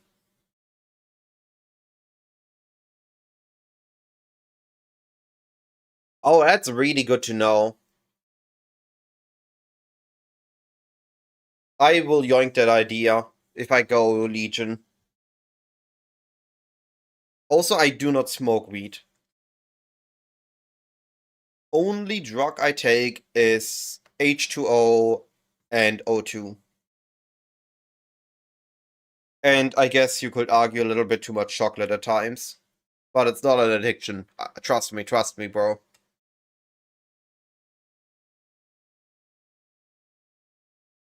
Nope. I'm a software developer that doesn't drink coffee. I haven't seen another one that does it. Or that doesn't do it. I drink a cup of tea in the morning, maybe a cacao, but no coffee. What do you mean that's sad? Coffee's overrated.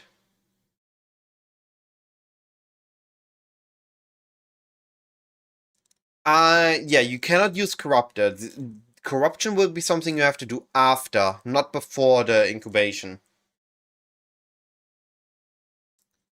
Yeah, no, I don't enjoy the taste or the smell of coffee.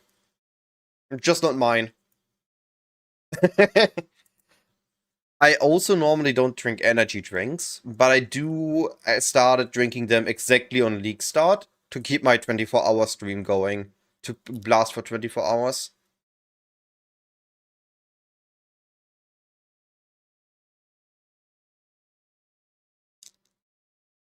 I can't do that without the help of an energy drink so far. I only managed to do it once, and that was with 2 energy drinks.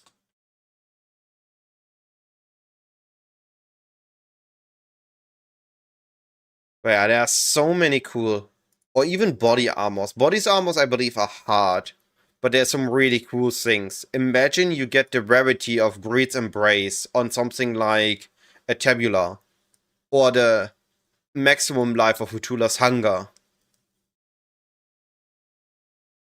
There are some crazy unique lines. Imagine you get the Shrines of a Blunderbore onto something, I don't know, on a Queen's Forest.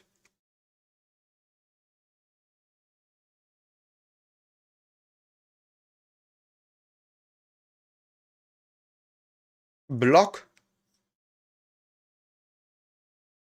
Kill it before it attacks you.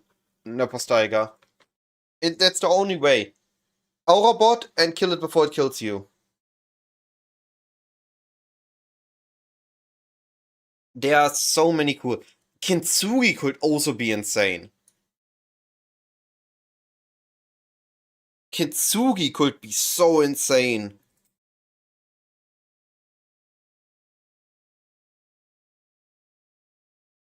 There are so many cool body armors that if you get them on something else... I talked about it with my buddies. Kinetic Blast. It's not that huge. You lose a lot of percentage damage, but it's okay-ish. Yeah, that's pretty much how you can describe it. Clustering got harder hit. Kinetic Blast, I think, lost like 20-25% damage. There are so many. Covenant. Imagine a Cloak on a Hyries or something.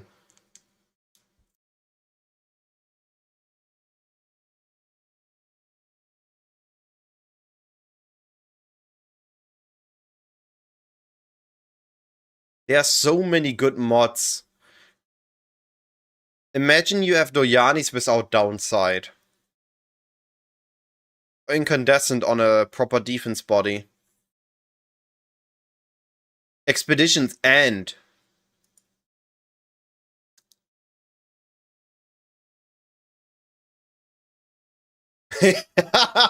That would be insane. Replica Hichiva on Hichiva. That's a goal. I like that idea.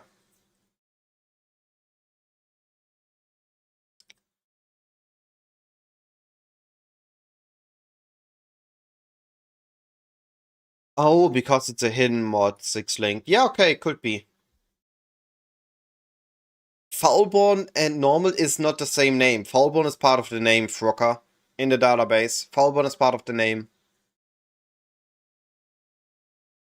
There's so many cool interactions, and I can't wait to see one build picking out one, making a guide for it, and then this item suddenly being worth hundreds of divines, because everybody bought it up. Those are gonna make some very unique builds.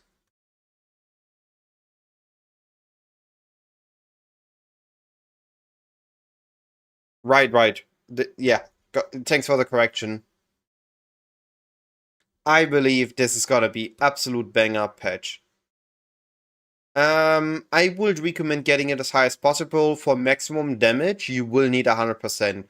But you can get it started like 60.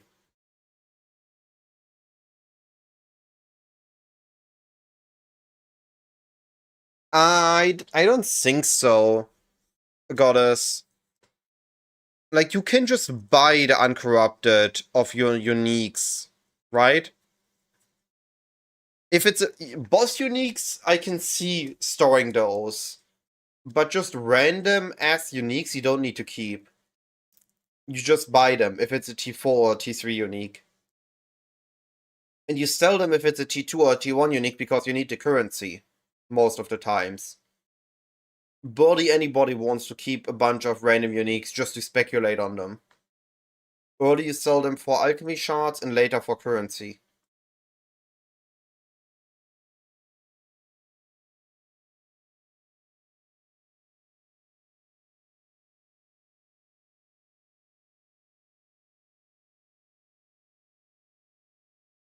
Yeah, sure.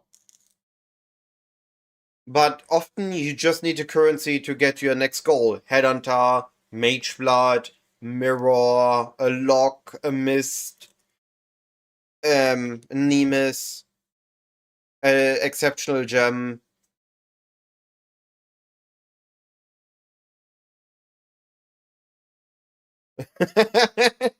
SSF Enjoyer. I think Legion is gonna be an amazing time. I've been a Legion fan from day one. It was my first league I properly played. If I'm not gonna make a Legion guide this league, what am I doing? Right? Legion ahoy!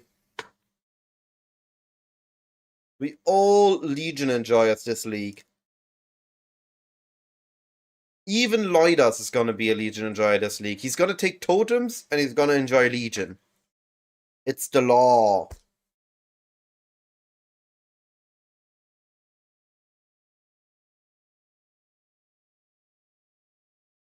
I also can't wait for crazy BPL. BPL is gonna be crazy this patch.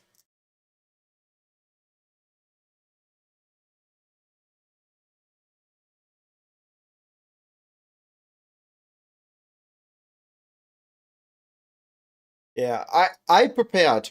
I got an AC over my window now. I'm prepared for the next heat wave. I will just blast. I did that last league and the league before. I did Ancestor League start sitting in this chair, and it was either I get a Headhunter or I'm getting a heat stroke. 5 minutes before I got the heat stroke, I got a Headhunter. It was pure self-torture. But this time I got an AC. I'm gonna be fine. I am blasting in bliss. I get myself a fruit plate, some snacks, soft drink, an energy drink, I have an AC, and I'm gonna be A-okay blasting next league start.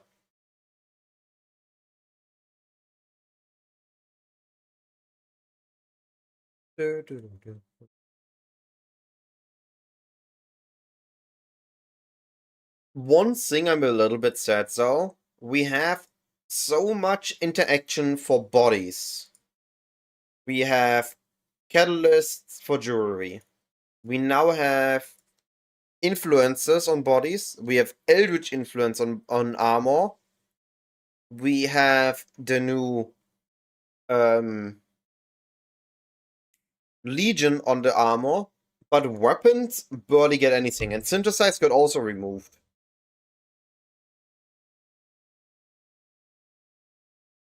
I really wish we would get something like Eldritch Implicits on weapons now. It's just something new, something interesting to do there.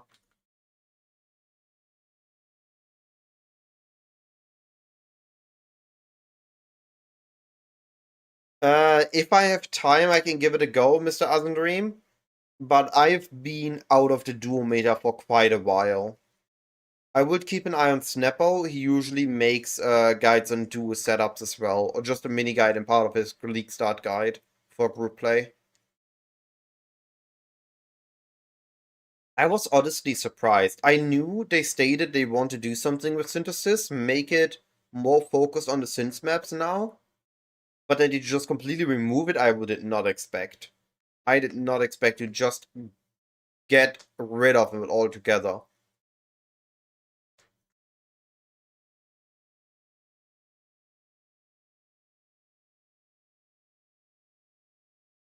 Have we got any addendum to the patch notes, by the way?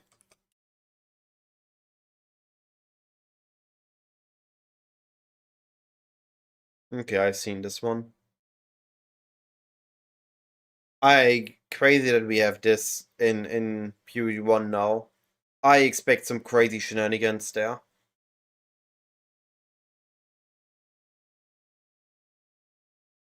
Alright. It's getting late for me as well. I think I'm gonna call it an end here. I really appreciate all the conversations. I appreciate all the input on my practice run so far.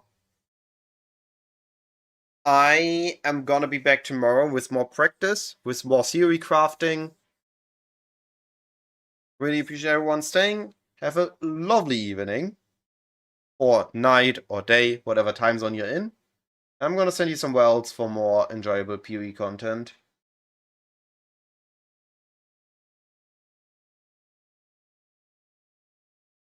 Where are we going?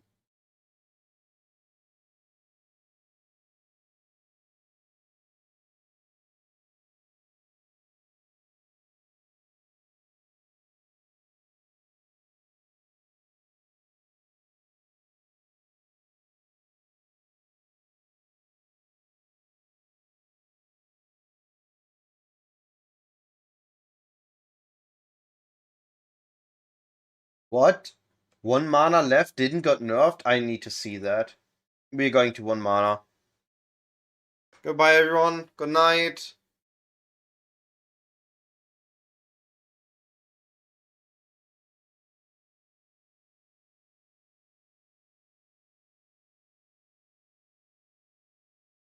Bye-bye.